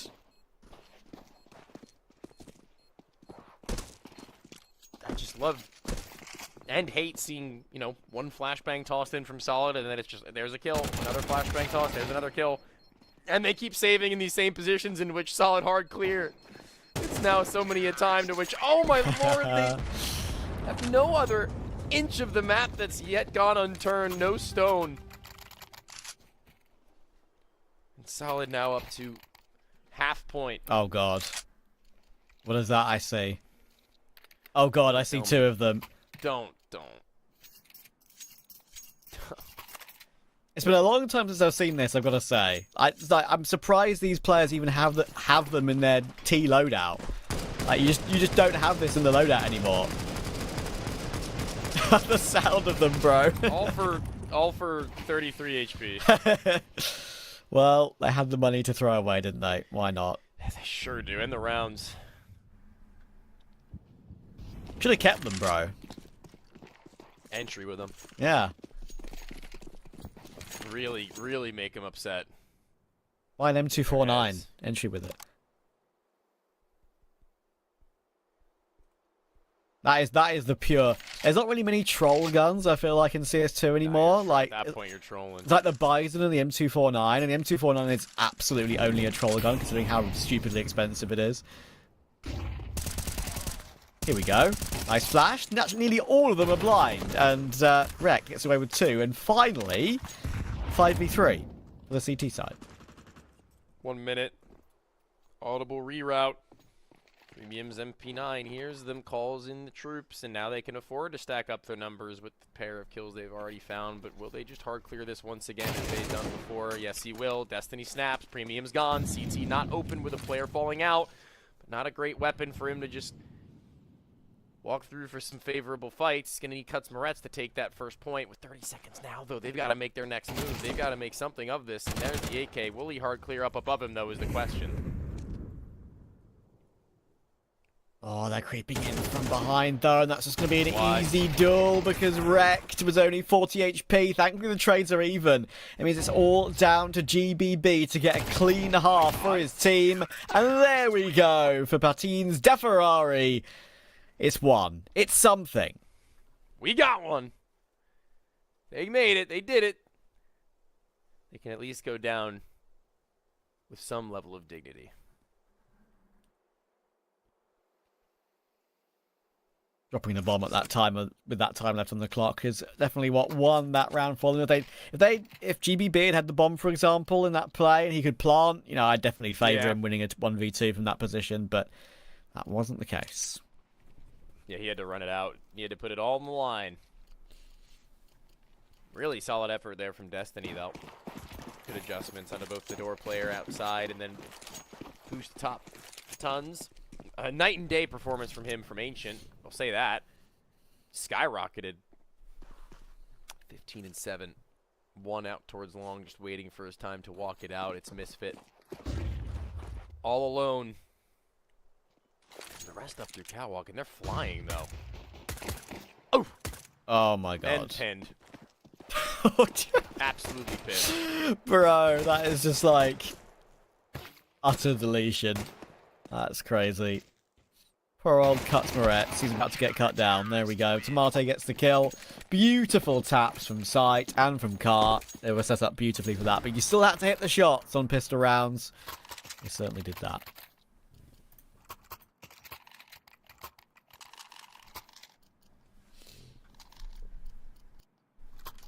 One more to go.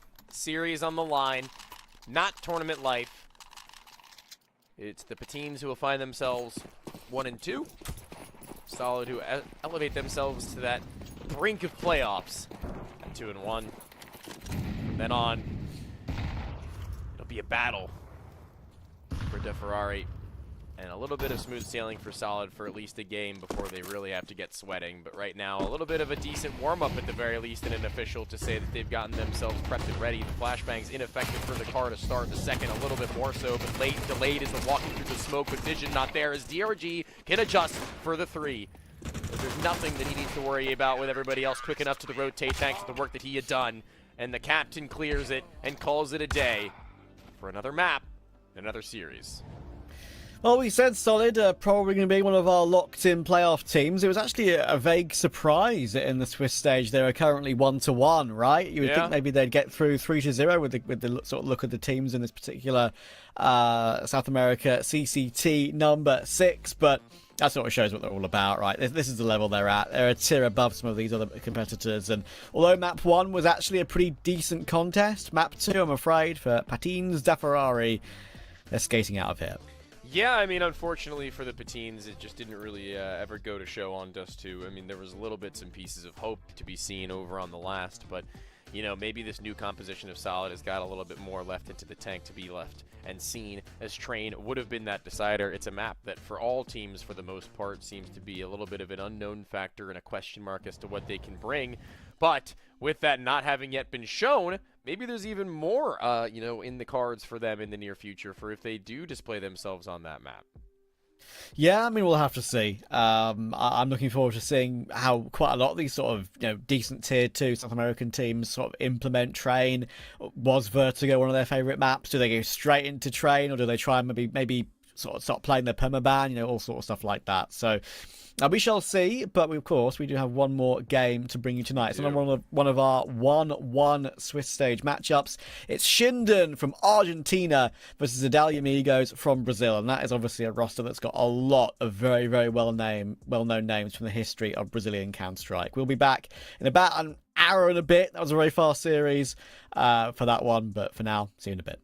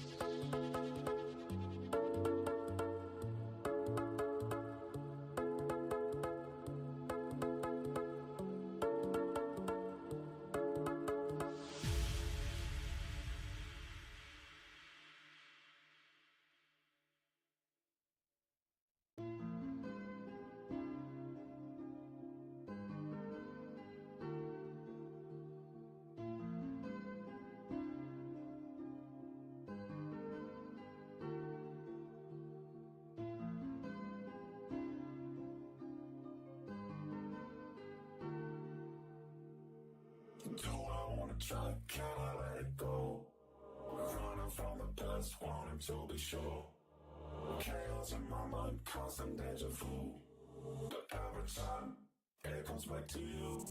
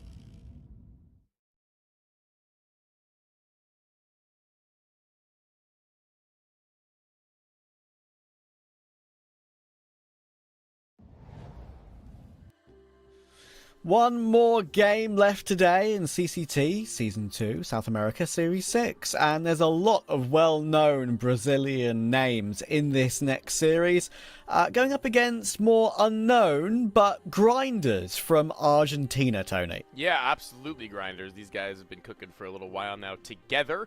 In particular, that's what we kind of like to see in Counter-Strike in general, going out on a limb to say that that's what most people enjoy, especially if you're a hometown crowd. If you are that Argentinian side, you're going to have people rooting for you, and they've been rooting for you for a while now. 4 months under this organization, and 5 days with Nacho on the roster. That's their latest change, and honestly, one of the least drastic we've seen in South America in the last month or so. Indeed, and this is another one of the one-on-one Swiss stage matches, of course, to see who goes 1 and 2 and who goes 2 and 1. We've already seen a couple of results from earlier today that we find those answers, and we just saw Solid beat Patience da Ferrari quite confidently in the end. First map was pretty fun, pretty close. But they pulled away and certainly showed their dominance on Dust 2. But now it's Adalia Amigos, and it is the Adalia Amigos 2.0. I've casted a team under this name a couple of times in the past, especially in ESL Challenger League in South America last couple of seasons. They had an interesting team, and there are a few names that remain. But if we have a look at the Adalia Amigos roster coming in now, Tony, there are some very, very well-known and storied faces from Brazil. Yeah, and most people who know me know that I get all down to the nitty-gritty about these kinds of roster changes, where these players come from, where they've been, and where they are now, and why they are, as it's the core of the former Insanity roster that finds themselves here, in CK, Zhao, and Showtime being a little bit of a new, fresh pair of faces, familiar to the roster of Adalia Amigos, are Fafson and Delboni. They were the initial founders, along with a couple of others, in addition to their coach and current coach now, Chaos. And Kaysen is the one to look at in general. Last time that we had seen this Adalia Amigos roster, it was featuring Period Jr., who's gone on to bigger and better things since then. Kaysen yet to break through that ceiling, but very well may be close to it now at 22 years old, putting on a stunner in the last couple of months. Yeah, he's been really solid. And I remember casting him and following his journey when he was on Pain and coming through their academy as well. He was on the main roster for a little while as well. Obviously, Pain have now gone on, like, kind of ditto what you're saying, onto a bigger and better things, sadly, without him. He looked good there. But yeah, he was pretty decent, and it's a name that I think it will make this roster pretty dangerous. The other ones here, of course, as well. I mean, Delboni and Showtime have been on CS teams dating back to 2016, 2015. Showtime is a very, very storied name. So many teams that he's been on that I've covered him with, and now he's been sort of alongside Delboni for the journey in a lot of those different teams as well. I think one of the first ones I probably would have done would have been the original Imperial, late 2021. They went onto a roster called Hummer that I covered during, I think, an ESL Challenger Valencia back in the day, a couple of years ago, 3 years ago now. God, it's 3 years ago. Back Crazy. in the day. But yeah, there's a lot of names here, and Fastin as well. He shouldn't be ignored, and CK Zhao, like, these aren't necessarily players you'd expect to necessarily pop off, but they're so reliable. I feel like that this is a team that you'd expect to be a playoff team in this event. And listen, this is no major diss to this player, but I mean, a player like Kai having surpassed Kaysen once having played on the same academy roster together in Pain is a little shocking, despite seeing how well Kai is doing now. I will say that Kaysen has been that kind of guy that you've expected since his stint in that main Pain roster to get a chance at something a little bit more well-rounded to fit and suit his star-capable abilities. And no offense to anyone on this team either, but Kaysen, quite considerably above and beyond some of these players, statistically speaking, and even visually so inside of the server. Setting him up is always going to be the name of the game for this team and many others in which he is featured in. But if he's not on his game, for one, or two, if nobody else is able to supplement him, then maybe this could be a little bit of a weak spot in which Shinden could take over. Having that level of consistency that you were speaking about, having that 4-month span together as a core, and maybe one player being introduced is a little bit of a shakeup to them, but with 2 players from 2 different rosters being introduced to Adalia Amigos, they're doubly so as down in that regard. Yeah, I'll have a look at the Shinden roster coming in now, and it's another one of these teams, right, that, last year I was very impressed with Bestia, for example, and it's one of these rosters that you would maybe look at, oh, okay, is there a future Bestia player here from the Argentinian scene that can maybe make a step up to that next level? Because Really, there are so many South American regions now getting their sort of names involved in South American Counter-Strike. You look at Uruguayan Counter-Strike with some of the 9Z players. I think it was Zoc as well who was on some of these teams last year that I covered quite often.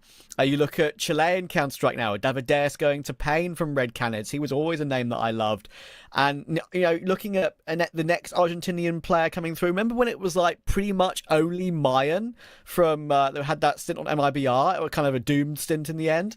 Now there are so many more names from Argentina, and this is another group of 5 which deserve to be looked at because they've been grinding away in Frost and Fire, South America, and of course this event as well. They've had some relatively respectable results too. When they play up against harder teams like Bad News Chickens and Legacy, sure, they've lost. But they have found, a little streak recently of 4 best-of-3 wins in a row. They were all 2-0 in that Frost and Fire event. And that deserves to be respected at this sort of lower level in South America. Yeah, I mean, in addition to that, I think that this guy named Ivs, not a player that I'm all too familiar with. I do know a lot of these other names. I mean, they're not really, again, crazy, unheard of names in Argentinian Counter-Strike, but in relation to the grander scheme of South American Counter-Strike, these guys haven't really done a whole hell of a lot. BK1's been around the block in these kinds of teams, but jumping from team to team has been Nacho in the last year.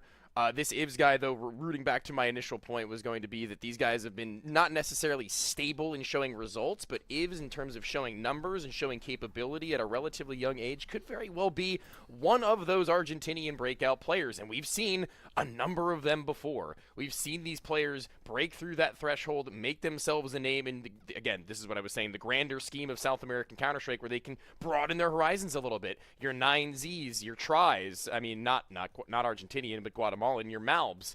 You get these players that you could very well see making that happen, and Ibs at this age that he is now and showing these numbers, if he can push this team to the next level, let alone a playoffs berth, that'd be something crazy, and this would be a really good start and a really good way to do it.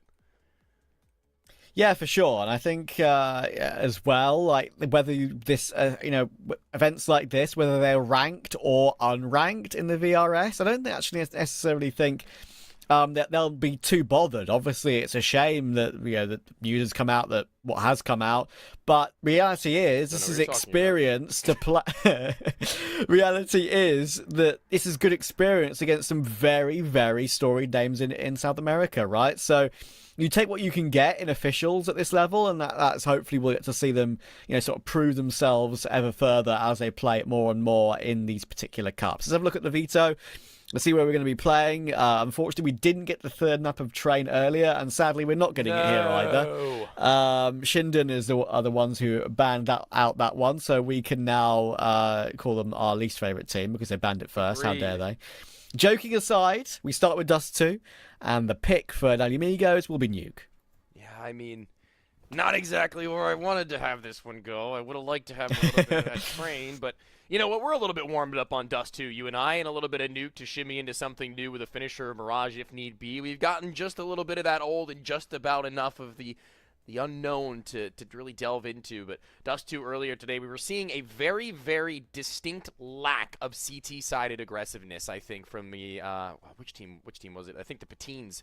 They were the team that were just kind of like not really giving themselves that level of confidence to go for these early round fights, to get this map control, to really get up into the faces of their opponents. Not like they have to do it every round, but sometimes giving out something to work with that might not be in the orthodox. A little bit out of the ordinary is how you get a win of a round, maybe even a map sometimes. But they only got one round in general here, and it was one CT side round before they found themselves at 11-1.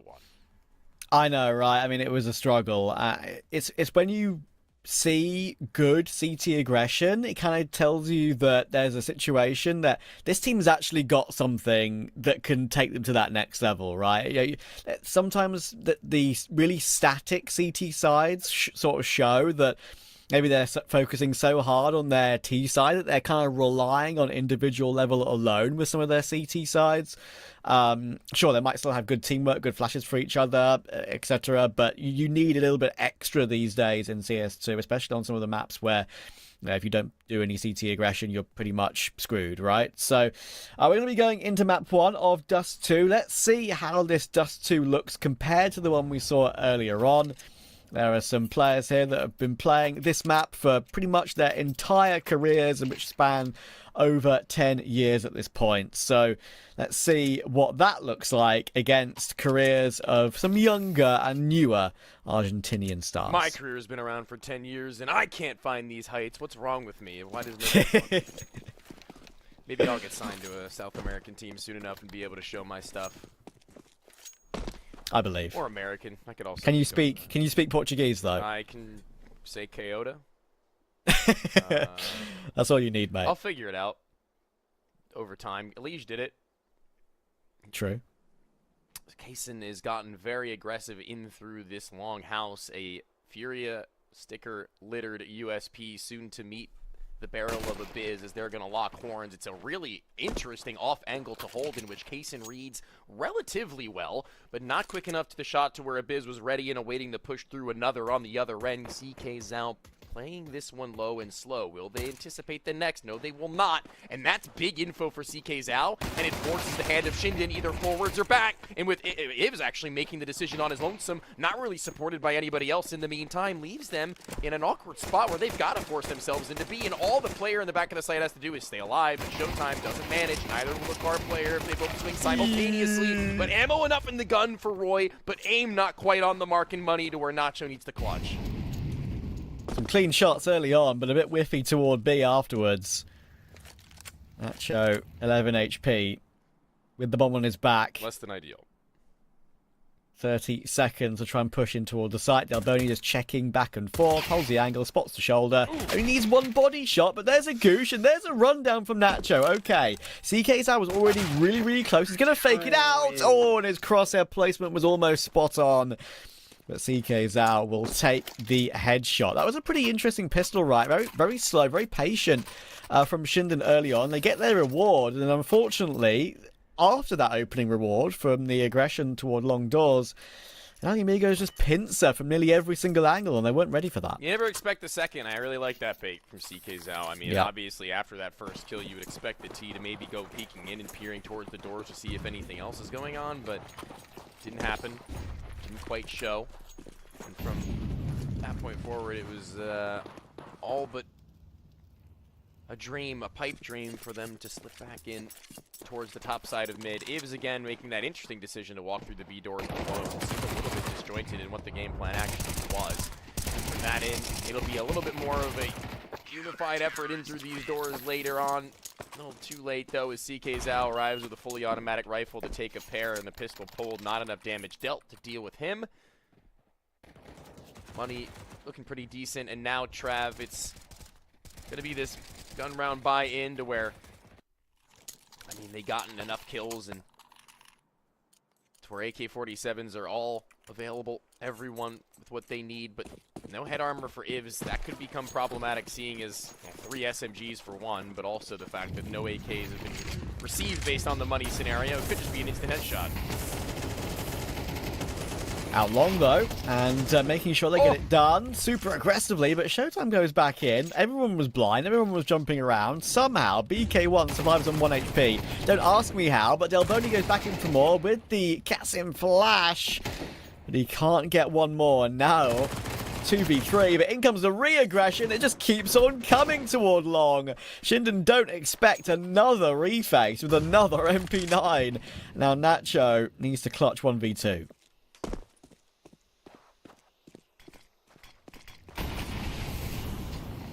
A smoke to which he has to go through at some point, in which he walks just behind. The Molotov will subside, and it looks like he's not prepared for the blue bin swing. It's a 3K from Kaysen and an AK as his prize. Fasten may be able to acquire one for himself if he gets there in time, but not quite. Just sticking with that A4, and maybe he just prefers it, which is entirely possible. It is the more expensive weapon, but not like that means much of anything. Yeah.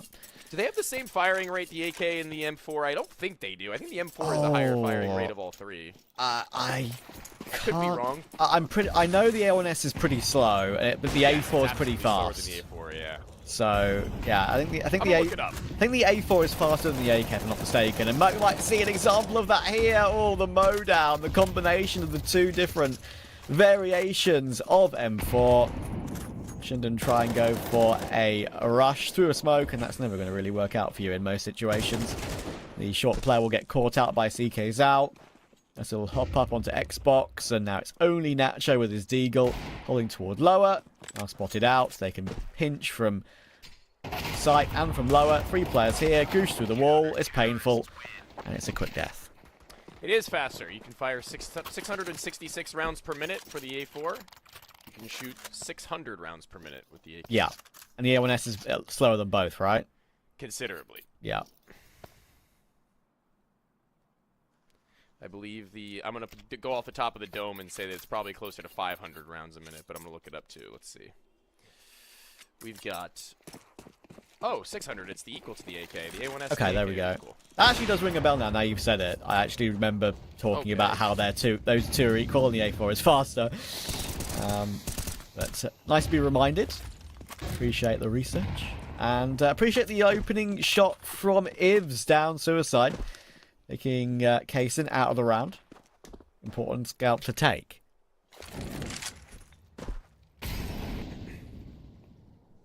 Oh my gosh, Again. Another late long flank. Surely not. 1, 2, a third scene. Damage enough onto the second of the trio, but no kill. He's done his job then, though. I mean, he's brought them into this equal scenario where damage has been dealt and info has been handed over to where a rotation back towards the site from Delbani is read relatively soon, as that smoke gives him time to do it. He'll be upset, though. He'll have wanted 3 from that, because that second burst not connecting, he'll be like, my crosshair was on him. How was that not a kill? The cat guy. It's a beautiful shot on the other 2, yeah. But he would have loved to get that third. Anyway, some damage has been done as well off the back of that. So half HP on Ivs and Nacho. Shinden trying to work their way through mid. There is a CT boost, which is going to be awkward to get past, because sure, they may have 1 smoke, but that Ivs has got the bomb, and he's going elsewhere. Noise being made. Showtime making actually a lot of noise dropping down from that, and Roy takes it every day of the week. It's now all down to Farsin. Delboni gets that kill, and that's the important one. Bomb on the floor. Ivs now needs to clutch 1v2. Knows he has to push to try and get a 1v1 before Delboni gets into the action, but he couldn't get it in time. Nice hold. Take those. Ivs with a nice fast opening shot onto Kaysen really makes it a real opportunity right off of the rip, and from the get-go you feel like it was they who were put into a box, but you said it yourself, nice hold. I mean, these B positions are always a little claustrophobic when you know that they're coming on you and the numbers aren't really in your favor, but fighting for just enough time. That elevated position is just so very difficult to clear out, even if you know everything else is clear. It's that 1-for-1 and the ability to drop off immediately, in which he takes full advantage of, and here they go for their mid-doors peak once more. Will they be any better for it? There's a pair. What a read. They absolutely combine for every single one. There's not even a single bullet to connect with Shinden. I'm actually wondering if that's a bit of research that they've done there, because Great read, yeah. they had a really good hold with 2 players toward B when they rushed with pistols through the smoke, if you remember. And it's like they know that after they try a B rush, they try a mid push on pistols, because they had 2 players there again to swing off each other's contact. It was actually pretty perfect. And so far, actually is a perfect game. 6-0.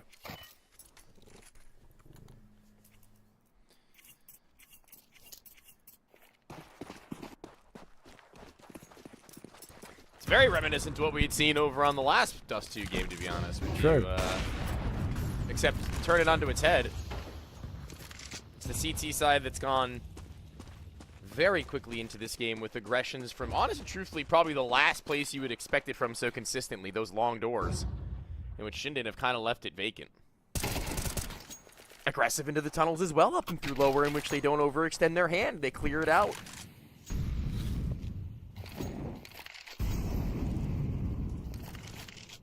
Yeah, I like that. Now, for long for Shinden, unfortunately, rotation is Another nade. here pretty quickly, and the HEs are proving to be an absolute nuisance. This is why I think I actually quite enjoy watching Dust 2 in CS2. The new box around the A side, the little angles you can play with the smokes, the nades to break them open, and Delboni's doing it all. 2 more kills, Abiz will get the trade, but now he's the last one alive and kind of stuck on the site. He's got the bomb on his back and can get it planted, but it's a 1v2. This looks so well-oiled and controlled from Adal, but this is the problem actually, that they're separated. There's an easy 1 versus 1 with one of the two players should he not overexpose his body for a moment too soon, in which he takes his shot out on a Kaysen who misses his mark but can quickly tuck and roll. It's Showtime who slips out just to the side of the car to where his head will be seen and elevated without the ability to regain control of his spray. It is beautifully done from Showtime. Kaysen playing this one, just pulled back enough and not overstating his stardom in this and giving his teammates room to maneuver and work honestly around this map. I love to see that.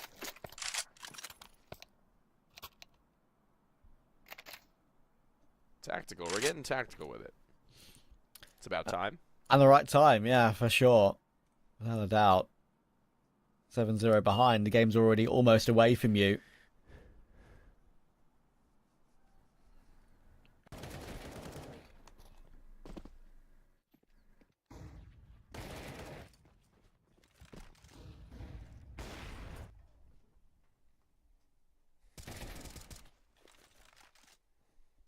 Actually crazy they had so many HEs for the cross. Dude, 3 back to back to back. And they were so patient, honestly and truthfully, that T side. I mean, surely after 2 HEs blowing the smoke, you can rest easy knowing it's not going to be blown a third time in that round, but guess not, man. Yeah, it was well played. You may as well just drop like 3 of them in one place at that point as a CT side. Just cycled them. Happens quite a lot, doesn't it? I mean, famously, when the nade dropping update came through all those years ago, Alexei got all that damage just by chucking him towards short over and over and over, picking him up from CT. Glaive would have had a field day with Prime Astralis. I know. God, imagine. As if they're Inferno already. I don't want to imagine. No shot Showtime. Nacho caught out. Or to mid. Showtime doing good work through lower. And he's actually managed to get out through mid doors as well with the help of that smoke. BK1 wasn't there quick enough to manage to trade it. But in the end, it took a bit longer. But he finds it anyway. And he goes out through mid. Unfortunately, straight into Delboni. Looked like it had something to it. And again, a nice little bait and switch setup. This time set up at long, in which CK Zhao can sit pretty. That smoke, it's going to go behind him on purpose to bait out a Viz. That's absolutely genius. I'm almost 100% sure that was for what it was entirely intended to do. Yeah. Wow. That's what, the third or fourth, like, separate bait and switch setup that's worked perfectly. Sure, 2 of the 4 have been up against pistols, but that was just free. It's unlosable, that situation. This looks so nice. What a nice CT side. Perfect amount of calculated risks. Going unpunished, mind you. Why wait and find out if they're not going to work out for you any longer? Continue to work with it. If it's not broke, don't fix it is the mentality. And it's just Shinden who have been unable to find really a response. And honest and truthfully, at some point, it's going to be them throwing the book out the window and just starting to go really fast, I can only assume. They've done it with these pistols before. We've seen the desperation plays without their money, but with their money, they might need to throw a little bit of a spanner in the works in that same regard if they want to catch their opponents off guard, who have perfectly safe kept this map. And it doesn't look like they're letting up anytime soon. Case in top mid over the top side of the smoke is one, and maybe even another. As very careful you need to ascend. Yeah, this is super solid. Showtime. Delboni. The duo that have played together for so many years, but on so many separate teams and orgs together. They're just a slight cut above. Oh my god. And so is this aim from Delboni. Almost a third, but CK Zhao is there ready to help. Nice shots with the pistols. That's something to write home about, I suppose. But damage to the economy means nought at this point, I'm afraid. Kaysen and Farsin are, well, rolling in it. Very easy does it. Oh man. This is quite the beginnings to our last best of 3 of the day, it must be said. And, I mean, I want to say this outright right now. This is Shinden's pick. Last time we had seen a pick go the way of the opponents today, it was at least close. Ancient, it had a story to it. that we can continue to build for one or both of these teams in different situations. But right now, it is all Adali Amigos. But right now, this round, the best chance that honestly they may have had at the entirety of the game to find themselves an opening. Tunnels is taken. They can at least stack their numbers and bodies to try and siphon off some map control from Shinden, but they need to speed up their pace, in my opinion. They can't wait and get sit into a box, because that's where they do their best work on Adali Amigos, when they have them right where they want them. Yeah, it might be the second time here where Shinden may have got an opening pick and gotten control, but just not expecting the aggression. Like, Adali Amigos, they've got a 9-0 lead. Like, why not go for some super aggressive map control when you lose the opening pick? Just take a gamble. It's been working the whole game, and Showtime might be able to do more here as well. That's 2 kills. How has he got 3? That must be so frustrating for Nacho and for Shinden. They take their time, they go toward long, they get the opening pick, and nothing's working. Kaysin runs through the CT smoke and takes him down with the recovered Tech 9. This is painful for Shinden, I'm afraid. I think that is about as much of a story for this map as can be told. I don't like to be that caster that writes it off right there, dead in the water, but, I mean, 10-0 is one thing, but just the fashion in which they're losing out on these rounds is an entirely different one. They've got full long control, a man advantage. They've got locked in from the backside of the B tunnels, and they're getting 3K'd by Showtime, for Christ's sake. We gotta lock in. With all due respect to Showtime, of course. Yes, with all due respect to Showtime. But, I mean, like, the last player on this team, unfortunately, who should be able to dismantle you like this. Yeah. It looks like easy for him. And again, no shade to him at all. He's obviously probably the most storied player in this server right now. So all the flowers go to him, and rightfully earned and deserved. With a round like that, you got to look up to your captain and be like, yeah, all right, we got this. Yeah, I mean, it's weird, right? Because in the Patines game we covered earlier, that was just like uninspiring, full stop, right? This time, I feel like Shinden have had okay openings, had some okay ideas. It's not like they've made a complete mess of any of these rounds or made some huge critical errors. But it's the same result right now. And Adali Amigos are just on the front foot every single situation, even when they're picked down. There's nothing that Shinden can do. And yeah, I completely agree with you. Of course, they weren't to know what was going on toward the B tunnels and on the opposite side of the map with that aggression all the way through to T-spawn. But I'd have loved to have seen them just hold W, go all the way, commit to it with all 5 up long as quickly as possible before the rotations come through.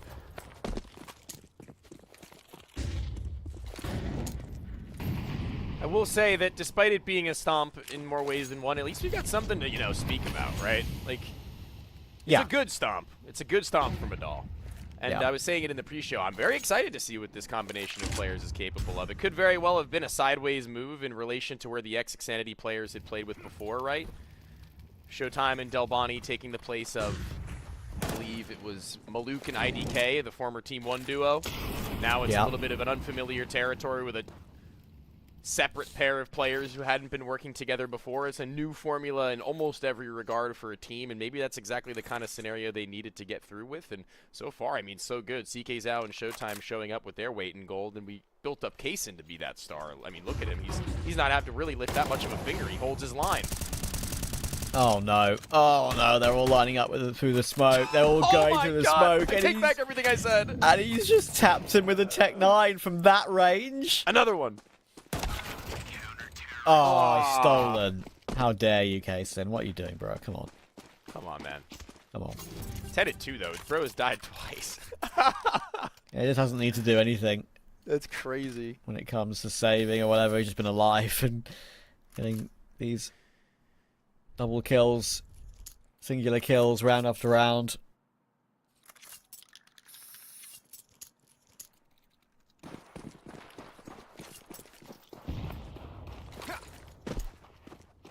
We push toward long to try and get a 12-0 towards the end of our day here. Feeling that.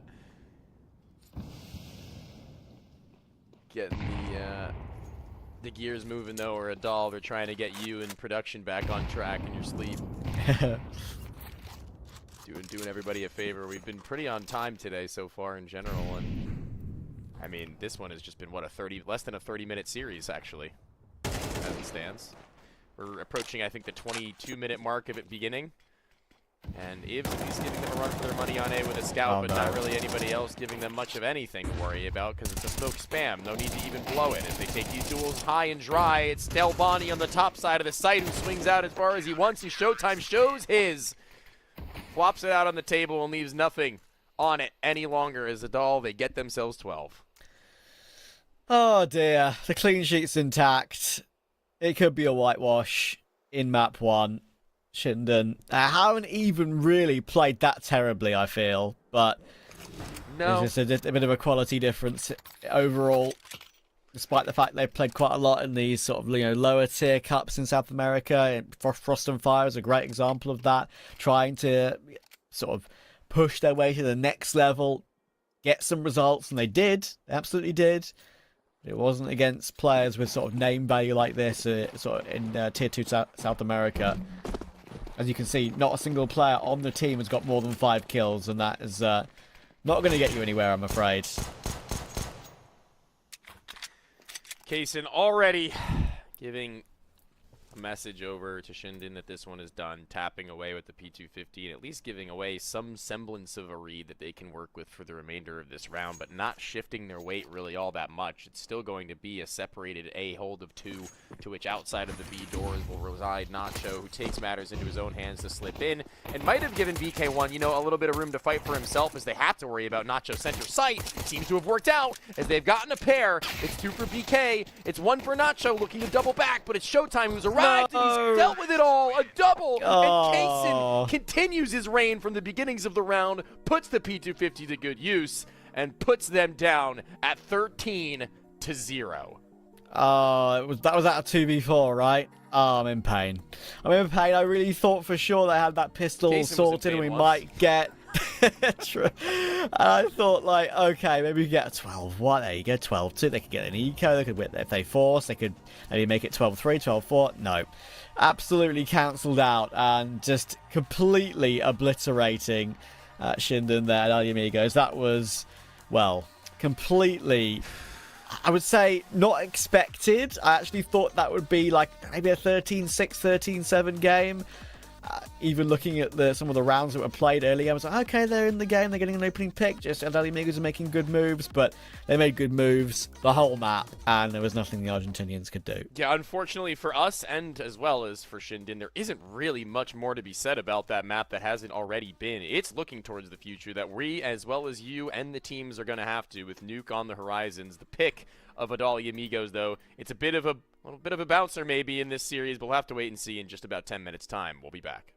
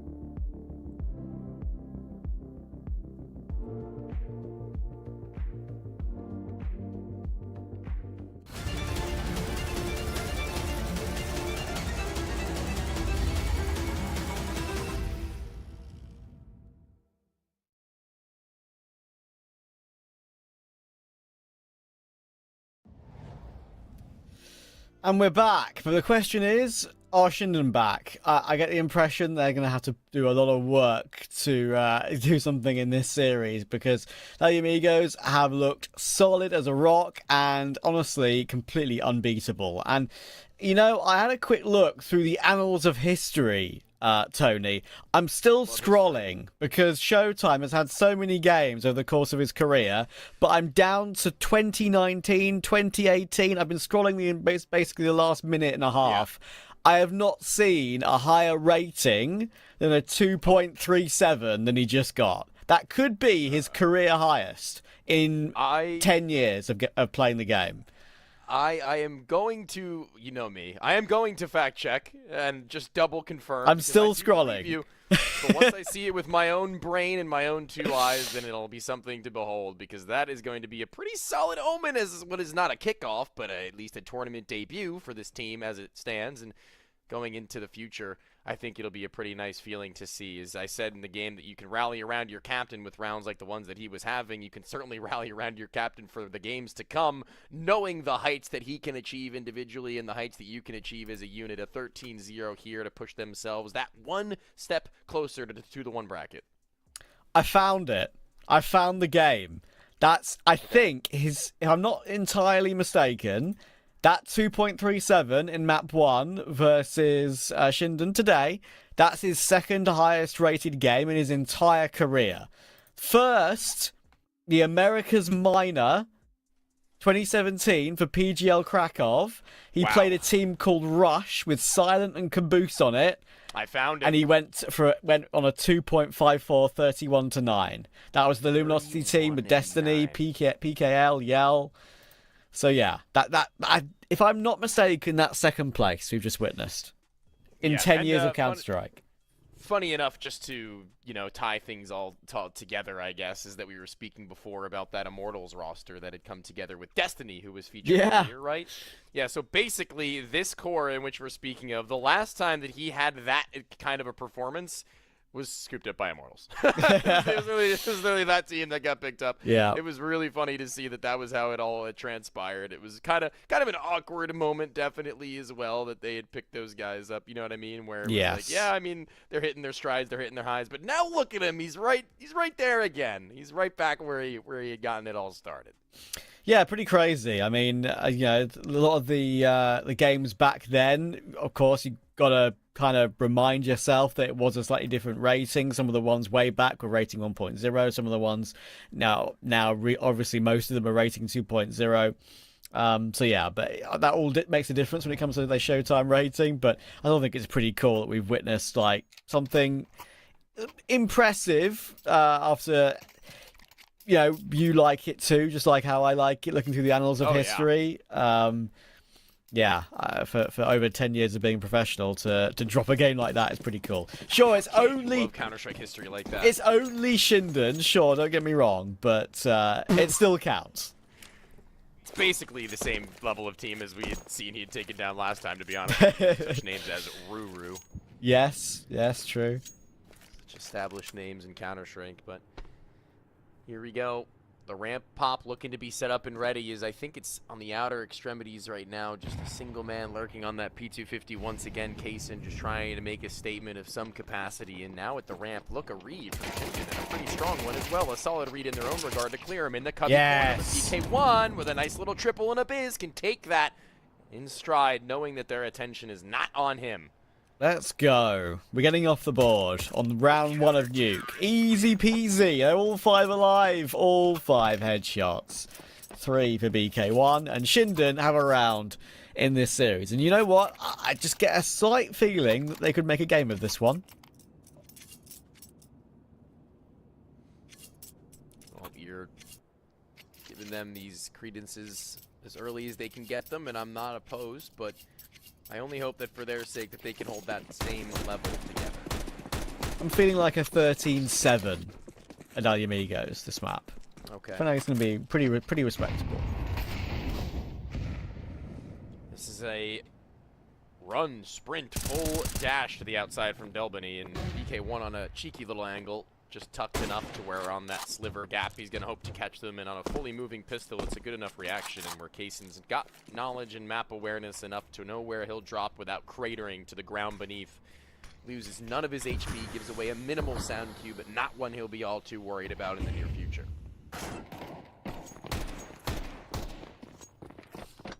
Some damage taken, and he feels like he has no other choice but to swing wide in that scenario. Honestly, don't blame him. It was going for another swing. Takes a second. Nice kill. On to Farsin. That kind of relaxes things. Actually, even goes in for more, knowing there's some aggression coming in from lobby as well.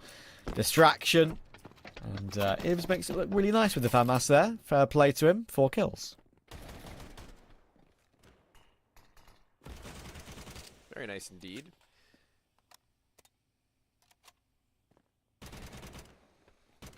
Love to see them starting things off without too much sweat on their brow. You know, typically in these sorts of scenarios, you might be giving maybe a little bit too much respect in some instances, right?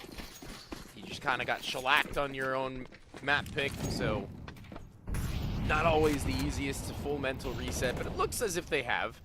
At least close enough to where we can give them the respect that they deserve for the remainder of this map come that next gun round, in which Adali Amigos are going to be forfeiting this one. A nade to the face, blown away is Showtime, not nearly finding as much early success in this map as he had the last.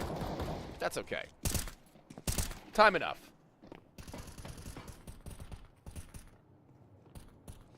He can be back.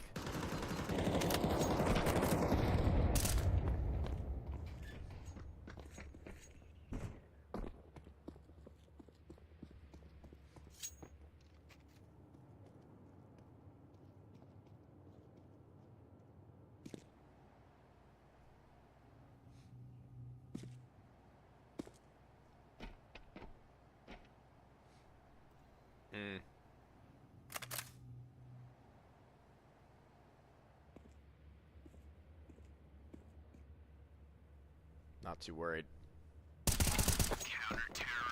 Would have taken a massive effort, and you can see that he's at least taking, you know, his due diligence in the clearing of these angles there. Making sure that no cheeky CT up above. I said cheeky twice already in this broadcast. Hit me over the head if I say it again. No, hashtag noticing. Yeah, what is that about? I don't understand that trend yet. I see it on Twitter, but am I missing something? I don't get it. Right?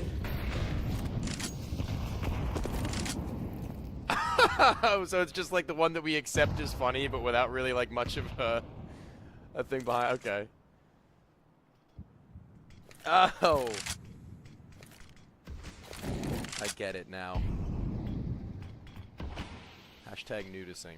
And now, nudicing that outside is a little bit cleaner and more clear than he would have otherwise have expected it to be. Showtime taking no time but to get down through those steps.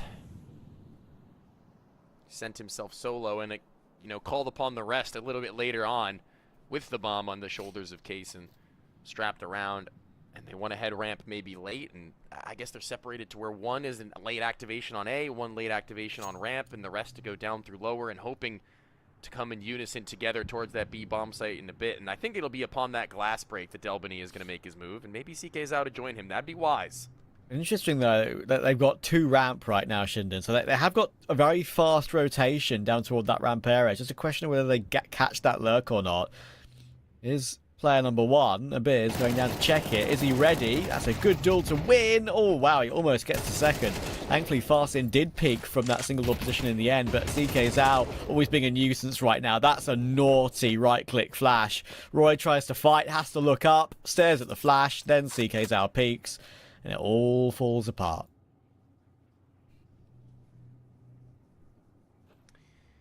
Ivs is just chilling.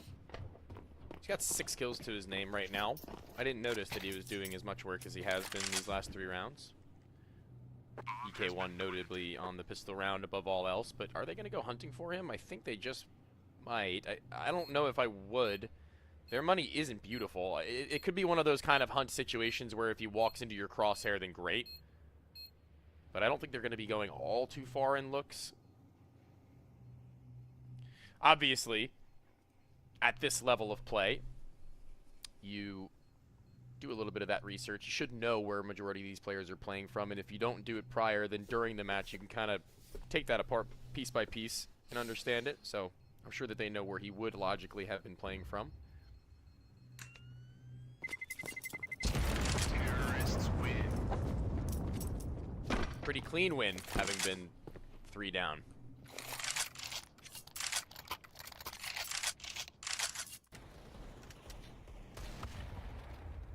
The nade. Almost like he wanted to shoot it away. Imagine if that was the thing.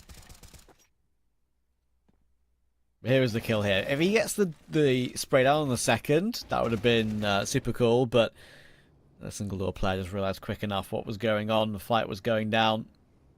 Kaysen just got a contract offering. Left the team on the He's spot. out. It's interesting. It really is interesting, considering, I would say, the lack of offers in Brazil right now that are very consistent. To be fair, I think if he got a good offer, in the words of Stewie 2K, he'd be out this bitch. ASAP, dude. He'd want to go, take a team, take an org. Because, what was it? Destiny? Was it called? Destiny Like the team? It was called Insanity, that's the word. Oh, yeah, that's where they came from. Yeah, that's the one. I mean, hell, man. Put this guy near anywhere. I'm shocked there hasn't been, like, a little project team built with him, maybe. Like, you know how Taco and VSM are cooking together right now? I figured as far as an opera goes, that's a pretty easy pick, but he, that one's fun. I guess for Kaysen's sake, went for Farias, who's not exactly been, you know, screaming talent beyond CCT level right now. See a world where maybe Woody goes back to rifling. That's a tough one, because he's been doing that for so long now. It's like... No, yeah. I don't know. I think is though I don't even disagree with you in the way that I've never been entirely convinced. Yeah, but, I mean, they just put case locks, which I just think is very odd. I thought him and Togs were like the 1-2 punch duo. Right, man. yeah. I've seen a bit of those guys. They're pretty talented. Even a team like Sharks, I figured, might want Kaysen. I don't know, but maybe in the future we'll see him prove himself with the Adali Amigos team right now, looking pretty solid and decent down through lower, a little bit too fast, too quick. Maybe Showtime getting a little bit ahead of himself, and even then, a top drop side of Mini. It's Nacho who's got the hold down as no one else can cross through. Good luck getting there, Indel, but he's playing with his food.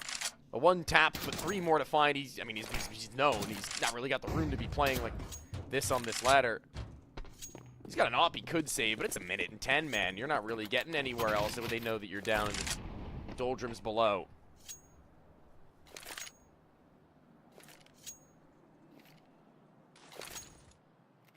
That's gonna hurt. Yow. He's met by all the utility. Not much Delboni can do here, but the man who's had the round, Nacho, that was a spicy one, that's for sure. All 3 headshots.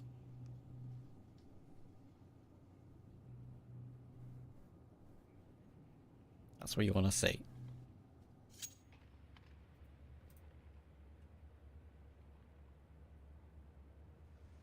That was actually really clean. Those are one of those kinds of rounds where it doesn't really take a whole lot of man in order to hit those shots, but what it does take is just absolute 100% focus. Locked in on where his crosshair is placed. They walk into his line, spray down. Next player, spray down. Next player, spray down. No shaking, no rapid angle changing, no fumbling with utility, no scary repositioning. It's all down to the fundamentals in which he just has to hit his. And that's what you need right now if you're Shinden. Everybody just hitting their stride. When put pen to paper, the shots are being hit. You don't need a Monacy in every team. That's a once-in-a-lifetime thing you're going to get there. What makes good Counter-Strike is much more than the ability to do something that, say, he or a Donk are capable of coming through with. AWP was saved. Probably the best case scenario there for Adali Amigos. Good work, Delboni, to find a way to do that. Once again, going pretty pacey actually outside, taking the top of Mini very quickly, as well as going past the outside smokes. They're very willing to do that this game thus far, and Kaysin is not having a great game so far. Yeah, that was so close, though. I felt it. I'll feel the frustrations of him not hitting as well as BK1. He's gotten his double, and Roy only needs to sit for his first like a turret in the B site, and Abiz might have this one locked down, but doesn't even need it. They've just read this rotation very, very well, Shinden. This is a nuke in which they haven't picked, but they sure as hell look like they're in control of. They haven't really made many oversteps, and they also have, in one step beyond that, made every right step, it felt. BK1 gets himself the third of the round. Lovely triple from him. And at the moment, for Medallion Amigos, I would call this opening to nuke a bit too puggy. It seems like they're just running outside and looking to aim duel, thinking they're better than them. Which, don't get me wrong, last map they were. Very much so. Perfectly so. But I think the right word here might be a little bit lackadaisical in terms of their game plan thus far.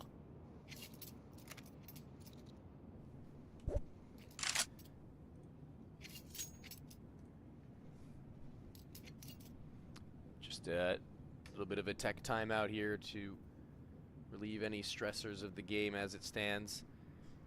Make sure everything is as needed, as Kaysin had crashed just a few moments ago. His game wasn't quite performing up to the standard that it needs to be competitively. I don't know, I don't remember the last time that I witnessed a crash amidst a round, but just making sure that that's not something that happens is always going to be, you know, ideal, because that could be the change of the game to where they've already gotten themselves a map up. Difference between them and a 2-0 and taken to a third, and that's just never a nice place to be mentally when you know that there could have been a world, you know. It was pretty frustrating with the crashes, like sort of earlier on toward last year, and those ghost ones as well, which I'm sure you know what I'm on about. One where you'd like disconnect and the outline, your player model outline would still remain on the server, and you'd see players shoot at it and be like, "What? How have I not killed him? Why is he just standing there?" And it's just an outline of a player left on the server. Those were frustrating, but I believe they've all been patched now. I haven't seen that in ages.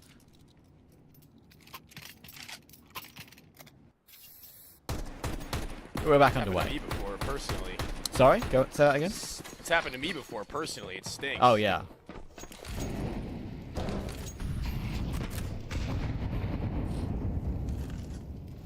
Out we go into yet another round in which the money is a little bit scattered right now for Adal. It's curious. I mean, their loss bonus is accumulated to a point where maybe they could justify a buy. A bomb plant certainly would get them within that range, but right now near $50 right now is Fasten, while the rest float above the one just below 2K mark. It's an awkward scatter that I'm not really sure I'm too sold on, but we'll see what they have in mind, because they don't have any utility right now. Trav, this doesn't really scream inspiration or creativity to me. What it screams is a 6th round and maybe even a 7th for Shinden.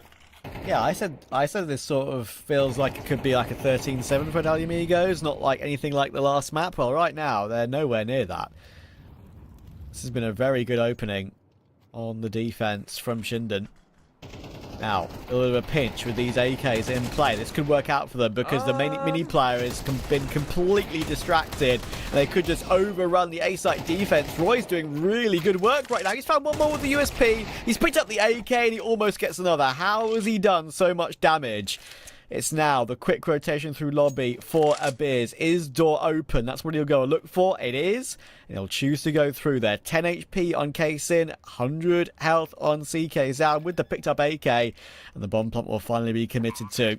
They're holding each other's hands toward the back of the site, and Abiz might know that. Checking Hut, and now he'll look to swing wide. If he gets a full HP player first, he's got a wonderful opportunity, and there it is! Abiz with the clutch, and you know what? Shinden will keep on rolling. It needed to be a Biz right there. It was looking dire, dude. I can't really believe how that had fallen apart so easily. Obviously, as the mini player, when there's so much pressure being put upon you from Squeaky and Hut, with no one else to look on the outer ends of the map, I mean, there's only so much you can do. The pressure is on. He can't really afford to turn his back towards Squeaky, and the same could be said to outer. So took a 50-50, and unfortunately for him, lost out on that gamble. And luckily for him, it was a biz to really put it all back together from that point forward. Going so undetected for so long leaves them all second guessing, and when one head is turned and the last on a pistol and 10 HP, it's never going to be as easy as snapping your fingers and Yeah. making your bed already. It's the op over top. Shot. Silo, good elevation from Kaysen, and he can actually snap onto the first and get away with it. Murder, as the opper of the CT side still stands, may be able to do something in contention in a moment's time. You know, in that previous round, it wasn't even necessarily a biz clutch for Adalia Amigos. Like, that's acceptable, losing a clutch like that, because it was just a good play by a biz. It was letting Roy get 3. Like, he shouldn't have got the 3rd with the USP, not in a month of Sundays. So, but it is what it is. They'll forget about it and move on. That's a massive gap. Why are they crossing when the smokes are fading? I don't understand. You're not meant to understand. You're meant to count. All right, bro. We are meant to understand. We are meant to cast. Let me make that clear. Low-key, that was pretty funny, though. I like that. If we spent all this time trying to understand, I think we would go insane. Maybe. We've gone back up the vents toward A, and I like that choice, but Ibs is still here, and there's a Heaven player to worry about as well. Orpus missed a shot. Surely CKZAO gets the kill. Now they know where Biz is, and only have to worry about one more player other than him. And now, with the Biz being removed, Nacho, he decided to make noise going up the ladder to try and use his utility on the site. He's got full utility to try and use, and honestly, it might give him a chance, but no. Smokes the Heaven molly to push through. Showtime says no. Ali Amigos finally double their score. That was pretty baller. I respect it. Yeah. I've pulled off plays like those, actually.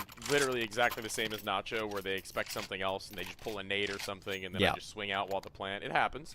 He almost caught them. One wrong reposition, and it's all downhill from there.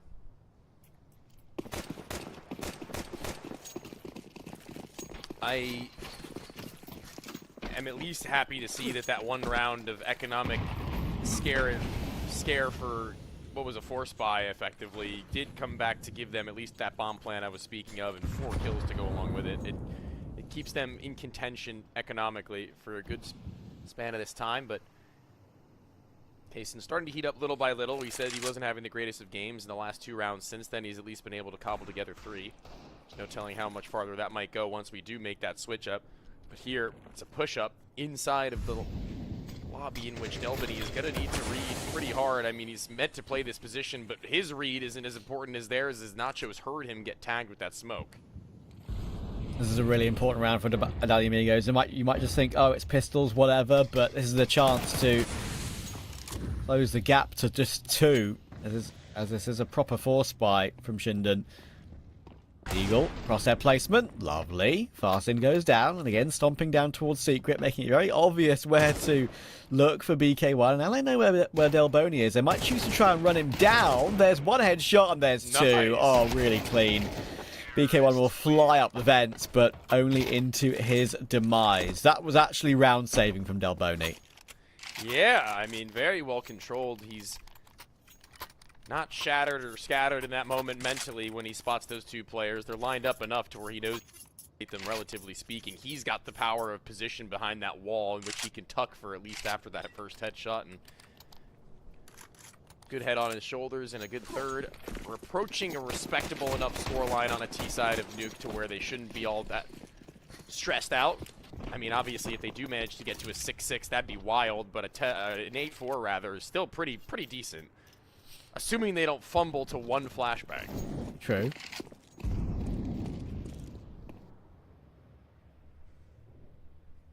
That would be play of the tournament, maybe. Round of the tournament. Owie. How he's right. Oh, why would you just do that, man? Like, I've got a USP. Why are you wallbanging me through Heaven when, you know, you can just wait to kill me later, dude? Just let me play the round first. He's walking around with a sniper bullet in his hip. Yeah. You see how, actually didn't see who it was, but you see how he surfed down top mini there on the edge of the door to try and stay silent? I didn't. Pretty cool. You know how, like, you can land softly in certain places, like from Heaven, you land on that little panel below Heaven and just break your fall, maybe not make a sound cue if Right. you're really lucky. You land on it specifically in a weird angle. That yellow thing right below. Yeah, right now. here, yeah. That was kind of how they dealt with the fall down from mini roof. It's even funnier though when you do that and you like just hit the ground and make like a poof. And you're like, damn. Yeah. I tried really hard. If anybody is an Asian vent, he's like, he dropped mini, drop mini. Yeah. That was a nice little shot from Kaysen.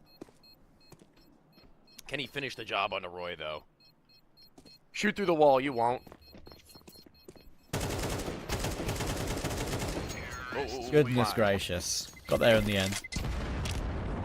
All that matters. And their money is decent. Ibs gets an op.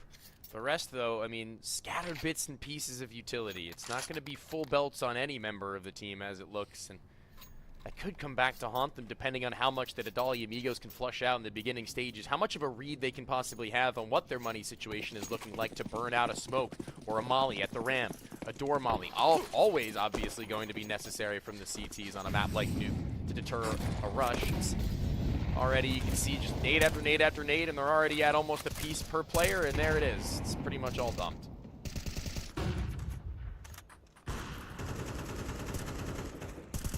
Now you're just relying on your numbers and any forward positioning you may be able to find in the next 10 to 15 seconds, but it's Fafson's fast position that could very well have gotten him in to the right place at the right time.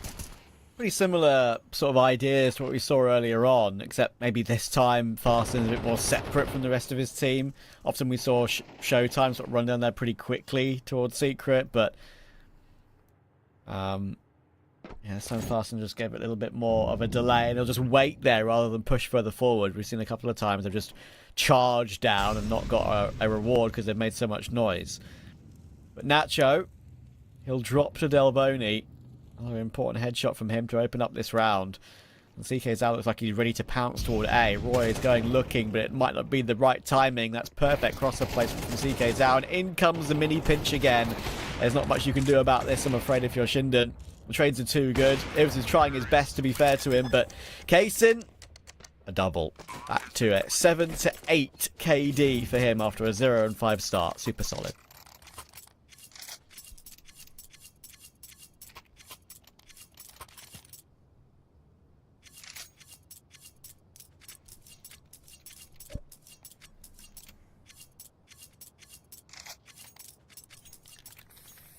God, I hope to be rich one day so I can get a cool knife and glove combo like that. It is pretty nice, isn't it? Yeah, I really like those. So simple, just red and red, man. I used to have a butterfly, and I sold it back in like 2018 for a terrible trade for a knife that never went up in price. There we are. What kind of knife did you? What kind of butterfly? It was a fade, mate. The worst kind. Nice. I like fade. I know, but Not really easy to pair. no, but the worst kind to sell for cheap when I shouldn't have. I probably lost like $3,000 on it.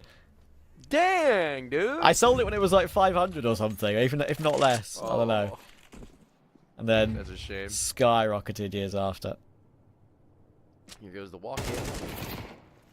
One, Delboni, you know, known to be good for his double kill when making good knowledge of there being a second player in general, and with cover, we could replicate that soon enough.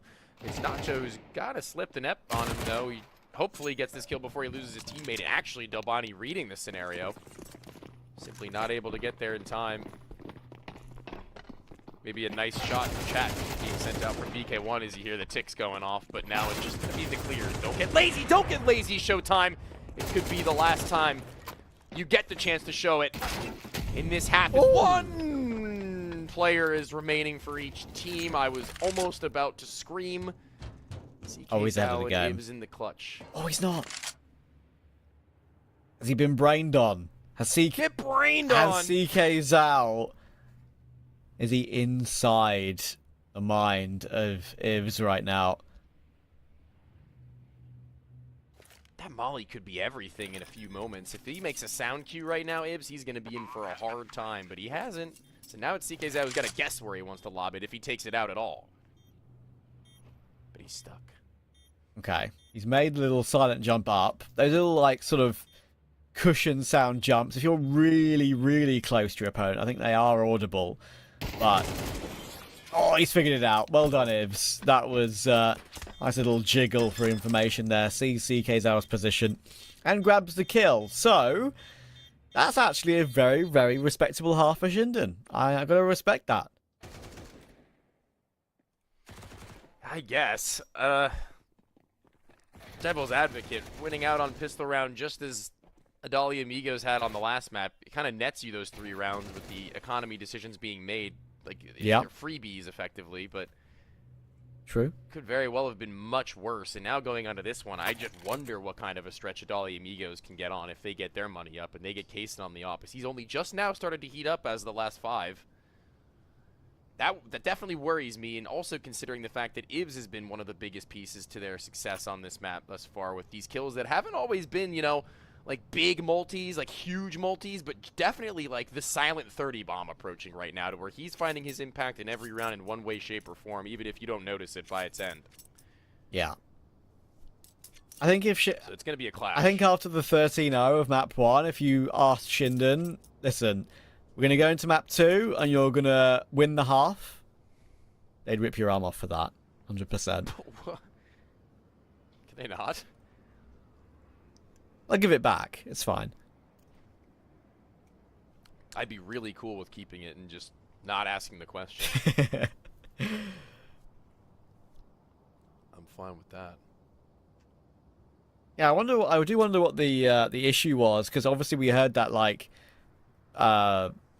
barrage of about 5 or 6 ticks in chat during that previous round at the end of the half, but there was no one like disconnected.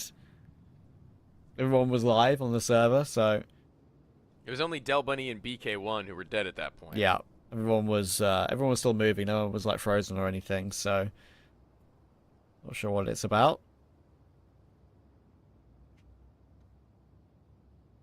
Watch any Blast lately?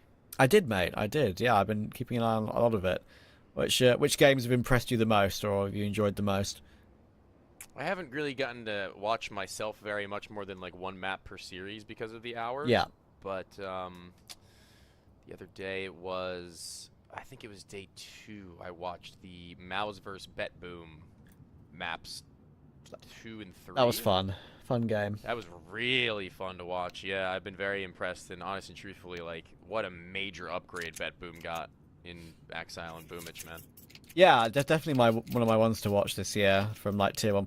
Like obviously right now ranking wise they're definitely tier 2, but like tier like 2, what 1.5. But now exactly now they're tier 1.5 because they've got a result that's respectable and they have the name value to back it up. Like, you know, major winning IGL, top 5 rifler from previous years. Like they are. Noges is up and coming as hell. I love him. Yeah, I've loved him. I can't remember what team he was on like before or just near his academy at the time. I might have been Spirit Academy. I can't remember.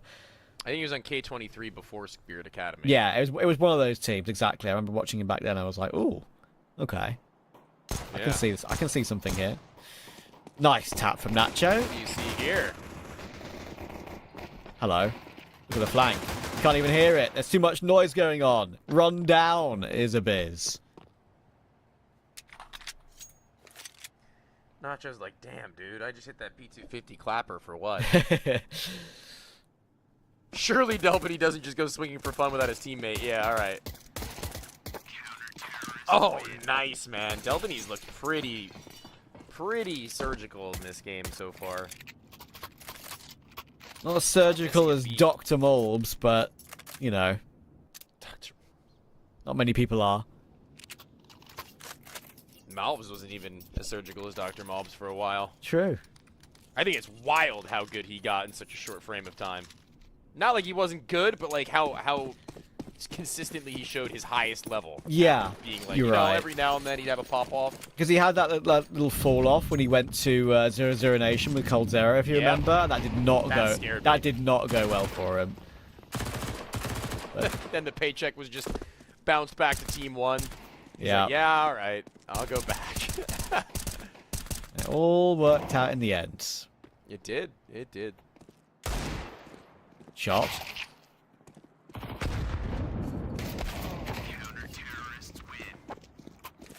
One is better than none. I can agree with that. I can abide.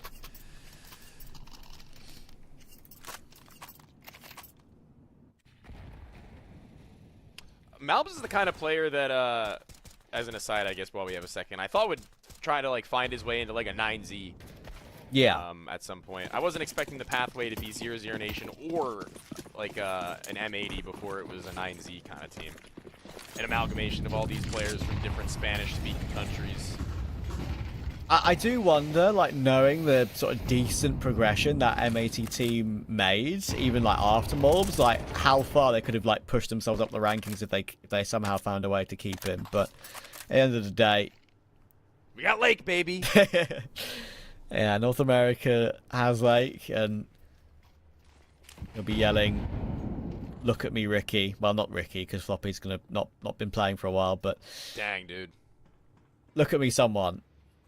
Look at me, enter name here. Yeah. Look at me, Mario. Mario!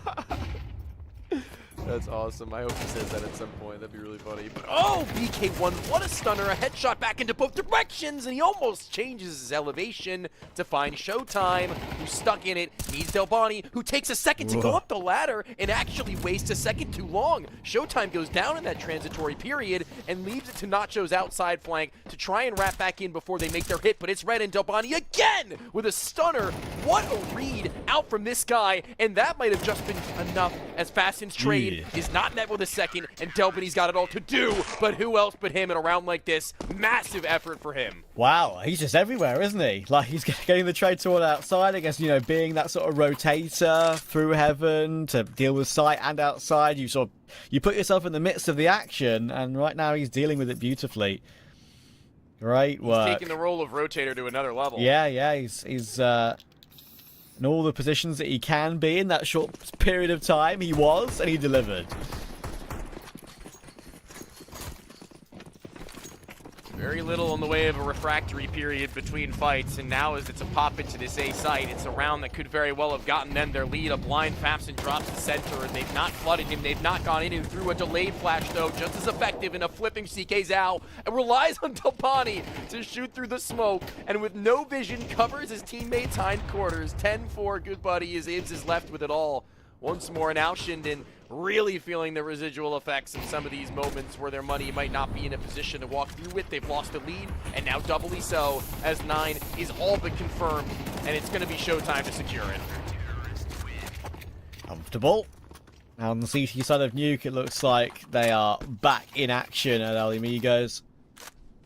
You know, we've been calling Ivs. You know how many names in South American Counter-Strike are 3 letters, and we call them, like, by the 3 letters one by one? What if it's just IVZ. What if it's just IVZ, like IVZ? I don't know. Because IVZ actually rolls off the tongue quite well as like a 3-letter saying it out loud. I don't know. I mean, You can correct us if you'd like. I'd be open for it. I would love if players started to actually come out and say that kind of thing. Like BK1, ROY. it's actually Bicky, my name. It's not BK1. Burger King 1. Oh! Nice shots, Cassin. Good stuff. Oh, nice shot as well. Good recovery. We're doing like a 1-up kind of thing right now. That was actually really, really nice. From then onwards, Delbany, Mr. Rotate's got to make his way over in some direction to help out, and once they clear out outside, Smoke's having faded on. Where could they possibly have gone? I mean, it wasn't like Ibs was going to hightail it back towards spawn. It's Abiz who's now waiting to join him in the lower site, but he's held. I'm not sure how aggressively. Delbany only just got there, and now he might actually want to just forfeit that space little by little. Yeah, all the sound cues are being heard here. Jeez. Showtime. There's the bomb on the floor. Abiz should get a freebie, but now they know where he's coming from. There are 2 players on site ready to meet him. Showtime will get the instant dink and the instant kill. Very nicely done. So, I'm British, as I'm sure you're very, very evident to most people in the stream, and you. But even though I say Z for everything, obviously, I will, when I cast or do call-outs, I will still default back to saying Z. Like, I'll say NQZ from Pain, 9Z for 9Z. I'll say Z for Connector on Cash, for example. Okay. Like, I don't know what that is. I don't know why I would say that and not Z, being British, but Is it a you thing or is it a British thing no, in Counter-Strike? I mean, I don't Do know. they also Like, do that typically? Do you know? Maybe you just didn't notice. I'm not sure, but I do feel like it's just like, especially in like 9Z and NQZ's case, like that's how they'd say their name because they're from South America. So they wouldn't call it. He wouldn't call himself NQZ. Like he'll say NQZ if I he get says his that. name every single time. So I'll say his name how he would have wanted it to be said. So I guess that's just a habit of saying it how South Americans would say it. You know? I don't know. Yeah, I get exactly what you're saying now. And I agree. Yeah. Yeah, if there was a British player who had a Z in his name, I would probably say Zed, actually. Not that there are very many of those, if any at all. Well, Mezzi, the only one. Mezed, Mezzetti. Mazzetti. I don't know. That doesn't really work, but I respect it. Somebody in chat says, not looking great for Shindig. Oh dear. Names aside, right, wrong, indifferent. Shindig is a good right now word. is- I like that word. I agree, yes. This is a shindig we're in right now. It is actually. Nacho might just give him the silver platter kill. Yeah. I think he thought that smoke was a little deeper than it was.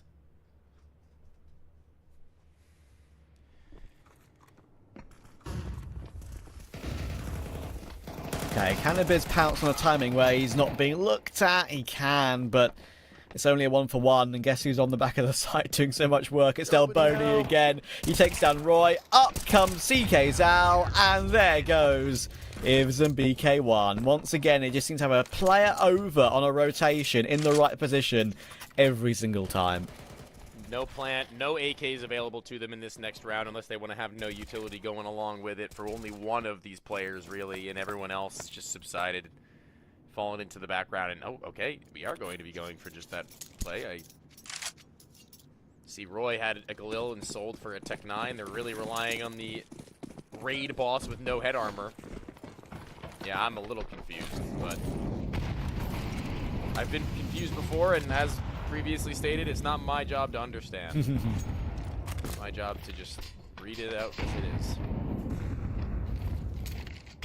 I'll try to make an understanding of it if it comes to pan out, but no way does Abiz read this and actually double back to the vent and just follow down the CT He's and missed it. rotate CK Zhao. He might not have, There we though. go. It's going to be a bit of a... there we go. I was about to say it's going to be a bit of a jump scare, but a good reaction from CK Zal. Actually holds that mouse one for it. And you know what? He's just farming them all up. Okay, I know it's pistols, but that last one was tasty. Absolutely sublime, dude. 18 bullets out that first kill it took, and he got 12 to find 3 more, and he makes use of every single one down to the final in the chamber. Lovely stuff. Tony, all I'm saying is remember when I said I think it would be a 13-7? Don't say it now. You and production both. Don't Now I care. feel like Shindig are Don't coming back. care. It's overtime. No, jinxes don't exist. Yeah, well, Caster's curses do, and I'm cursing it. I'm doing it on purpose. Fair enough. Oh, holy crud. We're running in fast. We're getting hot and heavy. Abiz ready. Not quite up the ladder. It's been called, but will he be fragged? And yep, Damn it's the start it. of overtime. Hope you're ready. Strap in, folks. Get a drink. Go to the bathroom, because you've got another 5 rounds before we get there. Unless Showtime has something to say about it. And we've seen him have something to say about these kinds of things before, but probably the one here. Roy will get the bomb down. Delboni outside. Knows that BK1 is around here, but he has been making some noise, so he needs to react, and he will, but he's expecting a quick trade. What are we Ooh, doing? it's a bit of a delayed trade there by Ivs, and that could have definitely gone south, couldn't it? It could have been a 2v2 if that went wrong. Nobody to say that Kaysen's op kit, smoke, and flash could have had a field day inside of the site, knowing that Mini was clear if that were to be the case, but they reined it in, I guess, at least enough to keep themselves honest by the end stages, get this next round a bit Damn of a it, I was cash wrong. injection. Yeah, I mean, GG. that's what happens when you celebrate too soon. But the round has already been played because, you know, we're on a ever so slight delay, so... I didn't actually jinx it. It actually already happened. No? Am I wrong? Well, you said it before the round. You said it before. Yeah, but... Oh, well, when, I guess... when the round had been done? I don't know. I guess that's just more Is of a it- question of when the jinxing actually occurred. Was it when you said it was about to happen, or did you say it when it was... True. prediction? So Yeah. no one can ever know. I don't know how these supernatural forces operate. That's a good point. No, it's... I guess there's proof now I don't have the script, so... All good. Maybe you jinxed it twice. Maybe you were right the first time, and then you reverse jinxed it. Oh, You know, God. you, like, That's a rabbit hole. Yeah, who knows? We'll see. Oh, okay, a biz. Snap back, excuse me, onto the head of the player on the left side of Squeaky, and from then onwards, it's just going to be a stall out from all hoping they can get something in the way in a few seconds. I mean, just looking at it, right? Right. They could still win this round at Amigos, sure, but only Cassin has money. Really. Let's see how Shinden deal with this situation. They've got a 5 versus 4. They've got a Biz. Ready to reposition on that low HP just to hold for the lobby push, knowing that's a situation that could easily come through. When you are picked down, they go searching for something. And actually, Farston could just walk into that very angle. There it is, but he checks it. What? Wow, that's a Did you not reaction. see him? I thought Hey, that's what I thought. That's what I thought, yeah. Anyway, 4 versus 4. We're rushing down towards Secret, down toward the lower site, and there's not really a close rotation other than Showtime. So, what can he do with this? Hold the line, maybe get one and then bow out. I don't know. He's just holding for them to cross towards center. And... Whoa. Okay. That's one way of shutting them out. They should would save. Go for the instant save. It's done. Oh, again. There we go. Movement practice. But yeah, I mean, as I was saying, only Cassin has money. Sure, the save means it's not going to be an issue, but as these rounds keep going, 12-8 becomes 12-9.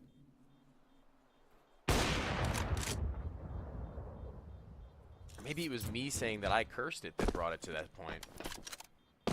Don't do this to yourself. There's layers to this, dude.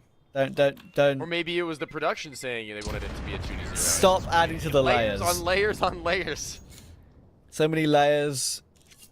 At this point, the gods of chance are just upset that we put so many different things onto them. So many layers to sleep on. It'll be very comfortable indeed, I'm sure. It was comfortable with our amigos, but it's been a bit of a closer map.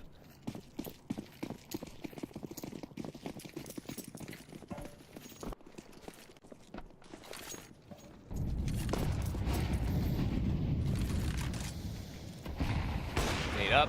Yeah. Softened and slowed. It's Kaysen who finds himself a perfect predictory peak.